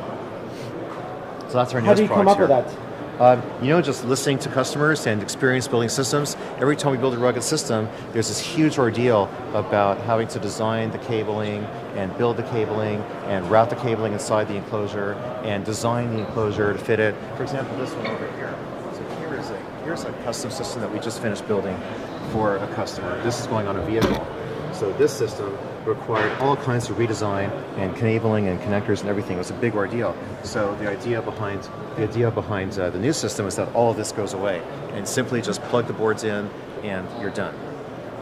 Pick the boards you want, plug them in, and you're finished. No custom You have design. experience with rugged. Yes, absolutely. Yeah, since day one, we've been building products that are rugged. All of our boards. Let's see. So here's a rugged SBC. So in this board, all the connectors are latching, positive latching. So you plug the cable in and it stays in. It's not just friction lock, but it's locked in so that it won't come out from vibration. Then the PCB is thicker so that it helps keep it from vibrating, which is very, very important, because in a high vibration environment, you will get these standing waves and flexing of the circuit board. And so if you keep the board rigid, then the frequency of that flexing goes up and out of the range of the vibration, so it keeps the solder joints more reliable. So it's very important to have a thicker PCB. And finally, we have a mounting plate, which is also serves as the conduction cooling plate. That's the backside. And then this is, if you look at a side view in there, you can see the processor and other chips are directly connected to the to the base plate. So it helps conduct the heat away, so that inside of the box stays cooler, all the electronics stay cooler, and you get increased reliability. So these boards are designed specifically for rugged vehicle applications. Nice. So rugged. We've been doing that for quite a long time. And so the natural extension is to go from a rugged board to a rugged system. And we've had good success with this. So you got a lot of interest at the show? Yes, quite a bit, right, on all different product lines. Another very popular product line of ours is our NVIDIA Jetson product line. This is a carrier board for the Xavier, which until now was the highest performing Jetson product. This is a 100, I guess it's 32 TOPS, tera operations per second. They have a new product coming out called Orin, which is the big news from NVIDIA. Orin will be coming out in July next month. And Orin is up to 275 TOPS, so it's a huge increase in performance. And we have a new carrier board being developed for Orin called Osborne, as an Ozzy Osbourne, and that will be coming out in September, and that will support all the high-end performance of the Orin module. Nice. So you many years working with NVIDIA. We've been working with NVIDIA for about 3 years now, I guess, and we have pretty successful in the market. In fact, NVIDIA, the business is growing so rapidly that it's gone from 0 to 50% of our business in just 3 years. So it's really, really popular because the higher performance enables all these new applications that no one could do before, and because the high performance, it allows all things like image processing or machine learning or robotics, language processing, all these kinds of applications that people had a hard time doing, they wanted to do but didn't have any technology to do. Now they're all becoming available. And the more, for example, just today we had a customer that what they want to do is they want to run a fiber optic line along a pipeline, and they have some special high computation algorithms that they can use to detect vibration in the fiber optic cable. And so they can use that to detect if there's any damage or tampering or digging near a pipeline. They can go and investigate and find the problem and fix it before it becomes a problem. So that's a very interesting application that was just not possible to do until the high-performance GPU technology came out. So it's an example of just all these new applications that are coming out, and that's part of the reason that we see this big growth in the market. There's a question right here. Please ask about managed switches. You do stuff? We have a very popular line also of Ethernet switches, as I mentioned earlier. A lot of electronics, a lot of vehicles now have so many electronics inside of them that they need a way to connect them all together, and Ethernet switching is the kind of standard interface. Whereas it used to be serial ports, maybe USB, now people are using Ethernet. So we have a very successful line of Ethernet switches, and that's what we have over here. So this product is very popular. This is called Epsilon 8130. This is an 8-port managed switch. Again, we have rugged board, we have latching connectors, wide temperature, and so on. Built into the board is a web interface that provides all the web management of the software, just like you have in a home router. All the same features, VPN, and so on, all these kinds of things are available, VLAN, are available inside the switch. So this is very popular. And then we have here a switch module. So this is very interesting because what this does is it takes all the technology of the Ethernet switch, including the hardware and the software, and puts it onto one small module that you can then plug onto your own carrier board. So what you can do is you can make your own shape carrier board. It can look like this, or it can look like this, or it could be like whatever you want it to be, whatever connectors you want, or whatever shape you want. You can do that yourself. Those are very easy, light technology. All the heavy lifting is done by our module. So it really accelerates the development of custom Ethernet switches. So this is a very popular product for us, and it's increasingly used in vehicle applications as well because of the small size. So you've done a lot of Ethernet switching? Ethernet switching is our second largest product line after NVIDIA, yes. Right. And what's your third? The third will be our rugged SBCs. And I think I mentioned a moment ago, I showed you the Saturn board here. So this is a brand new carrier board for us. So now for rugged boards, what we are doing is instead of putting the processor directly on the board as you saw before, we're making a COM Express carrier board. So this carrier board has all the I/O and the same thing, the latching connectors, the thicker PCB, and so on. But now what it has is COM Express connectors so that you can plug a COM Express module on. So one carrier board can be used for a wide number of processors. This is actually very good because, say a customer designs an application and they use this board in it, right? So this board is called Jasper, by the way.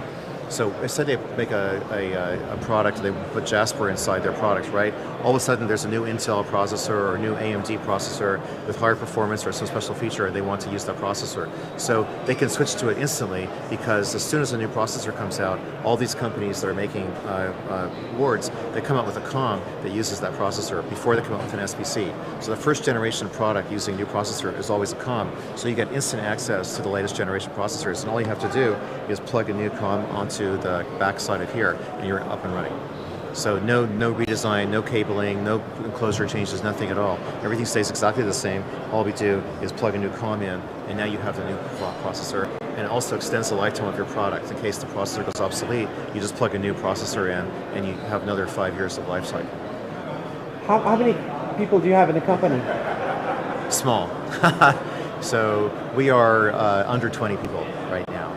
But we are largely outsourced. Done? Because we are outsourced. So we actually have dropped our employee base by a factor of 3 over the past 10 years simply by outsourcing. So we outsource all the manufacturing, we outsource most of the engineering, and so on, and a lot of logistics. And so by doing that, we maintain focus on the core value-adding capabilities. Because to me, the philosophy of business is outsource everything non-essential. So there's no point in hiring all these people that are doing generic work. You should outsource all that to someone who does it better and focus on the core added value of the engineering and the solution building and things like that. And customer relations, customizing. Yes, of course, right. On the customer relations or pre and post sale, all that together. So that's the whole important thing. So that's why we focus on business development and on product development and on business strategy versus on how to build the best factory. And it's an awesome world, the embedded world, right? I love it because the applications. So many ideas. I know the applications are unbelievable, and every single day I hear an application that I've never heard of before. Every single day I hear about new applications and in new industries that I would never have thought of existed, but they do. And so we like to say we cover the spectrum of embedded computing here. Spectrum. And so that's really meant to say that we cover different product lines. So we have. We have NVIDIA Jetson, Ethernet switches, comms, comm carriers, web SBCs, and compact systems. Those are the things that we've been talking about here. And here's a poster about the Jetson. This is our mascot for Jetson. This is supposed to be a robot or an android kind of character. It is a robot, right? No, it's a real person, just with purple. Okay. Yeah. Actually, the original image was blue, and we modified it to be purple. But anyway, so this is our purple lady, we call her, and she's our mascot for all the NVIDIA Jetson products. This is an example of a rugged system. So we actually have, this is the Zhiyun system that you saw a moment ago. We actually have a rugged switch on this vehicle. It's a U.S. Navy hovercraft. And so they use 6 of our switches on this vehicle. So that's a very big successful win project for us. Nice. So awesome. We cover the range of all different kinds of things. We do low-end industrial, and we do high-end rugged systems. Now, over here, what we're doing... Stand behind there? Okay. Yeah. What are we looking at here? So what we're doing here is we are showing NVIDIA Jetson. This is more of an image processing application. So here we have a couple of demos. Once the demo here is, there are 3 cameras. 3 cameras together are offering 180 degree field of view, and the 3 images are being stitched together in software in real time, so you get a large, wide range image, and you can use it for monitoring or security, or like for example watching a sports game, you can get a picture of the whole field on it, and then you can zoom around to follow the action, things like that. So that's one application. This application over here is another carrier board, and this is a GMSL camera. GMSL is a technology that is used to conduct high-speed signals over long distances. So this is a pretty much an industry standard now. This camera is a rugged camera. It's meant for vehicles, so you could have the camera located far away from the electronics. So on a bus, for example, you could have cameras all over the bus to watch people or watch outside for safety or things like that. And you can all be tied into the Jetson carrier, which can then be used to things like detect people or detect hazards or whatever it's going to be. So 2 different applications. Without revealing any secrets, can you mention some really cool projects that happened in the last couple of years, or that are going to happen? Actually, we have tons of applications. In fact, they're all right here. So here's one. So this is a robot made by the U.S. military, or for the U.S. military. It uses our Ethernet switch to connect all the different sensors together. This is a very, very big program for the U.S. military. This one is a police robot. This is used. It's just basically like a wheeled vehicle. Demonstrations. No? It's for security in places like where there's a lot of car thefts or something like that, or whatever, or break-ins, which is happening more and more in parts of the world. It's real? This is a real product, yes, and they use our NVIDIA Jetson. It must be so much fun to see one of those. It's hilarious. At first it was kind of freaky, but now it's like, we need it. Yeah. And then, I want those in my neighborhood. See, exactly. This one is interesting. This is NVIDIA Jetson with camera is being used in mushroom farming. The camera and the AI can detect which mushrooms are ready for picking, and then they control the robot arm to go and pick the mushroom, and then they bring it over to the front here, and another thing comes by and slices the bottom off, and then it drops it into the package. So it's picking, cleaning, packaging all together in one step. It's mushroom harvesting. And this one is being used for, this is a very big application. Anybody that buys prescription drugs by mail, the fulfillment is being done by a company that is using our board to dispense the medication and to count the pills, identify the pills to make sure you get the right prescription. So they count a lot of pills? So you get the right pills every time thanks to Diamond Systems. You don't get overdosed. See? And if there's a wrong pill, it will be your fault? No, we are not liable. So those are some applications. Here's mining. Here's an application where they use computing to identify the rock underneath the surface. They can identify where the minerals are and like if there's any subsurface fractures or weakness in the rock for mining. Here's an underwater vehicle. Here's a railroad locomotive using our boards for the dashboard. So the dashboard has all kinds of electronics in it, and they use our I/O for that. So all kinds of applications here, like an EV charger, okay, and then intelligent signage like Minority Report, like the movie, where it identifies people and can target advertising to them. This is all being powered by our NVIDIA Jetson products. Is that real? That's a real product. Advertising targeted in the streets? Yes. That's And really if you wear the glasses, you see the real. Oh, I don't know about the glasses. The glasses are somebody else. We don't have the glasses. Yeah. But I think this is more currently and certainly like people counting. So they can sell advertising based upon the number of people in the area and the time of day. So like during rush hour, you show certain ads. During lower traffic periods, you show different ads. I think that's what it's for right now. But it's only a matter of time before it starts identifying people and then targeting them for specific advertising. Like we noticed you were just over at this store. Would you like to go back and buy the special thing that you didn't see before? That could very well be the advertising that pops up on here. So those days are coming, where you're being tracked. I already heard that in the USA, already the average person is seen by 200 cameras a day. It's a pretty amazing number, and it's probably going to keep increasing from there. Nice. You're being seen by at least 2 cameras right now. Right there. Cool. All right. So thanks a lot for showing the Better World 2022. All right, thank you. What kind of events do you go to? We go to general purpose events mostly that we're like this, mostly general purpose event. In the we US? have done a few. Yeah, we do a couple of international shows through our partners. So we will be going to a military show in September here in Europe, and then possibly another one next spring. But anyways, we do a few shows a year, not that many. Well, we'll do more now than we did the last couple of years, right? But mostly we go to general purpose shows. Cool. Thanks a lot. Okay, thank you. Thanks. All right. Put you right there.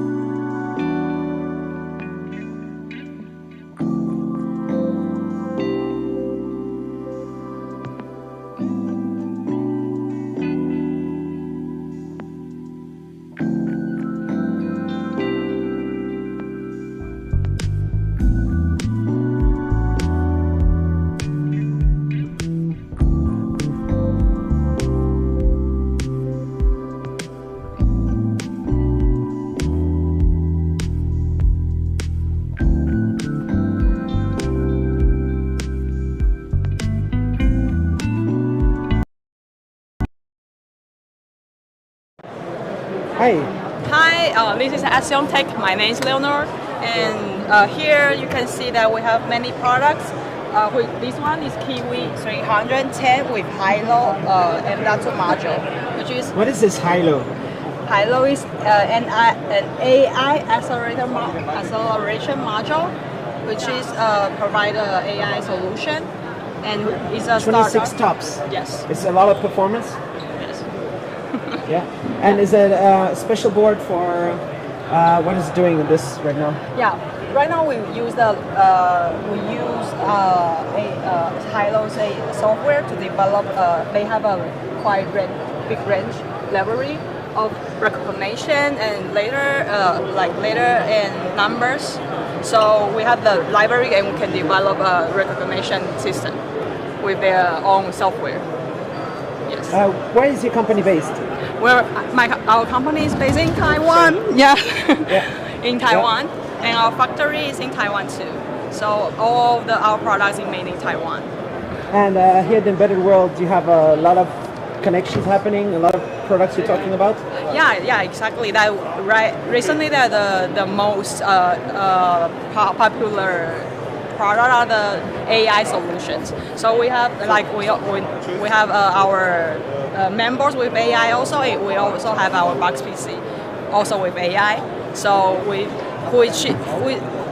that is a trend of this market. Yeah. And what's the coolest new thing you were showing also, other than that? What do you show? Other stuff? Well, we also have AI with NVIDIA. So we have included the different GPU of NVIDIA with our box PC.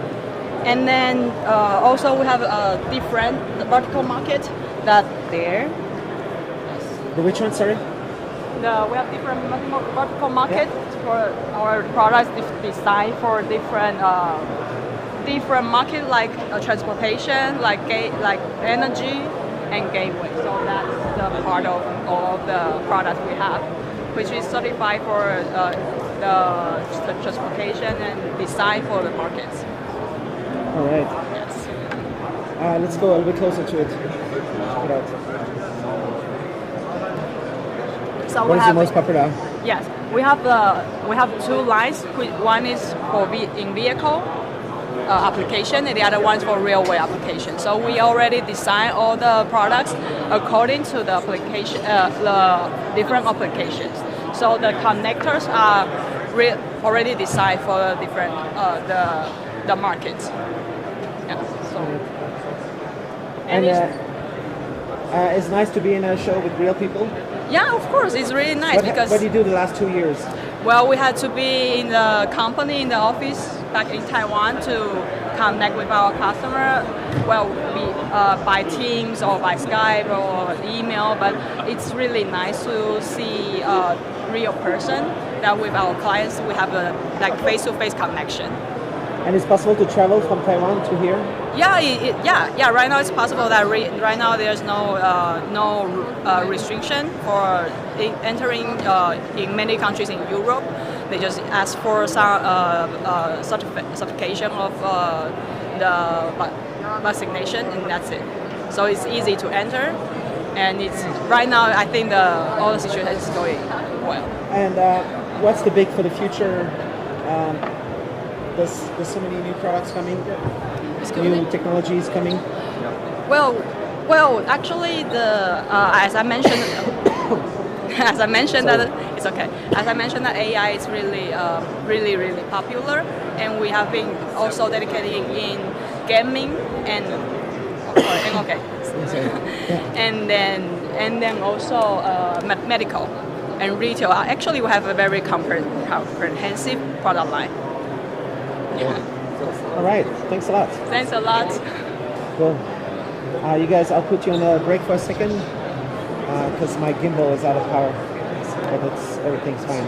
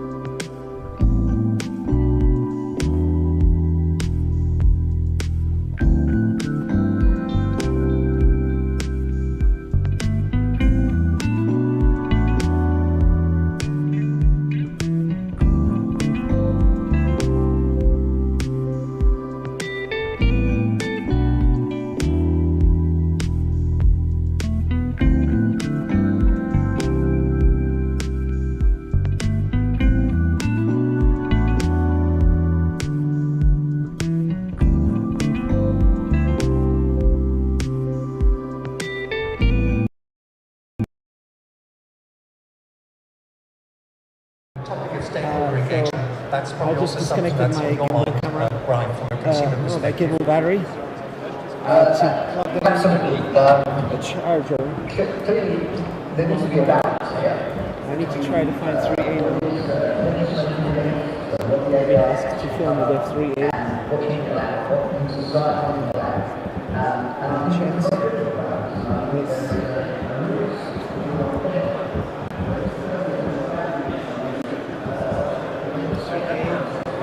125. This way.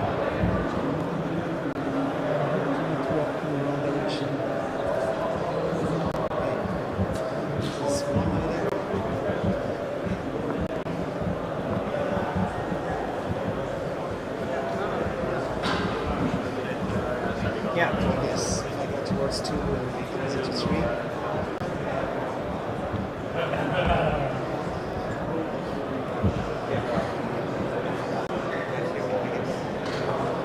My gimbal to work.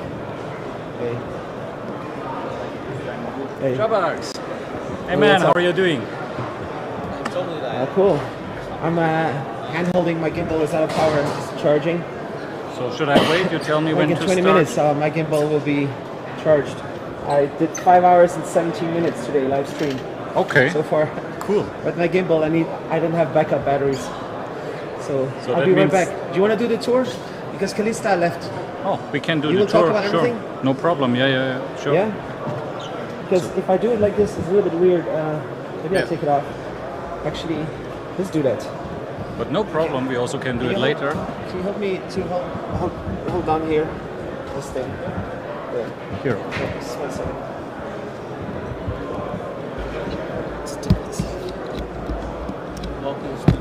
Yeah, that looks really like rocket science. HDMI cable. See, it's stuck there. Yeah.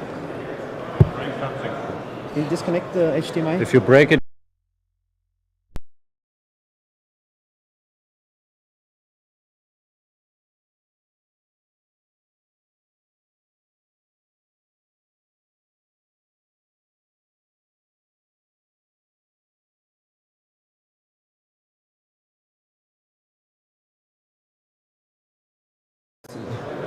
There we are. All right. Cool. So we're the Risk 5. Hi. Hey, welcome to Risk 5. It's great to have you here again, Yolobox. How are you doing? Cool. So it's nice to see people again, right? Definitely. 2 years, nothing, and now we are back on the embedded world. It's great, and a lot of people coming. Everyone kind of happy to come here. And great to see you again. We didn't see each other 2 years. Yeah. What are you holding there in your hand? That one? That is a module from Aris Embedded, and it has some Risk 5 on it. A Risk 5 chip from Renesas. So that's the RC5. It is a 32-bit Risk 5 chip which can run an embedded Linux, an industrial-grade embedded Linux. You're seeing we are getting more and more general purpose with this Risk 5. We're proud, happy that core itself is from Andes Technology, a Taiwanese company making CPU IP, and now having some big tier 1 company like Renesas making a chip, making it available for everyone. Pretty cool. And you see first modules already available, doing quite well. Did the wall get bigger since 2 years ago? The wall? More logos? The wall keeps continuing. Look at this. Everything is continuing. More and more partners, Think Silicon, Tactical Computer, Samsung, Thailand, 10 store end with Jim Keller. That is just exploding. Everything is getting more and more big. So from our point of view, Risk 5 is here and Risk 5 is growing and getting more and more big. What do you think? Should I introduce you first the booth, or do you want to have a look around with all the people? Yeah, let's go. With you. Let's go around. Cool. Then Okay, maybe we this start way. here. That are the Risk 5 partner from CodaSip. CodaSip is also a CPU IP vendor. And maybe you want to say a few words about CodaSip. Hey. Please introduce yourself. Alexei Shokin, solutions engineer from CodaSip Studio, and we also the partners with Risk 5, and we provide the IP cores and the software tools to develop the CPU cores and to customize them. So all our customers get the full architectural license with the studio tools, so that they can do anything starting from the off-the-shelf hardware-proven CPU cores. Nice. Should we go to your neighbors? Right here. Hey, what should we check out next? All right. The guys from Syntacore already have left, unfortunately. Syntacore is also doing CPU IP, pretty cool company. So they have flexible CPU, you can license it and also make your own chip with it. You just see this RISC-V environment is growing and growing and more and more vendors. The next one is Case, European company. Hey Christian, can you talk about Case is? Yes, sure. Well, Case is a company that has a number of capabilities, but what is interesting here is our group from Sweden, Geisler, and we do RISC-V IP, and we do this IP not only to license it to the community, but also we make with that IP our own products, our own standard products, and those are space-grade products. So those are processors that are already flying around the world and around other planets. So that's what we do. You do space. Correct, we do space. But what chips do you have in space right now? ARM cores? Right now we have our Leon cores in space. There's different generations of Leon cores in different components that we made, and also in many components that our customers made. That could be FPGAs or What's the Leon? ASICs. Leon is a Spark processor. That is the generation that we have been working with before we started doing RISC-V. Right. Which is the Noel. And on which processor. planet we can find it? Where in space? On satellites? On satellites, we can find it revolving around other planets such as the Jupiter sometime soon, around the Sun as well. So a large part of the solar system already knows our processes. Nice. What are we looking at here? We're looking at a demo where Can you come closer to the microphone? Yeah, we're looking at a demo where we implement a dual-core system on a Xilinx FPGA. On top of that, we run the Ventus Xtratum hypervisor that spans a couple of different partitions with different criticality.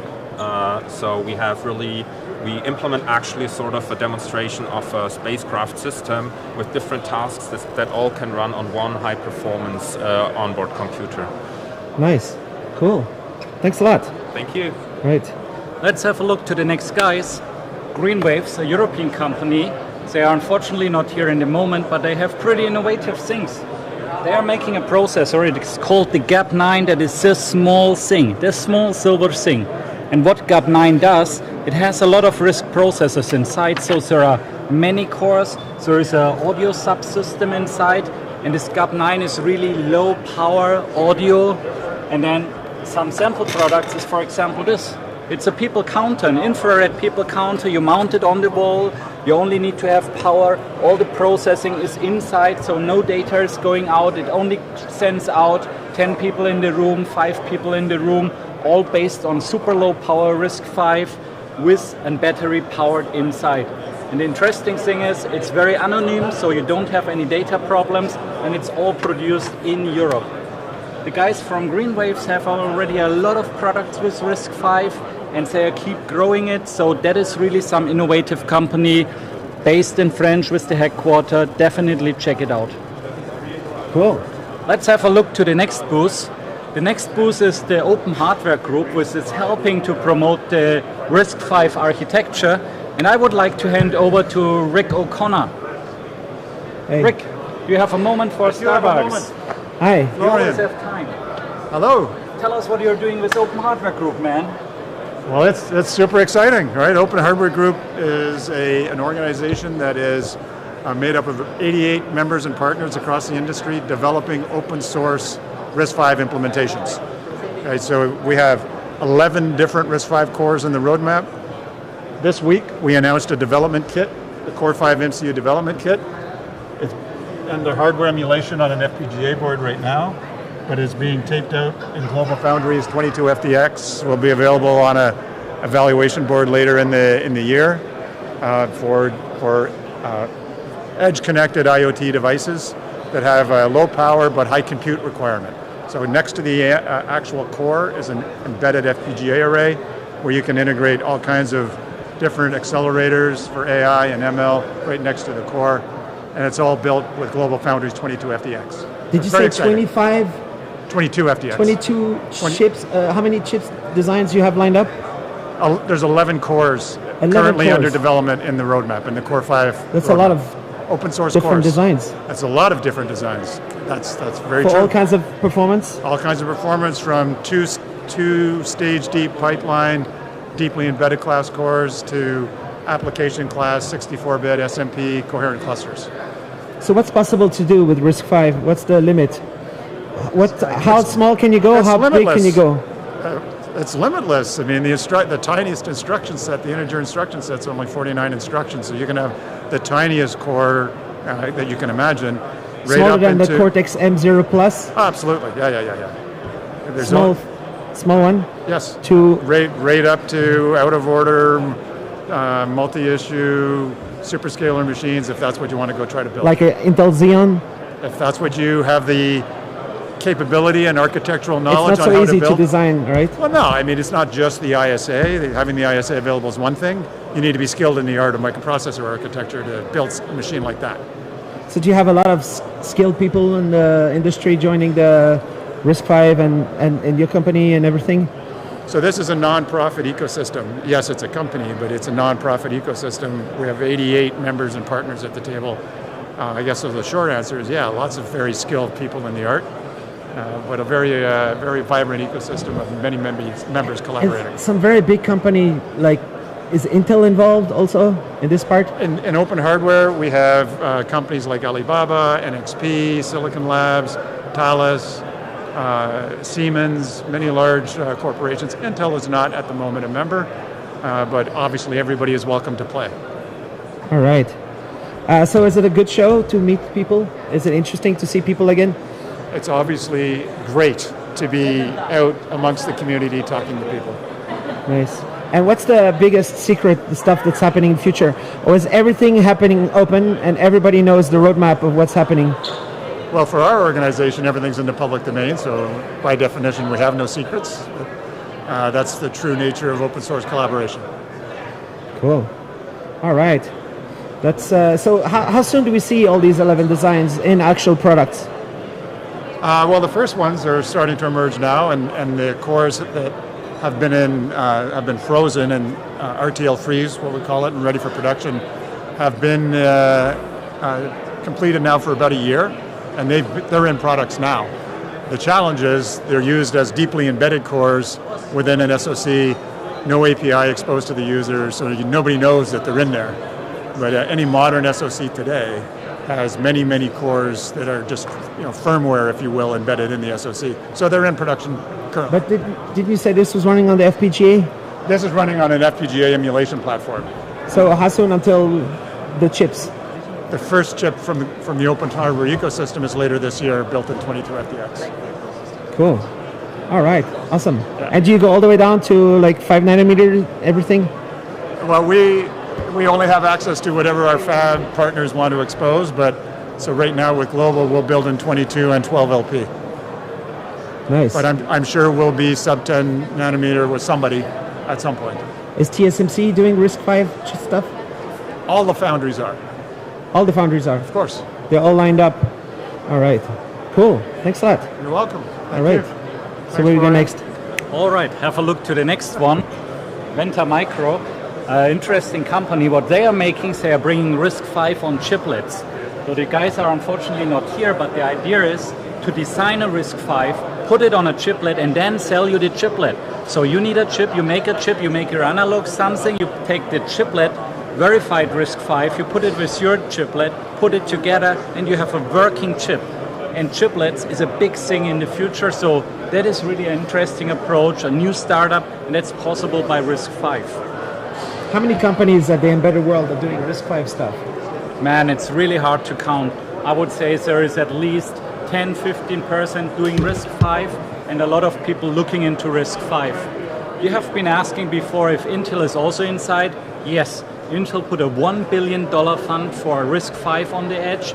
They are investing heavily in Spain for a lot of research, but they are also building up the foundry service. So Intel has partnered, for example, with Andes Technology, but also with Sci5. And if you want to get your chip done by Intel in the Intel foundry system and you say, I need a CPU, they say you can have RISC-V, and we have someone from Sci5 or from Andes available. So Intel, I think, is also joining this trend and is also going very strong, because $1 billion is a lot of money to me.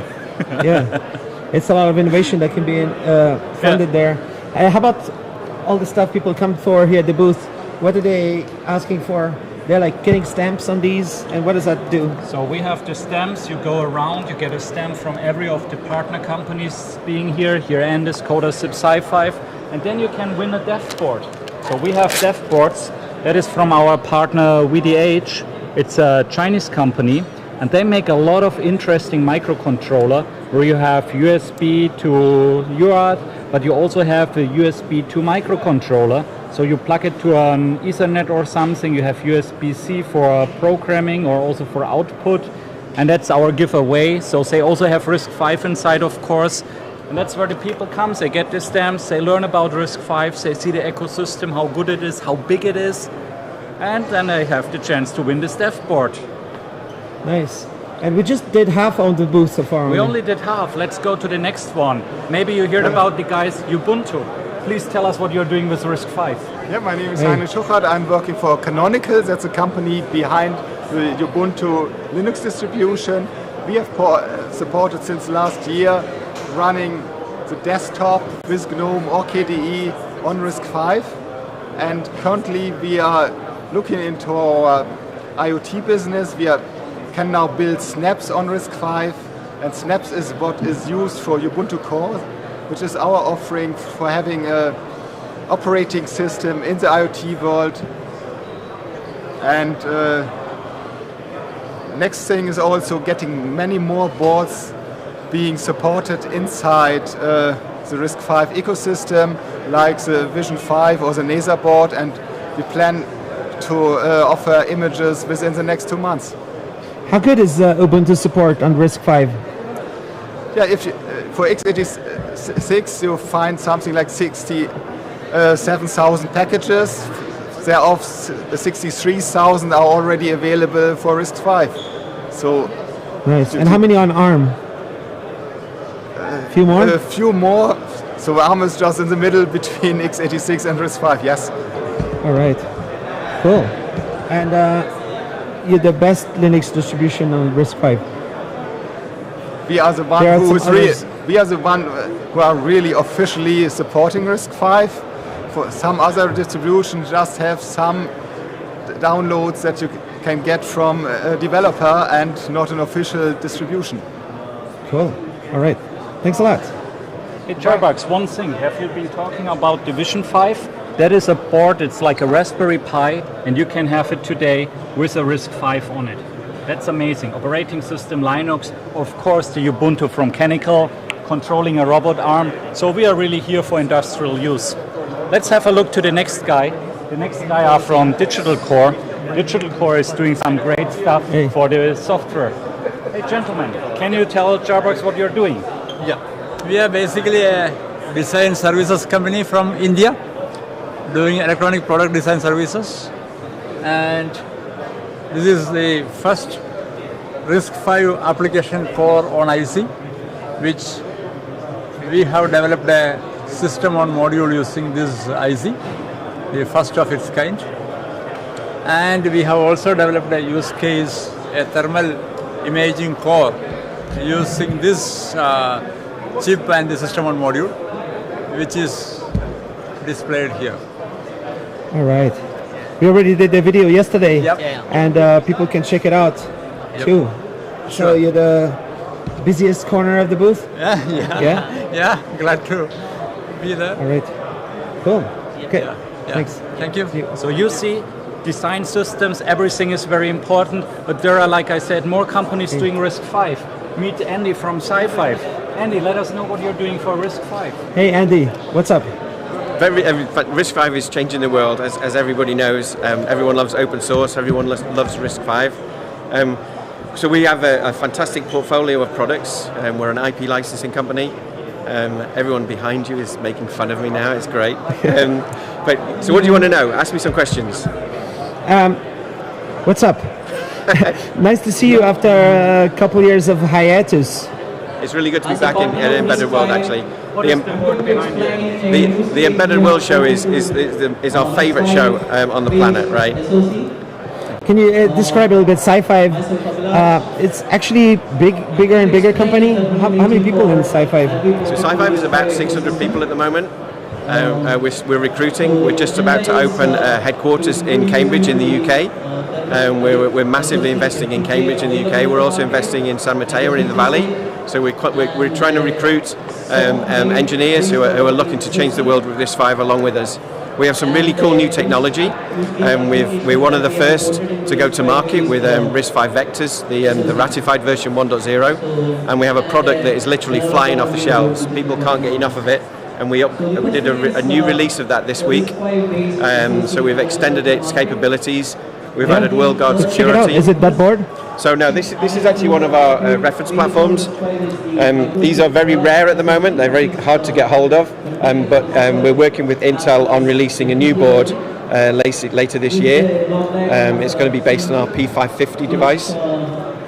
So this is what people in the ecosystem have been using for a number of years now. As part of their Linux porting efforts and other open source software that we all love from the Linux Foundation, etc. Are you working with the developers, the community? What's your role? My role is outbound marketing.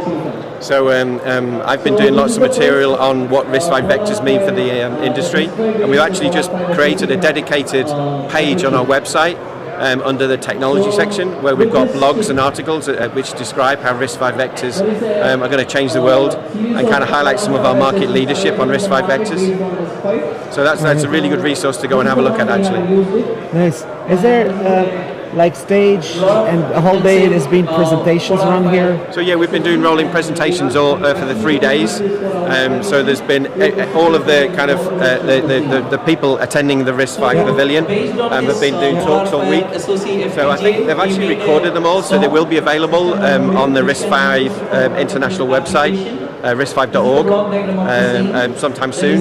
So you'll be able to catch up on them also. Nice. Cool. Thanks, Shobak. Thanks a lot. See you next time. Bye-bye. Yeah. So Sci-Fi, a big company. I show you some secret. A lot of people. Have a look around here. We have Danny. He is the leader of France. Sci-Fi. He's super secret guy.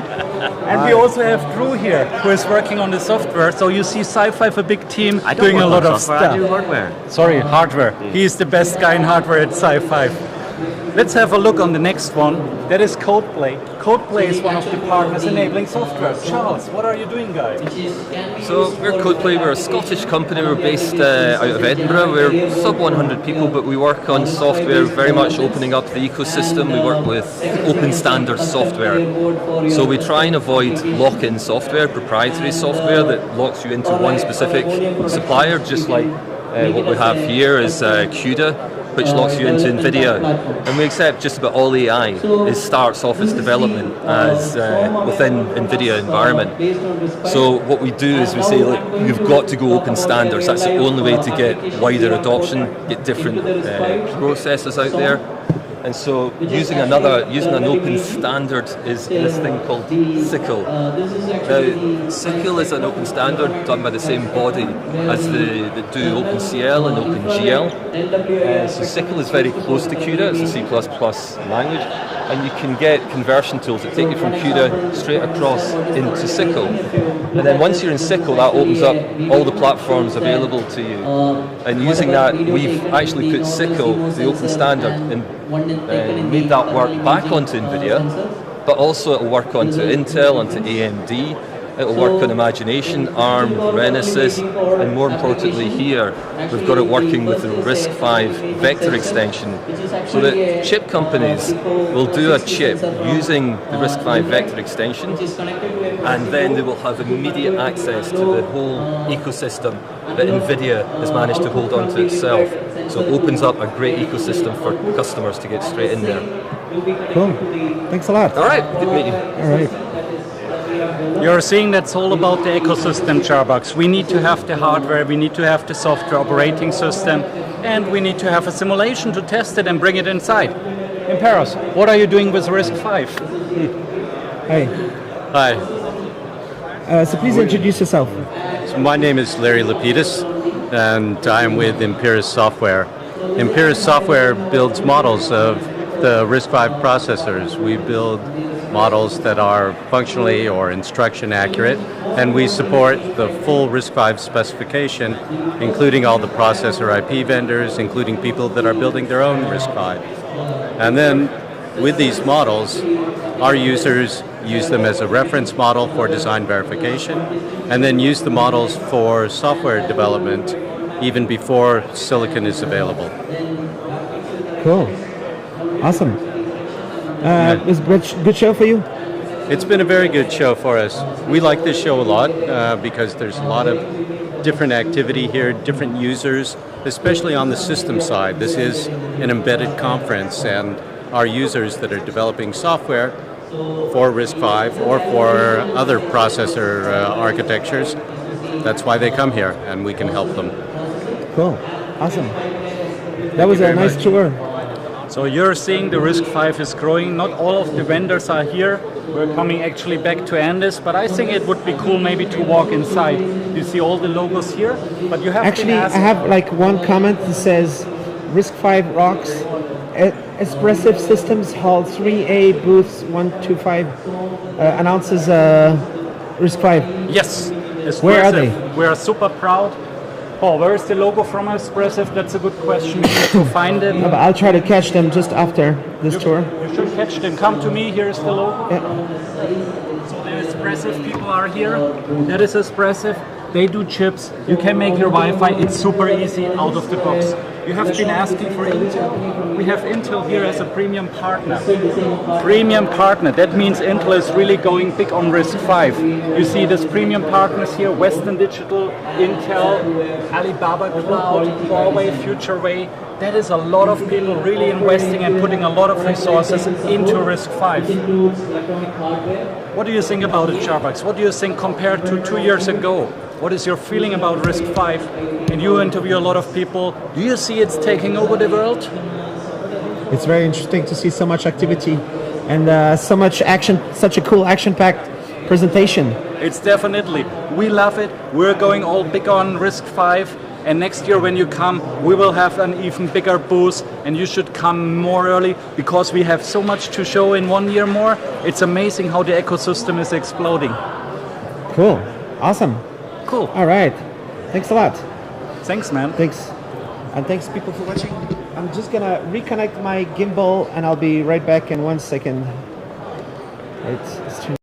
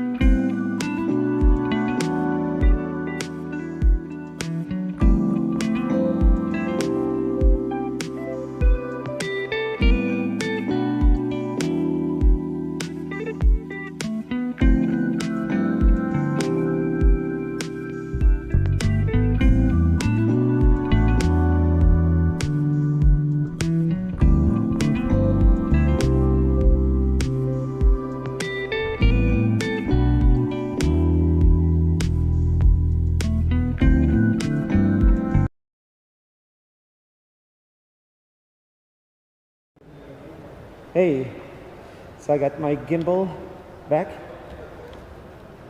with maybe another half hour.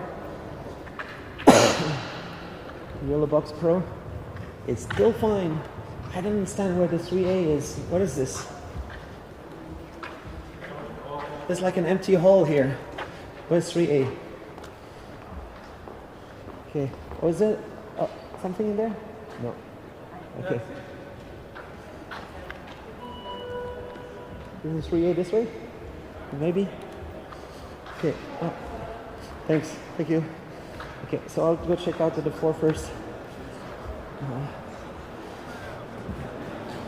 Back and forth. Let's see if I can find a Kandera. 4 years ago. 4479. 46. 4. What is this? 4, 5. Let's try this way.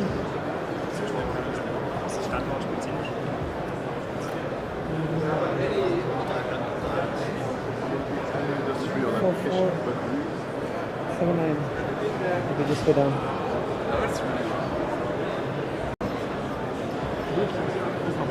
Great music here. Sound okay? Listen sound. Sound okay now? 3A. Hey, I was trying to find the 3A. I'm at 4 right now. Maybe one of your friends can find me on the live stream and show me where to go. Because I haven't really found the 3A. I'm going to try to ask if Kandera has stuff they want to talk about. 4, 4, 7, 9. Hey. 4, 4, 5. Okay. Getting maybe closer.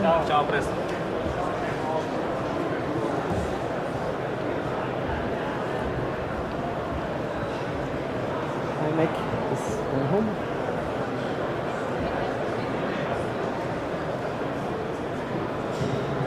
4471. Over there. Nice.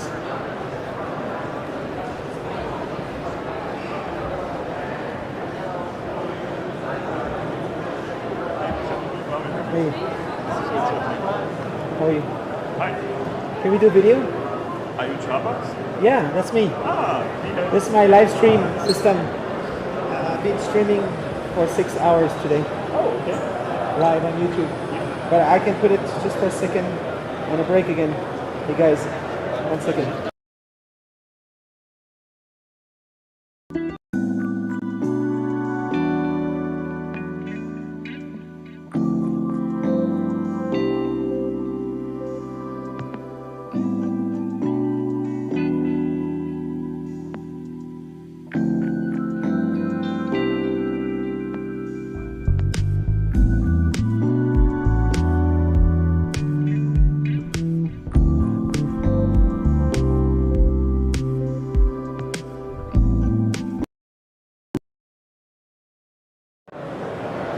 And we're here at the Embedded World 2022. Hi. Hi. So please introduce yourself. I'm David Abal from Kandera. We're an HMI tool provider for embedded systems. So we provide a tool called CGI Studio. CGI Studio is a designer-orientated HMI tool to create embedded HMIs. As you see here is an automotive sample.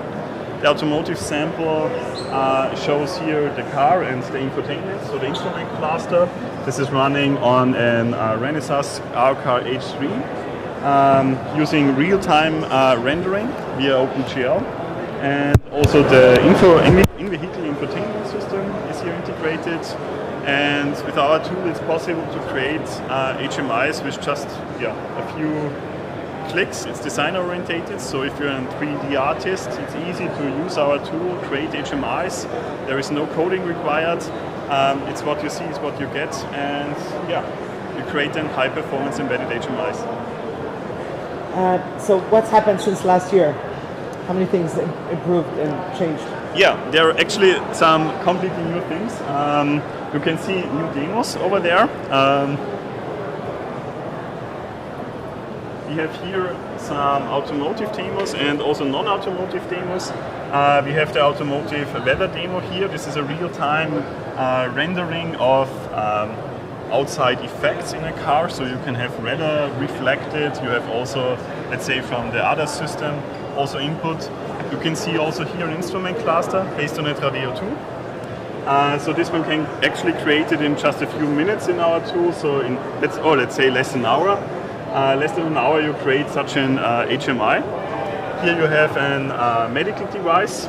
This basically is an STM32 MP1 series. So running on a smaller screen with Linux, but perfectly for medical devices or white goods or stuff like that if you want to animate stuff, do 3D animations, integration and so on. We have here a robotic industrial demo. This one runs on an iMix-8.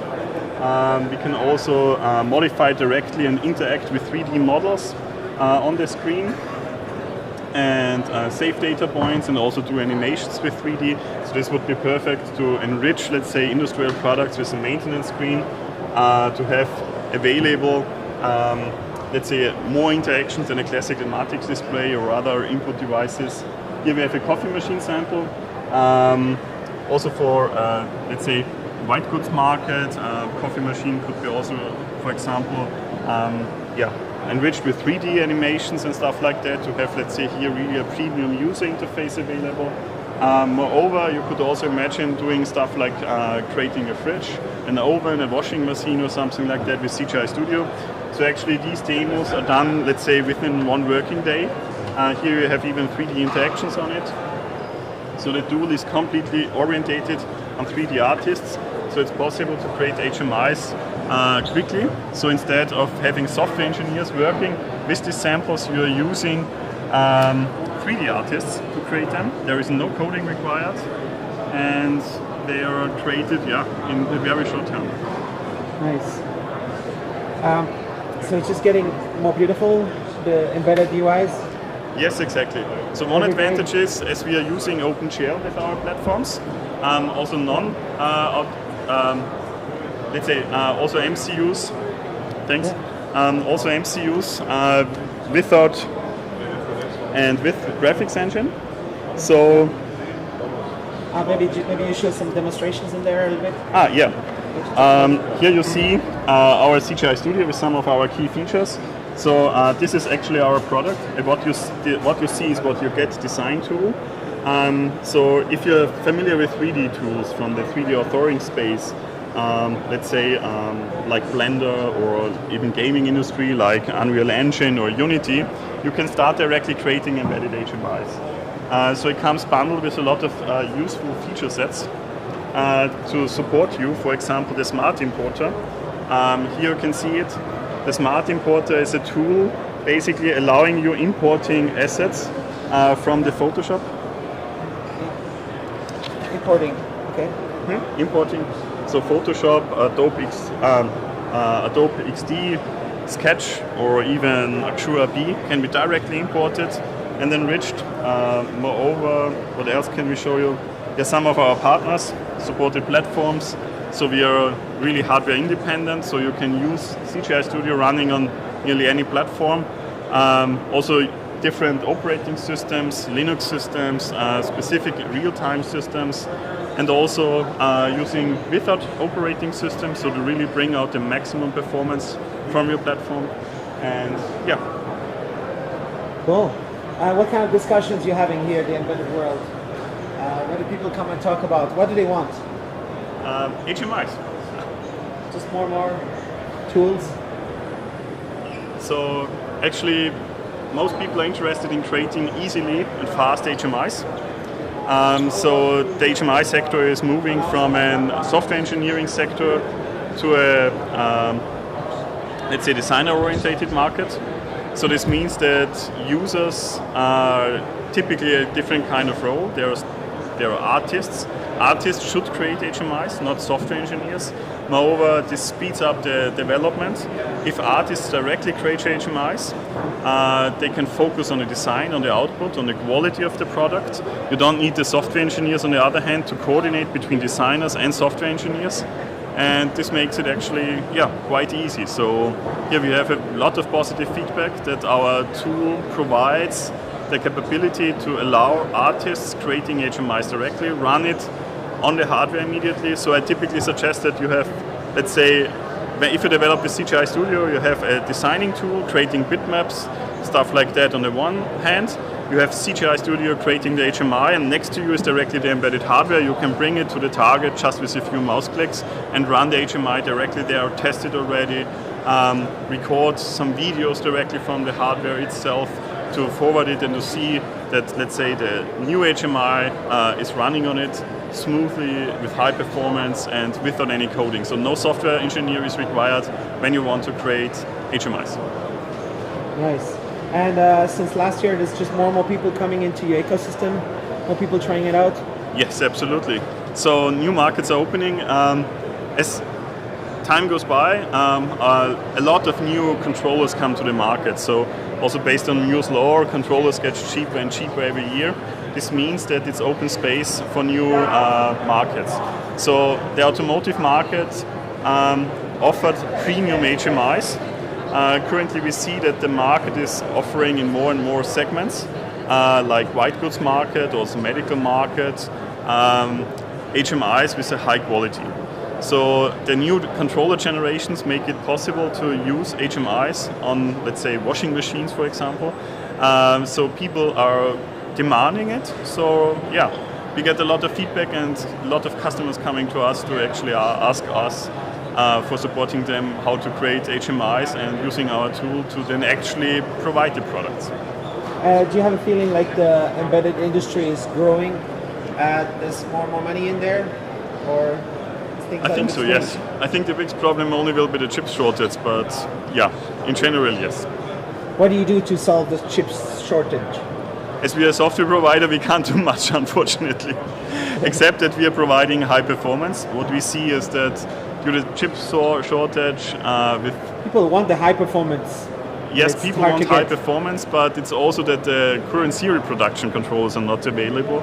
As they are not available, you're looking for a lower class, which could be still bought, for example. So with our high performance platform, it's possible that you still can achieve or create the products, deliver the same or a similar performance, and downgrade the CPU. If you switch to Scandera Studio, as we have, let's say, highest performance on the market from a rendering perspective. Cool. All right. Thanks a lot. Nice Thank to you see very you much. in real life. Yes, it was nice to meet you. It's a little bit different than the video chat. Yes. It was nice to meet you. Nice. Cool. Bye. Cool. Okay. Thank you. All right.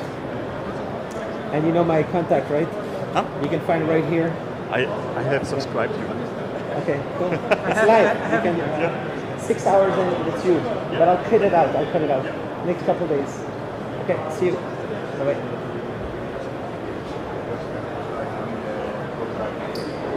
Hey. Hey. Do you want to be in video? Do you want us to do a quick overview of the products? Should we do? Fine. Ella, come. Okay. Ella, you see Yanni. Come. You're the technical experts. Okay, so. Cool. Yeah. Thank you. We are you rolling? Yeah. Yep, so we are a company called Think Silicon. We are recently acquired by Applied Materials. We are experts in the low power smartwatch wearable market. We have our GPU 2D rendering IP inside.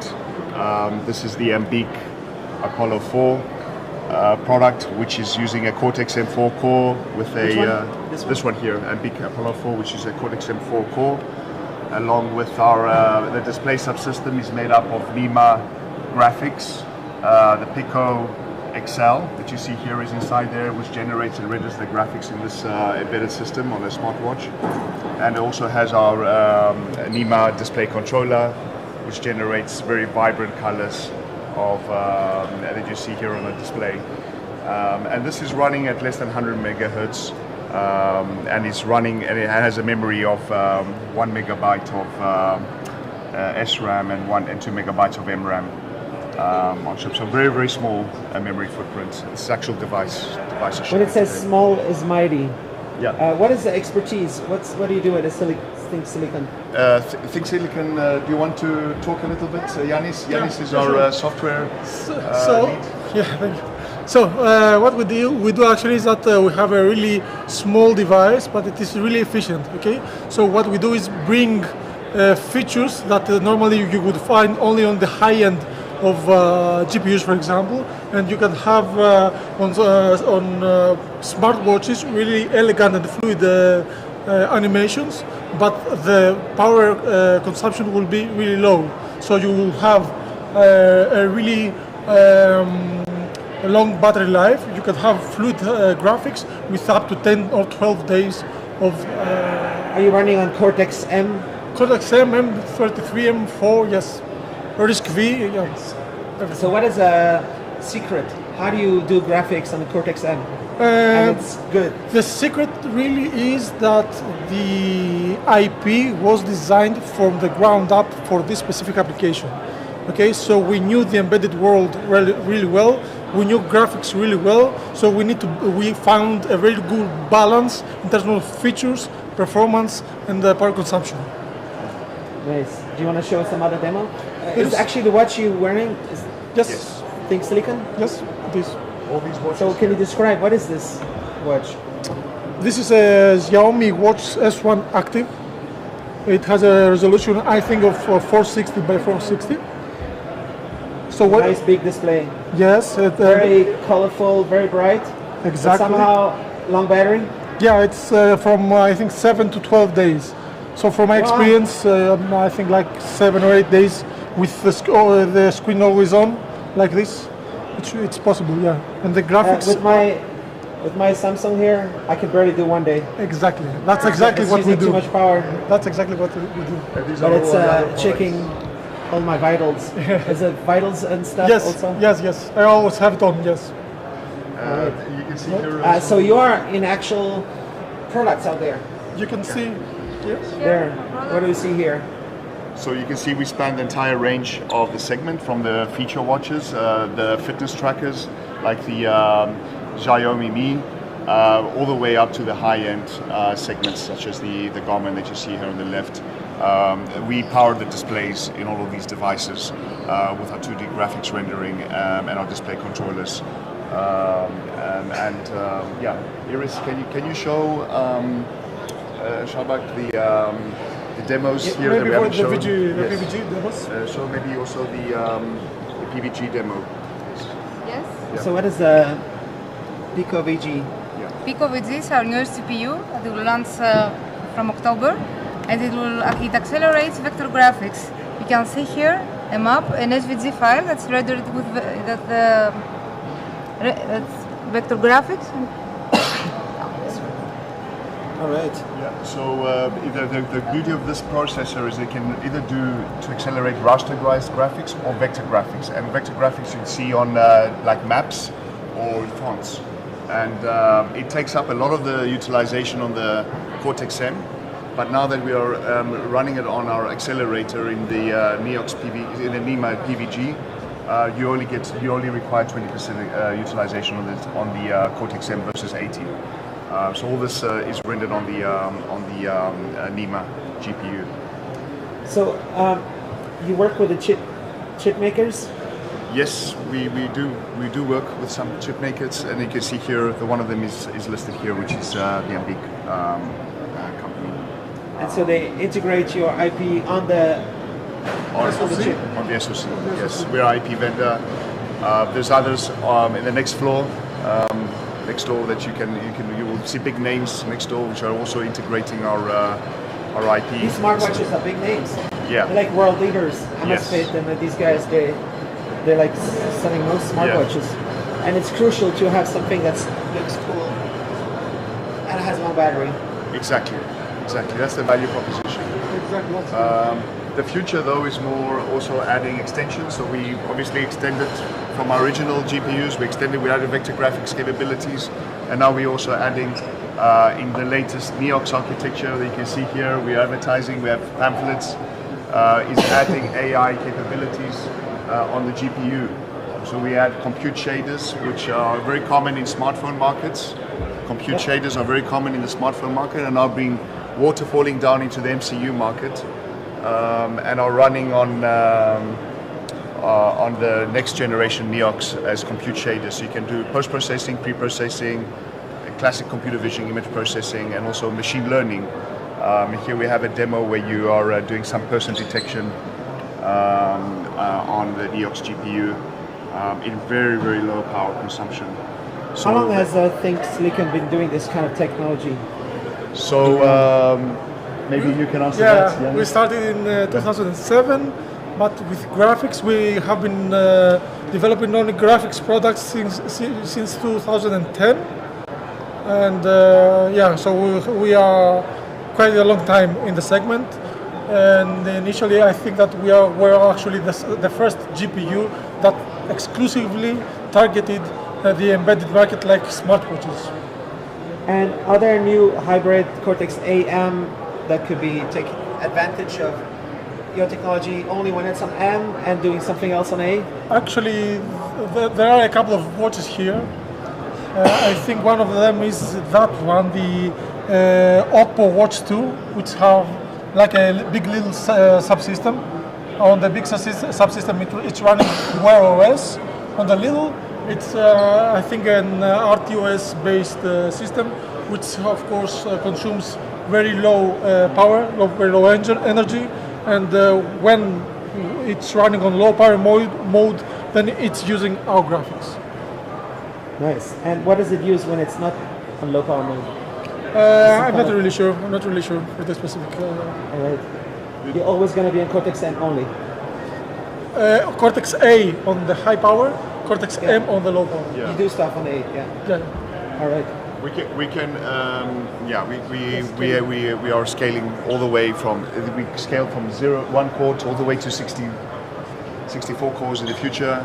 In real applications, in real chipsets, we have in the MCU space alongside Cortex-M, but the plan is to move into the space of Cortex-A in the future as well. So I love the smartwatches. And what's the big idea here, the embedded world? What are people asking you from you? Yeah, it's all about cost, power, and performance in that very limited amount of footprint that you have available to you in that small silicon. So you're working with sub 3 megabytes of SRAM, and you're working with we are consuming less than 10 milliwatts, which is so significant in these very small form factors. Cool. Thanks a lot. Thanks a lot. All right. Thanks. Thank you very much, Shabak. Yeah, I hope that went okay because.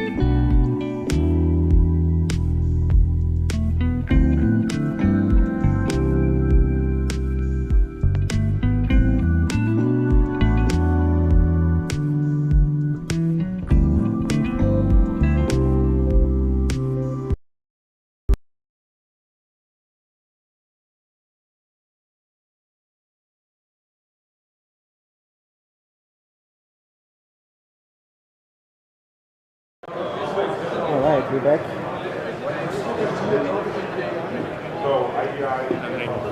Thanks everybody for watching. Please, we are at Automatic Brave Linux. So come shoot all the cool questions. Hey, hello, how are you? Hi, good, and you? Please introduce yourself. So my name is Alfred Bayer. I'm working for AVL Software and Functions, and these days we are here to present our Ionic, which is based on an AGL-based Linux distribution. What is Ionic? The Ionic is our ADAS control unit. That means you can use this unit to plug it into the car. It can be used from rapid prototyping till SOP, and it provides all typical interfaces you need for an ADAS control unit. And for our demo here, we provided 3 different applications because we wanted to show some kind of a virtualization concept. It shows on the left side our highway pilot. Wait, I moved this, our highway pilot, and on the same hand we have in the middle our cloud connectivity. That means we can read out data from the Ionic, pull it into the cloud, and so that we can simulate that we could collect data from a complete fleet, and with artificial intelligence we can then do some kind of predictive diagnostics, for example. Do you do a lot of business in the automotive market? Exactly. For a long time? How is your company? That's our main target. So our company is based in Regensburg. It's AVL Software and Functions, and we are also doing projects towards electrifications, inverter control, battery management systems, or DC-DC and things like this. But we are also now in the ADAS area very strong, and we build up this control unit to have a perfect starter kit for our customers. Cool. Do you want to introduce your friends around here in the booth? Yeah. Hey. So here I have Harish, please. Yeah. Hello, I'm Harish. I'm the software engineer at digitalization at AVL Software and Functions.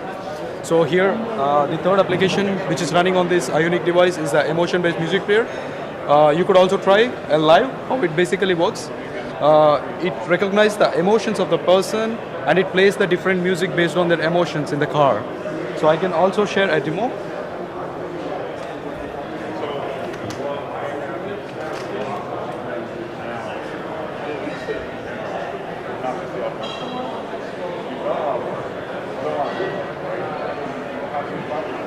So it's been a busy show?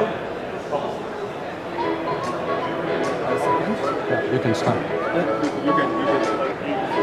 There's some music somewhere. Yeah. Here there is an happy. So happy. So he's getting one kind of music. If he will be in a sad, he will get another set of music. If he's angry, so based on the emotions, it plays a different sort of music, which makes the driver very comfort without. Is it copyrighted music? It's. I hope they won't tag my YouTube video. Is it copyrighted? No. Copyright free. No. Ah, okay. It's open. Yeah. Cool. All right. Nice. So it can detect if you're happy. Yeah. Not only the happy, it can detect different sort of emotions.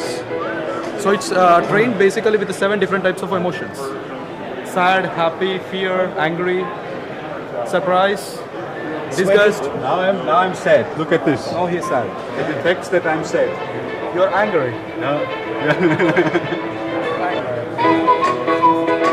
Everything is done by artificial intelligence, right?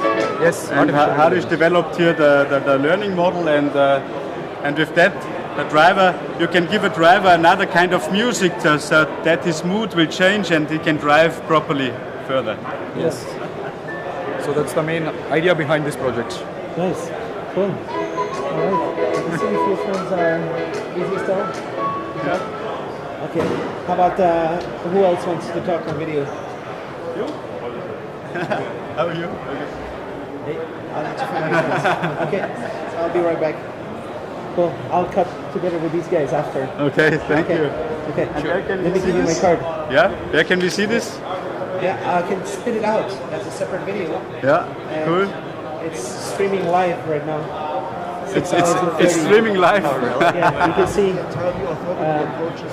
6 hours and 30 minutes with all those chats, people commenting about the live stream, and then I have multiple views and stuff live on YouTube. Yeah. You can watch it now. Yeah. You can just scroll back 10 minutes and you can start the video. I hope it is not very good. No, it's perfect. It's great. Okay, see you later. So, let me try to put right over here. We'll come back in 2 minutes. Are you ready to speak? Let me try to ask these guys if I can film them. I'll be right there, okay? Perfect. Cheers. Yep. Thank you so much. Yeah. Hey, do you want to be on video? I do not, but we may have and Mike. Let's see. Mike likes to be on video. Ali, do you want to be on video? Let's do. Let me. Mempol's in the Mempol stuff. Actually, I'm at Zephyr, so if anybody in the chat wants to send some messages. Give me a heads up.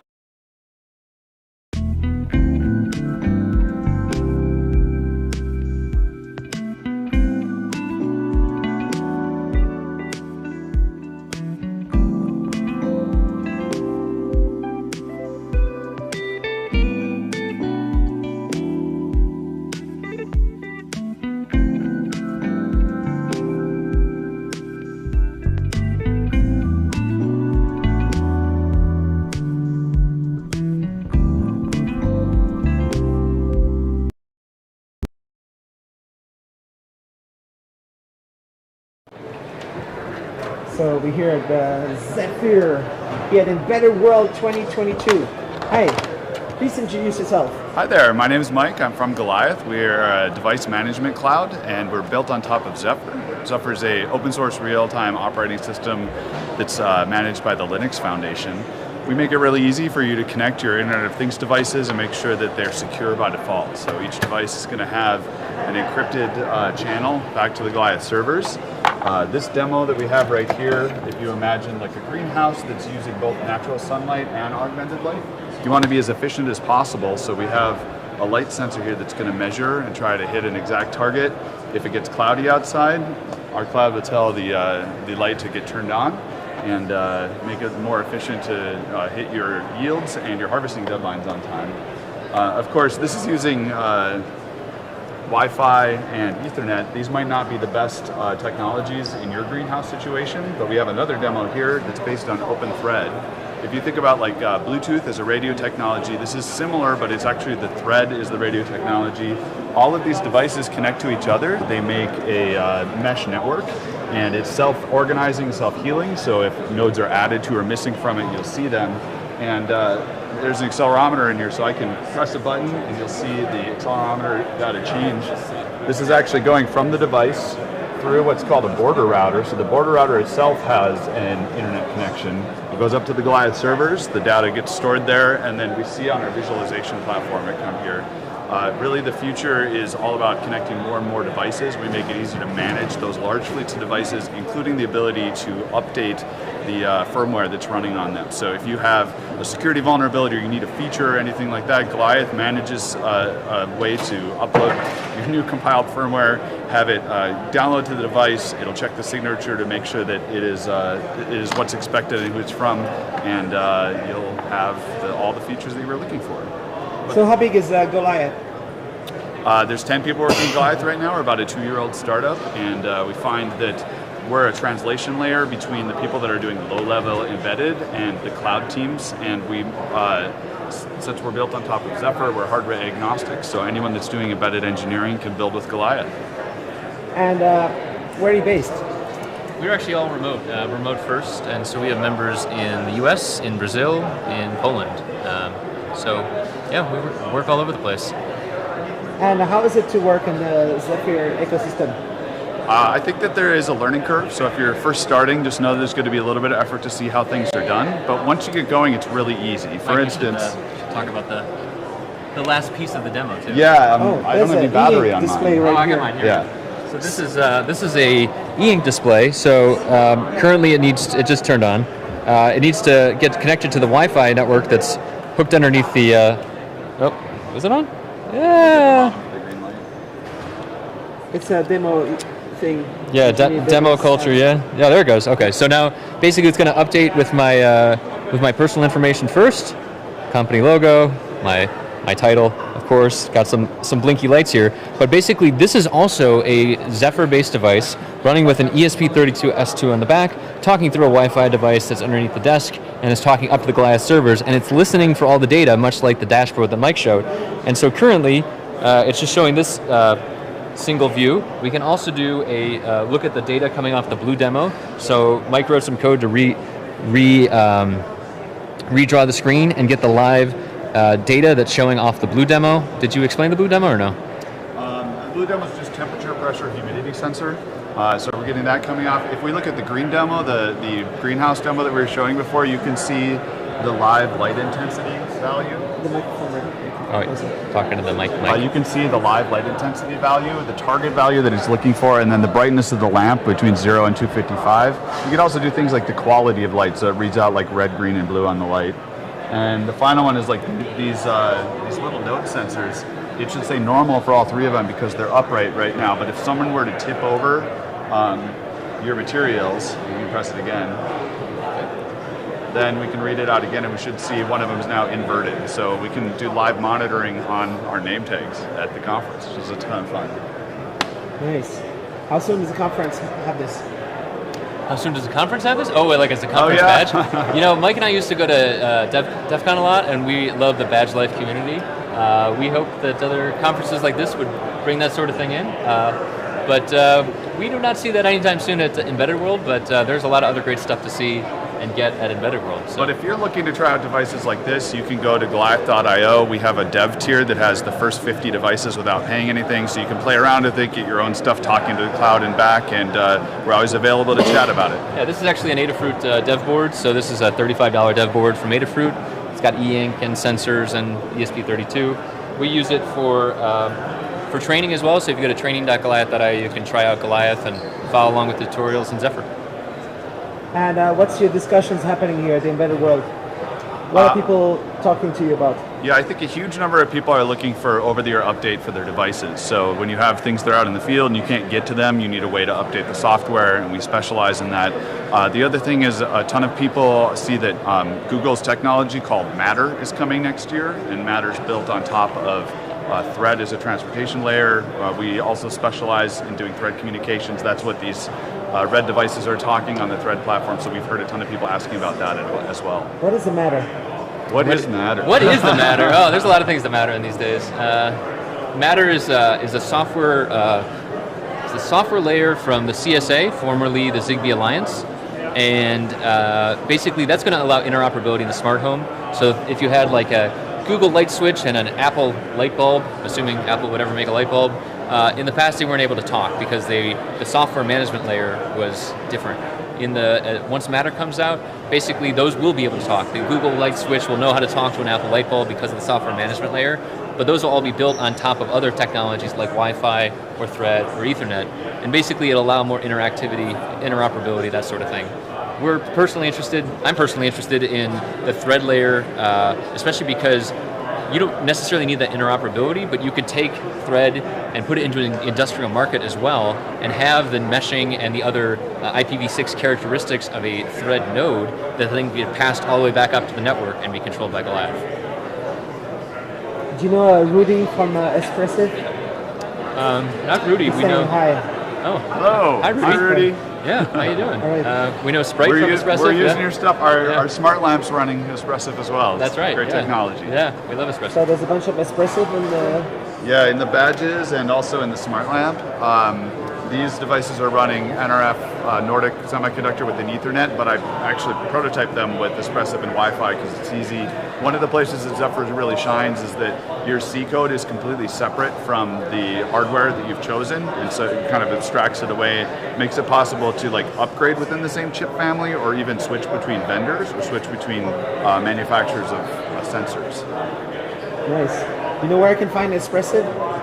I'm looking for the booth. Oh, I haven't seen them yet. 3A. Where's 3A? 3A is that way. Actually, I might follow you there. Yeah, that's great to know they're here. I'm just going to finish filming the automotive grade. How about your friends? They all left? Well, they're just hiding from the camera right now, but they're good folks, and Nordics Definitely, Ali could probably show you Nordic stuff. Show off here. Yeah, NRF53 is awesome. What would you like to learn about? Hi. Please introduce yourself. Sure, yeah. So Ali, I'm Ali Aljani. I'm from Nordic. Is it recording or no? Yeah? Okay, yeah. So I'm Ali Aljani and I'm from Nordic Semiconductor. And we have here the audio LE demo. So it's basically showcasing the Orocast feature that was introduced this month by Bluetooth Tech. And you will be able, with this feature, to listen to multiple broadcasts from different streams. And you can see here we have the headset connected to a receiver and two different broadcasters. So this one here is basically connected to the microphone. If I speak, you can hear it here. It's going to be different to you guys to hear it. And then I have music playing on this computer. And if I just press one thing here, it will switch to the other stream. And what's nice about this feature, like once it's going to be implemented in actual products in the hopefully very near future, you would be able to tune, let's say you are in a gym, you'd be able to tune to that TV or that TV from your phone. So it will make like our user experience with audio very, very smooth. How is that possible? It's with the Orocast feature. So this Orocast feature will enable broadcasting audio. So Orocast, how do you, what is actually going to happen? What do you have to do to pair and everything? It's going to be basically implemented in your phone. So your phone, once they have the chip that's supported, and once you have the operating system supported, you can basically either scan for devices, like scan for broadcasting devices. So let's say you are in the gym and you see 3 different TVs, it will list you that TV1, TV2, and TV3, and then you will be able to just listen to that channel. So you have different broadcasters, and through your phone you can choose which one. Or you could also do it through NFS, like NFC, sorry. So you can simply tap your phone to the TV, and you will be pairing to that broadcasting channel. We have now support for it on our NRF5340 SoC. That's a dual core SoC, and it's now broadcasting to. This one is actually the receiver, but these one are the broadcasters. Nice, cool. And what's the partnership? What are you doing with Zephyr? All this running with Zephyr? Yeah. So Zephyr is the core component of our SDK, the NRF Connect SDK, and it's a very rich ecosystem that provides developers with all the components needed to build products in a very short time. And we are a member of the Zephyr project, and we highly value Zephyr as a very rich ecosystem. Is there a Nordic chipset in the mouse? I can't comment on that, but everything here, like this is the 91, it's the Thingy 91, and this thing is actually running cellular IoT. So this one actually has internet connectivity, and every time I shake it, it actually sends data to the cloud, and you can see here like this is the location of this thing, and it shows you the humidity and the temperature, and also gives you the location of where this thing is. And it's not actually using GPS though.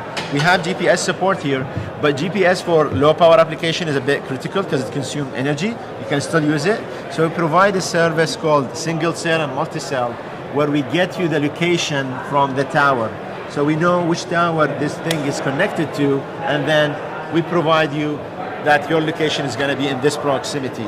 The multi-cell, what we do in the multi-cell, we actually triangulate the location, so we rely on multiple cells to find the location of the thing.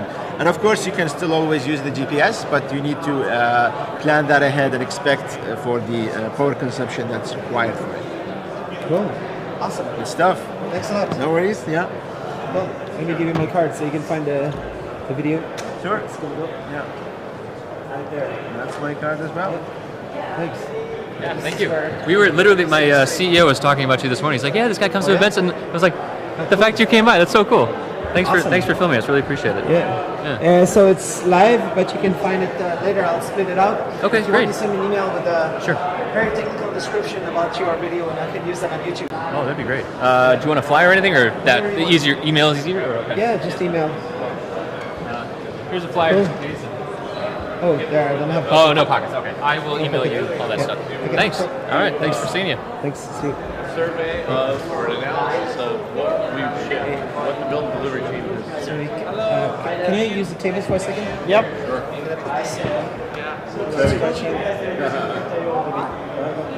Would you mind helping me for 1 minute? Yeah. Maybe on the other side. Alright. Hey guys, we'll take a break for a second. I need to remove the battery from the gimbal. That's it.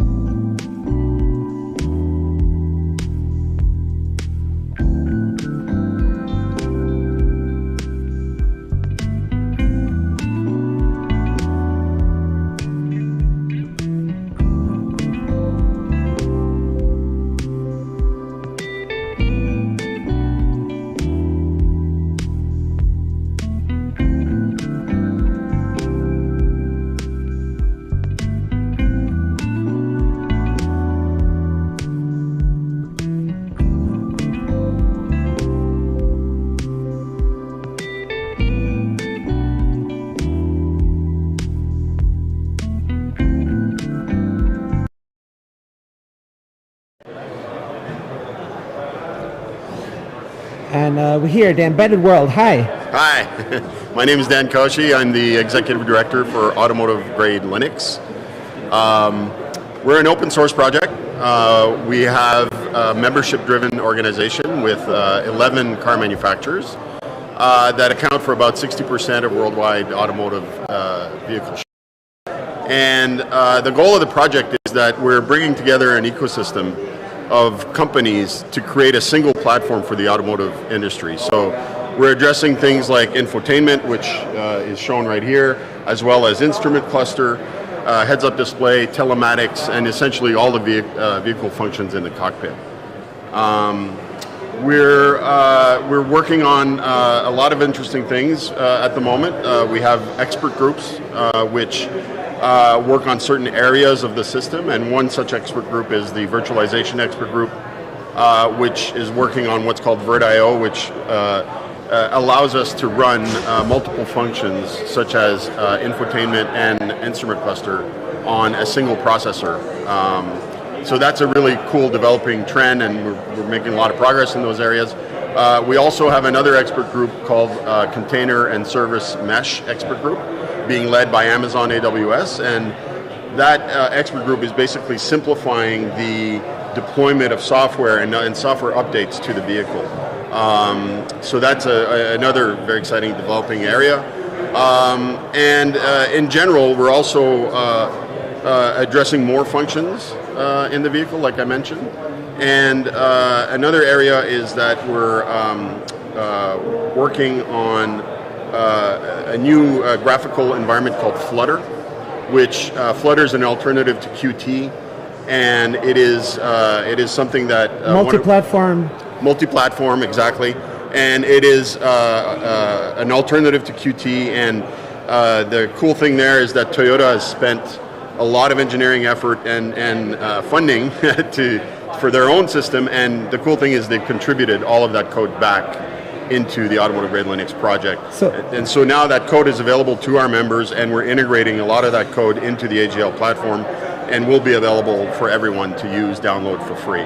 So that's a fantastic contribution that came from Toyota. So Flutter is coming to the cars. It is. So we get some smooth UIs. And how many cars ship with AGL? Well, obviously there's some confidentiality that we're not allowed to talk about, but I can talk about the ones that are publicly known. So most of the Toyota and Lexus in the world run AGL. So anything that is Entune 3.0 or later is AGL based. The Subaru Legacy, Outback, some Mazda models, some Mercedes-Benz vans, those are all publicly known. And then, as I mentioned, we have 11 car manufacturers, and you might see in the news a lot of manufacturers are announcing things like VW is announcing VW.OS, and you know, Mercedes is announcing their own OS, Toyota is announcing their own OS. And there's a misconception in the industry that when they're talking about OS, some people think, wow, they're creating a brand new operating system from scratch. That's not the case. What they're actually doing is they're creating a service delivery platform, but they're using Linux, and in most of these cases, they're using AGL-based Linux for those platforms, and they're creating a service delivery and customer interfacing delivery on top of that, and that's what they're branding as their own OS, but underneath it's actually Linux and AGL in most cases. When you get a car, you most likely want to have Linux in it, right? Well, I'm biased, but yes. For safety. Would you say that's one reason? Because there's so many people working on Linux. Yeah. They made sure that it doesn't crash for no reason, like some proprietary software. Well, so you bring up a good point. So it's actually, it's not the fact that it's Linux that makes that the good, you know, the good point. The point is that it's a community effort, right? And so there's an economy of scale at work, where if you have just one team of 30 engineers, you can only find so many bugs, right? But if you have, you know, 11 car manufacturers and all their suppliers and 100 different companies working on the same platform, your chances of finding bugs are much greater. And the idea is that if Toyota finds a safety critical issue or a security issue, they will fix it with their supplier, provide the fix back to us, and then that fix is now available to Volkswagen, Mercedes, whoever is using the platform. And so that economy of scale of security patches and fixes is just a tremendous advantage of the AGL project. And it's also about enabling one common platform to develop new interesting features. Correct. And bring in more innovation faster to this business. Correct. Yeah. One of the things when I do talks at conferences, one of the first things I start with is talking about how the reason we're in a situation where the infotainment system in the car, frankly, has not kept up with the smartphone in terms of innovation and features. And the reason we're at that point is because there's too much fragmentation in the industry. So you'll have, you know, systems based on QNX, systems based on even Microsoft is still out there, systems based on Linux, but different flavors of Linux from different vendors. That whole fragmentation is what has caused the industry to lag behind the mobile phone, because they're focused more on, you know, changing the world every release or every 2-3 years, instead of, hey, let's have one single platform, let's all build on that platform, forget about all this fragmentation, let's all contribute to that platform, and let's use that, then focus on the innovative new features. And so that's what we're doing at AGL. Nice. What's happened in the last couple of years? Well, I think I mentioned them. So Flutter is a big thing for us. Vert.io is a big thing because that effort for us is being led by Panasonic. And Panasonic is also leading the Vert.io effort for Android. And so it's the exact same Vert.io interface that is being used for Android. And so what does that mean? It means, let's say you're a car manufacturer that has, for whatever reason, has decided to go with Android for infotainment, no problem. You can run AGL instrument cluster side by side on the same platform using a virtualized interface, which is standardized between the two, Android and AGL. So that's a pretty cool development. And EVs seem to have crazy supercomputers in them and stuff. And do they run AGL? So we're not officially in the AV, AI, you know, business yet.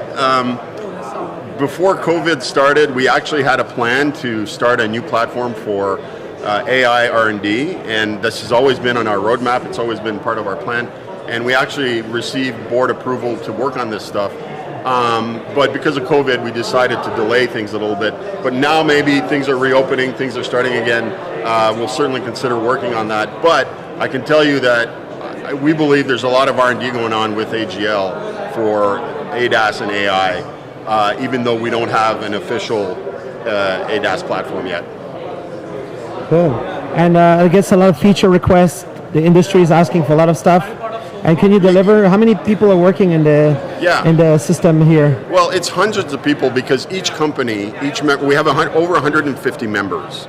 And each member company has anywhere from 1 to 100 engineers working on AGL-based code and AGL-based project.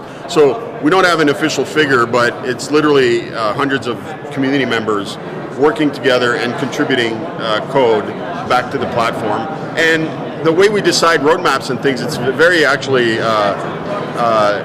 bottom-up approach, where our expert groups, as I mentioned earlier, they decide what they want to work on and they decide what they want to contribute. We don't have like a top to bottom bureaucratic approach to this. We have a very open, technology-driven approach to what features are going to go into the platform. And how do you interact with the Android Auto stuff? So it depends what you mean. So the Android Auto projection, the same as Apple CarPlay projection, works perfectly fine on AGL. We don't support it directly because it would require us to sign agreements that we can't really sign as an open source project, but our members, such as VNC, which are right there doing a demo, they've shown that you can run CarPlay and Android Auto projection over AGL, no problem. It's been done for many years and works perfectly fine. Nice. All right. It's good to be back. This is our first in-person conference since COVID. Since last decade. Exactly. But this is actually a electronic show, as well as a dozen companies, big companies from like Panasonic, LG, Denso, big companies showing demos of their products and services running AGL. So stay tuned for that. We're going to be at CES again this year in the technology, the automotive technology area in January. Nice. I'll be there. Unless they don't let me come for some reason. Yeah, okay, I'll see you there. All right. Cool. Thanks a lot. Okay, thanks. Cool. All right. I need to try to connect my...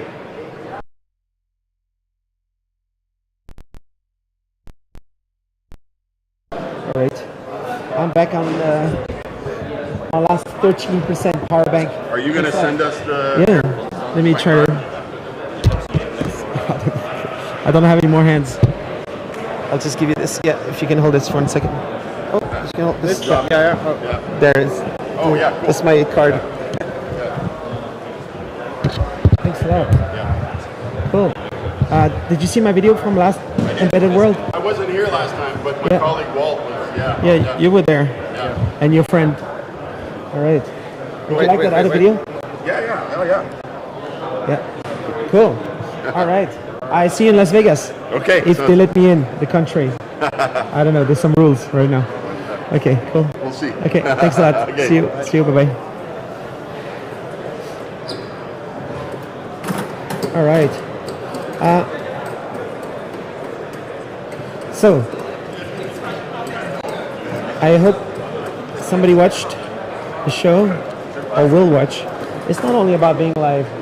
It's just nice to get things uploaded immediately, because sometimes it takes me months to upload videos because I have too many shows on Netflix to catch up with. No, I'm joking. Of course I'm serious and I work and I publish videos very fast. Let's go like this. How do I find 3A? Thanks a lot. Oh, this is crucial for me. Yeah. We should put it. Yeah, thanks, sir. Thank you a lot. Yeah, I'll see how many things I lost out of my pocket. That was my gimbal charger. It just fell on the floor. So when I stand here in the middle, hey, how are you? I think 3 must be this way. Good guys. Hey, see you at the next show. See you at the next show. Nice, cool. Okay. Great.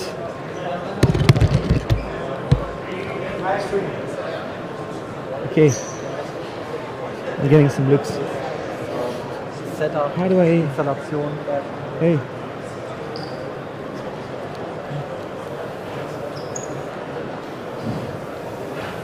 Hello, wie geht's?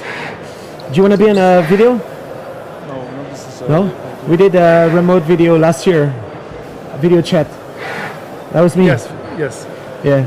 Now I'm doing live stream like this. It'd be nice maybe to show your device on it.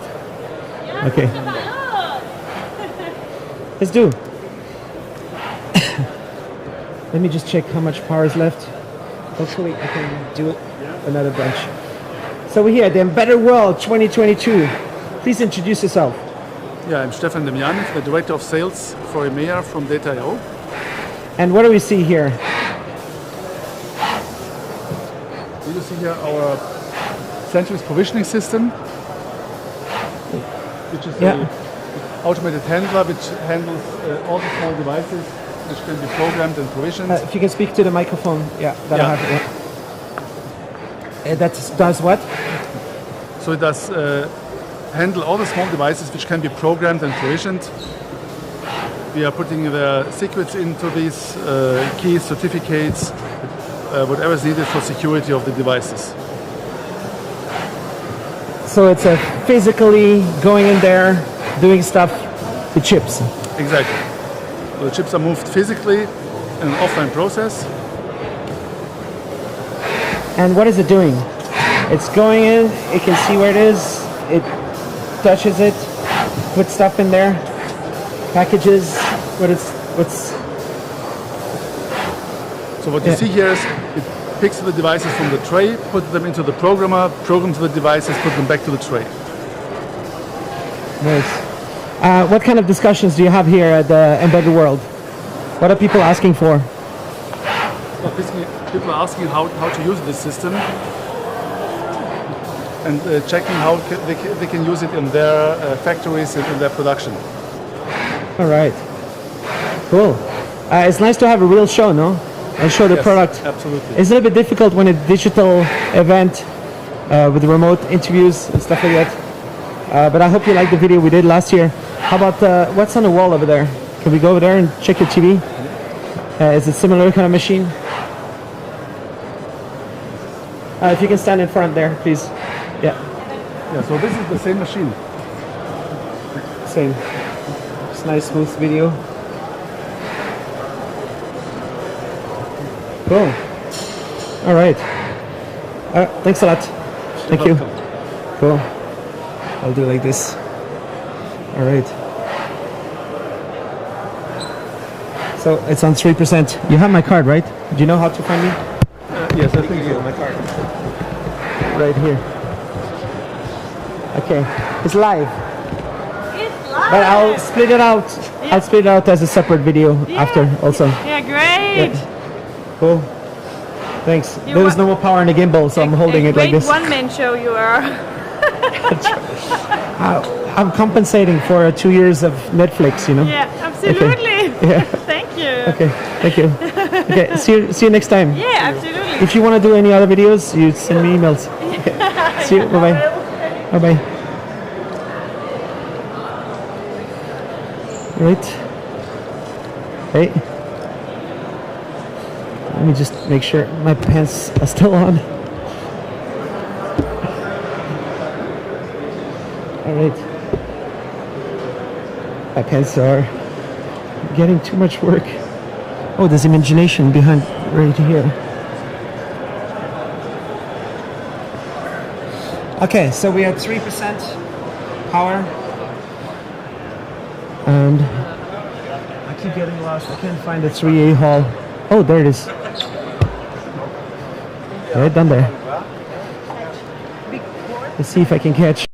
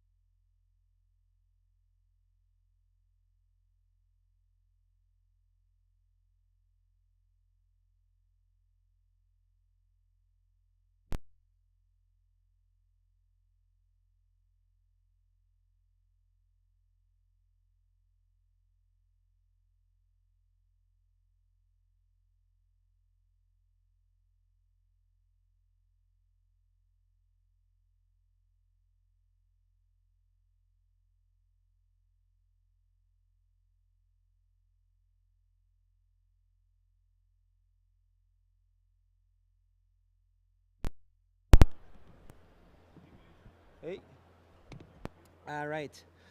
So live chat. I think it's. I had a better strategy today for my power, so it lasted 7 hours. Damn.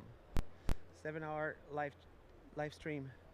That's more than like a full season on Netflix of the roaming video blogger show. You watch this show on Netflix? All right, so I think I have to start my live stream. I'm sorry. I pretty much have no more power. You can barely hear me, I think. So if I boost this one a little bit, I'll just try to boost. Maybe I put it on max right here. Yeah, so no more power. I'm just have my selfie smartphone left. I used all my batteries. I used my power bank to the max. The Yolobox has 1% left. So I think I'd rather click stop before it goes to 0, because then YouTube knows this show is finished. And thanks for everybody for watching. Sorry I couldn't find the 3A. Well, it was right there. I was just in front. But I'm really out of power. I need to think. I can only do videos on my smartphone now. I guess that's it. Fully finished. Thanks for watching. All right. Thanks, ESP32D. I'll try to check your booth now, but I just have my smartphone left. Okay. And no more power on the Yolobox. I'll stop it right now. Thanks for watching. And see you at the next trade show. Send me comments. Do you know some cool trade shows that's happening? Usually I go to IFA in Berlin. I go to CES if they change their policies. I go to Ciatec hopefully, or some other shows. If there's any show, let me know. I'll do some coverage, because I like doing this kind of stuff. Danke dir. Servus. See you later. Thanks for watching. Have a nice day. Boom, boom, boom, boom.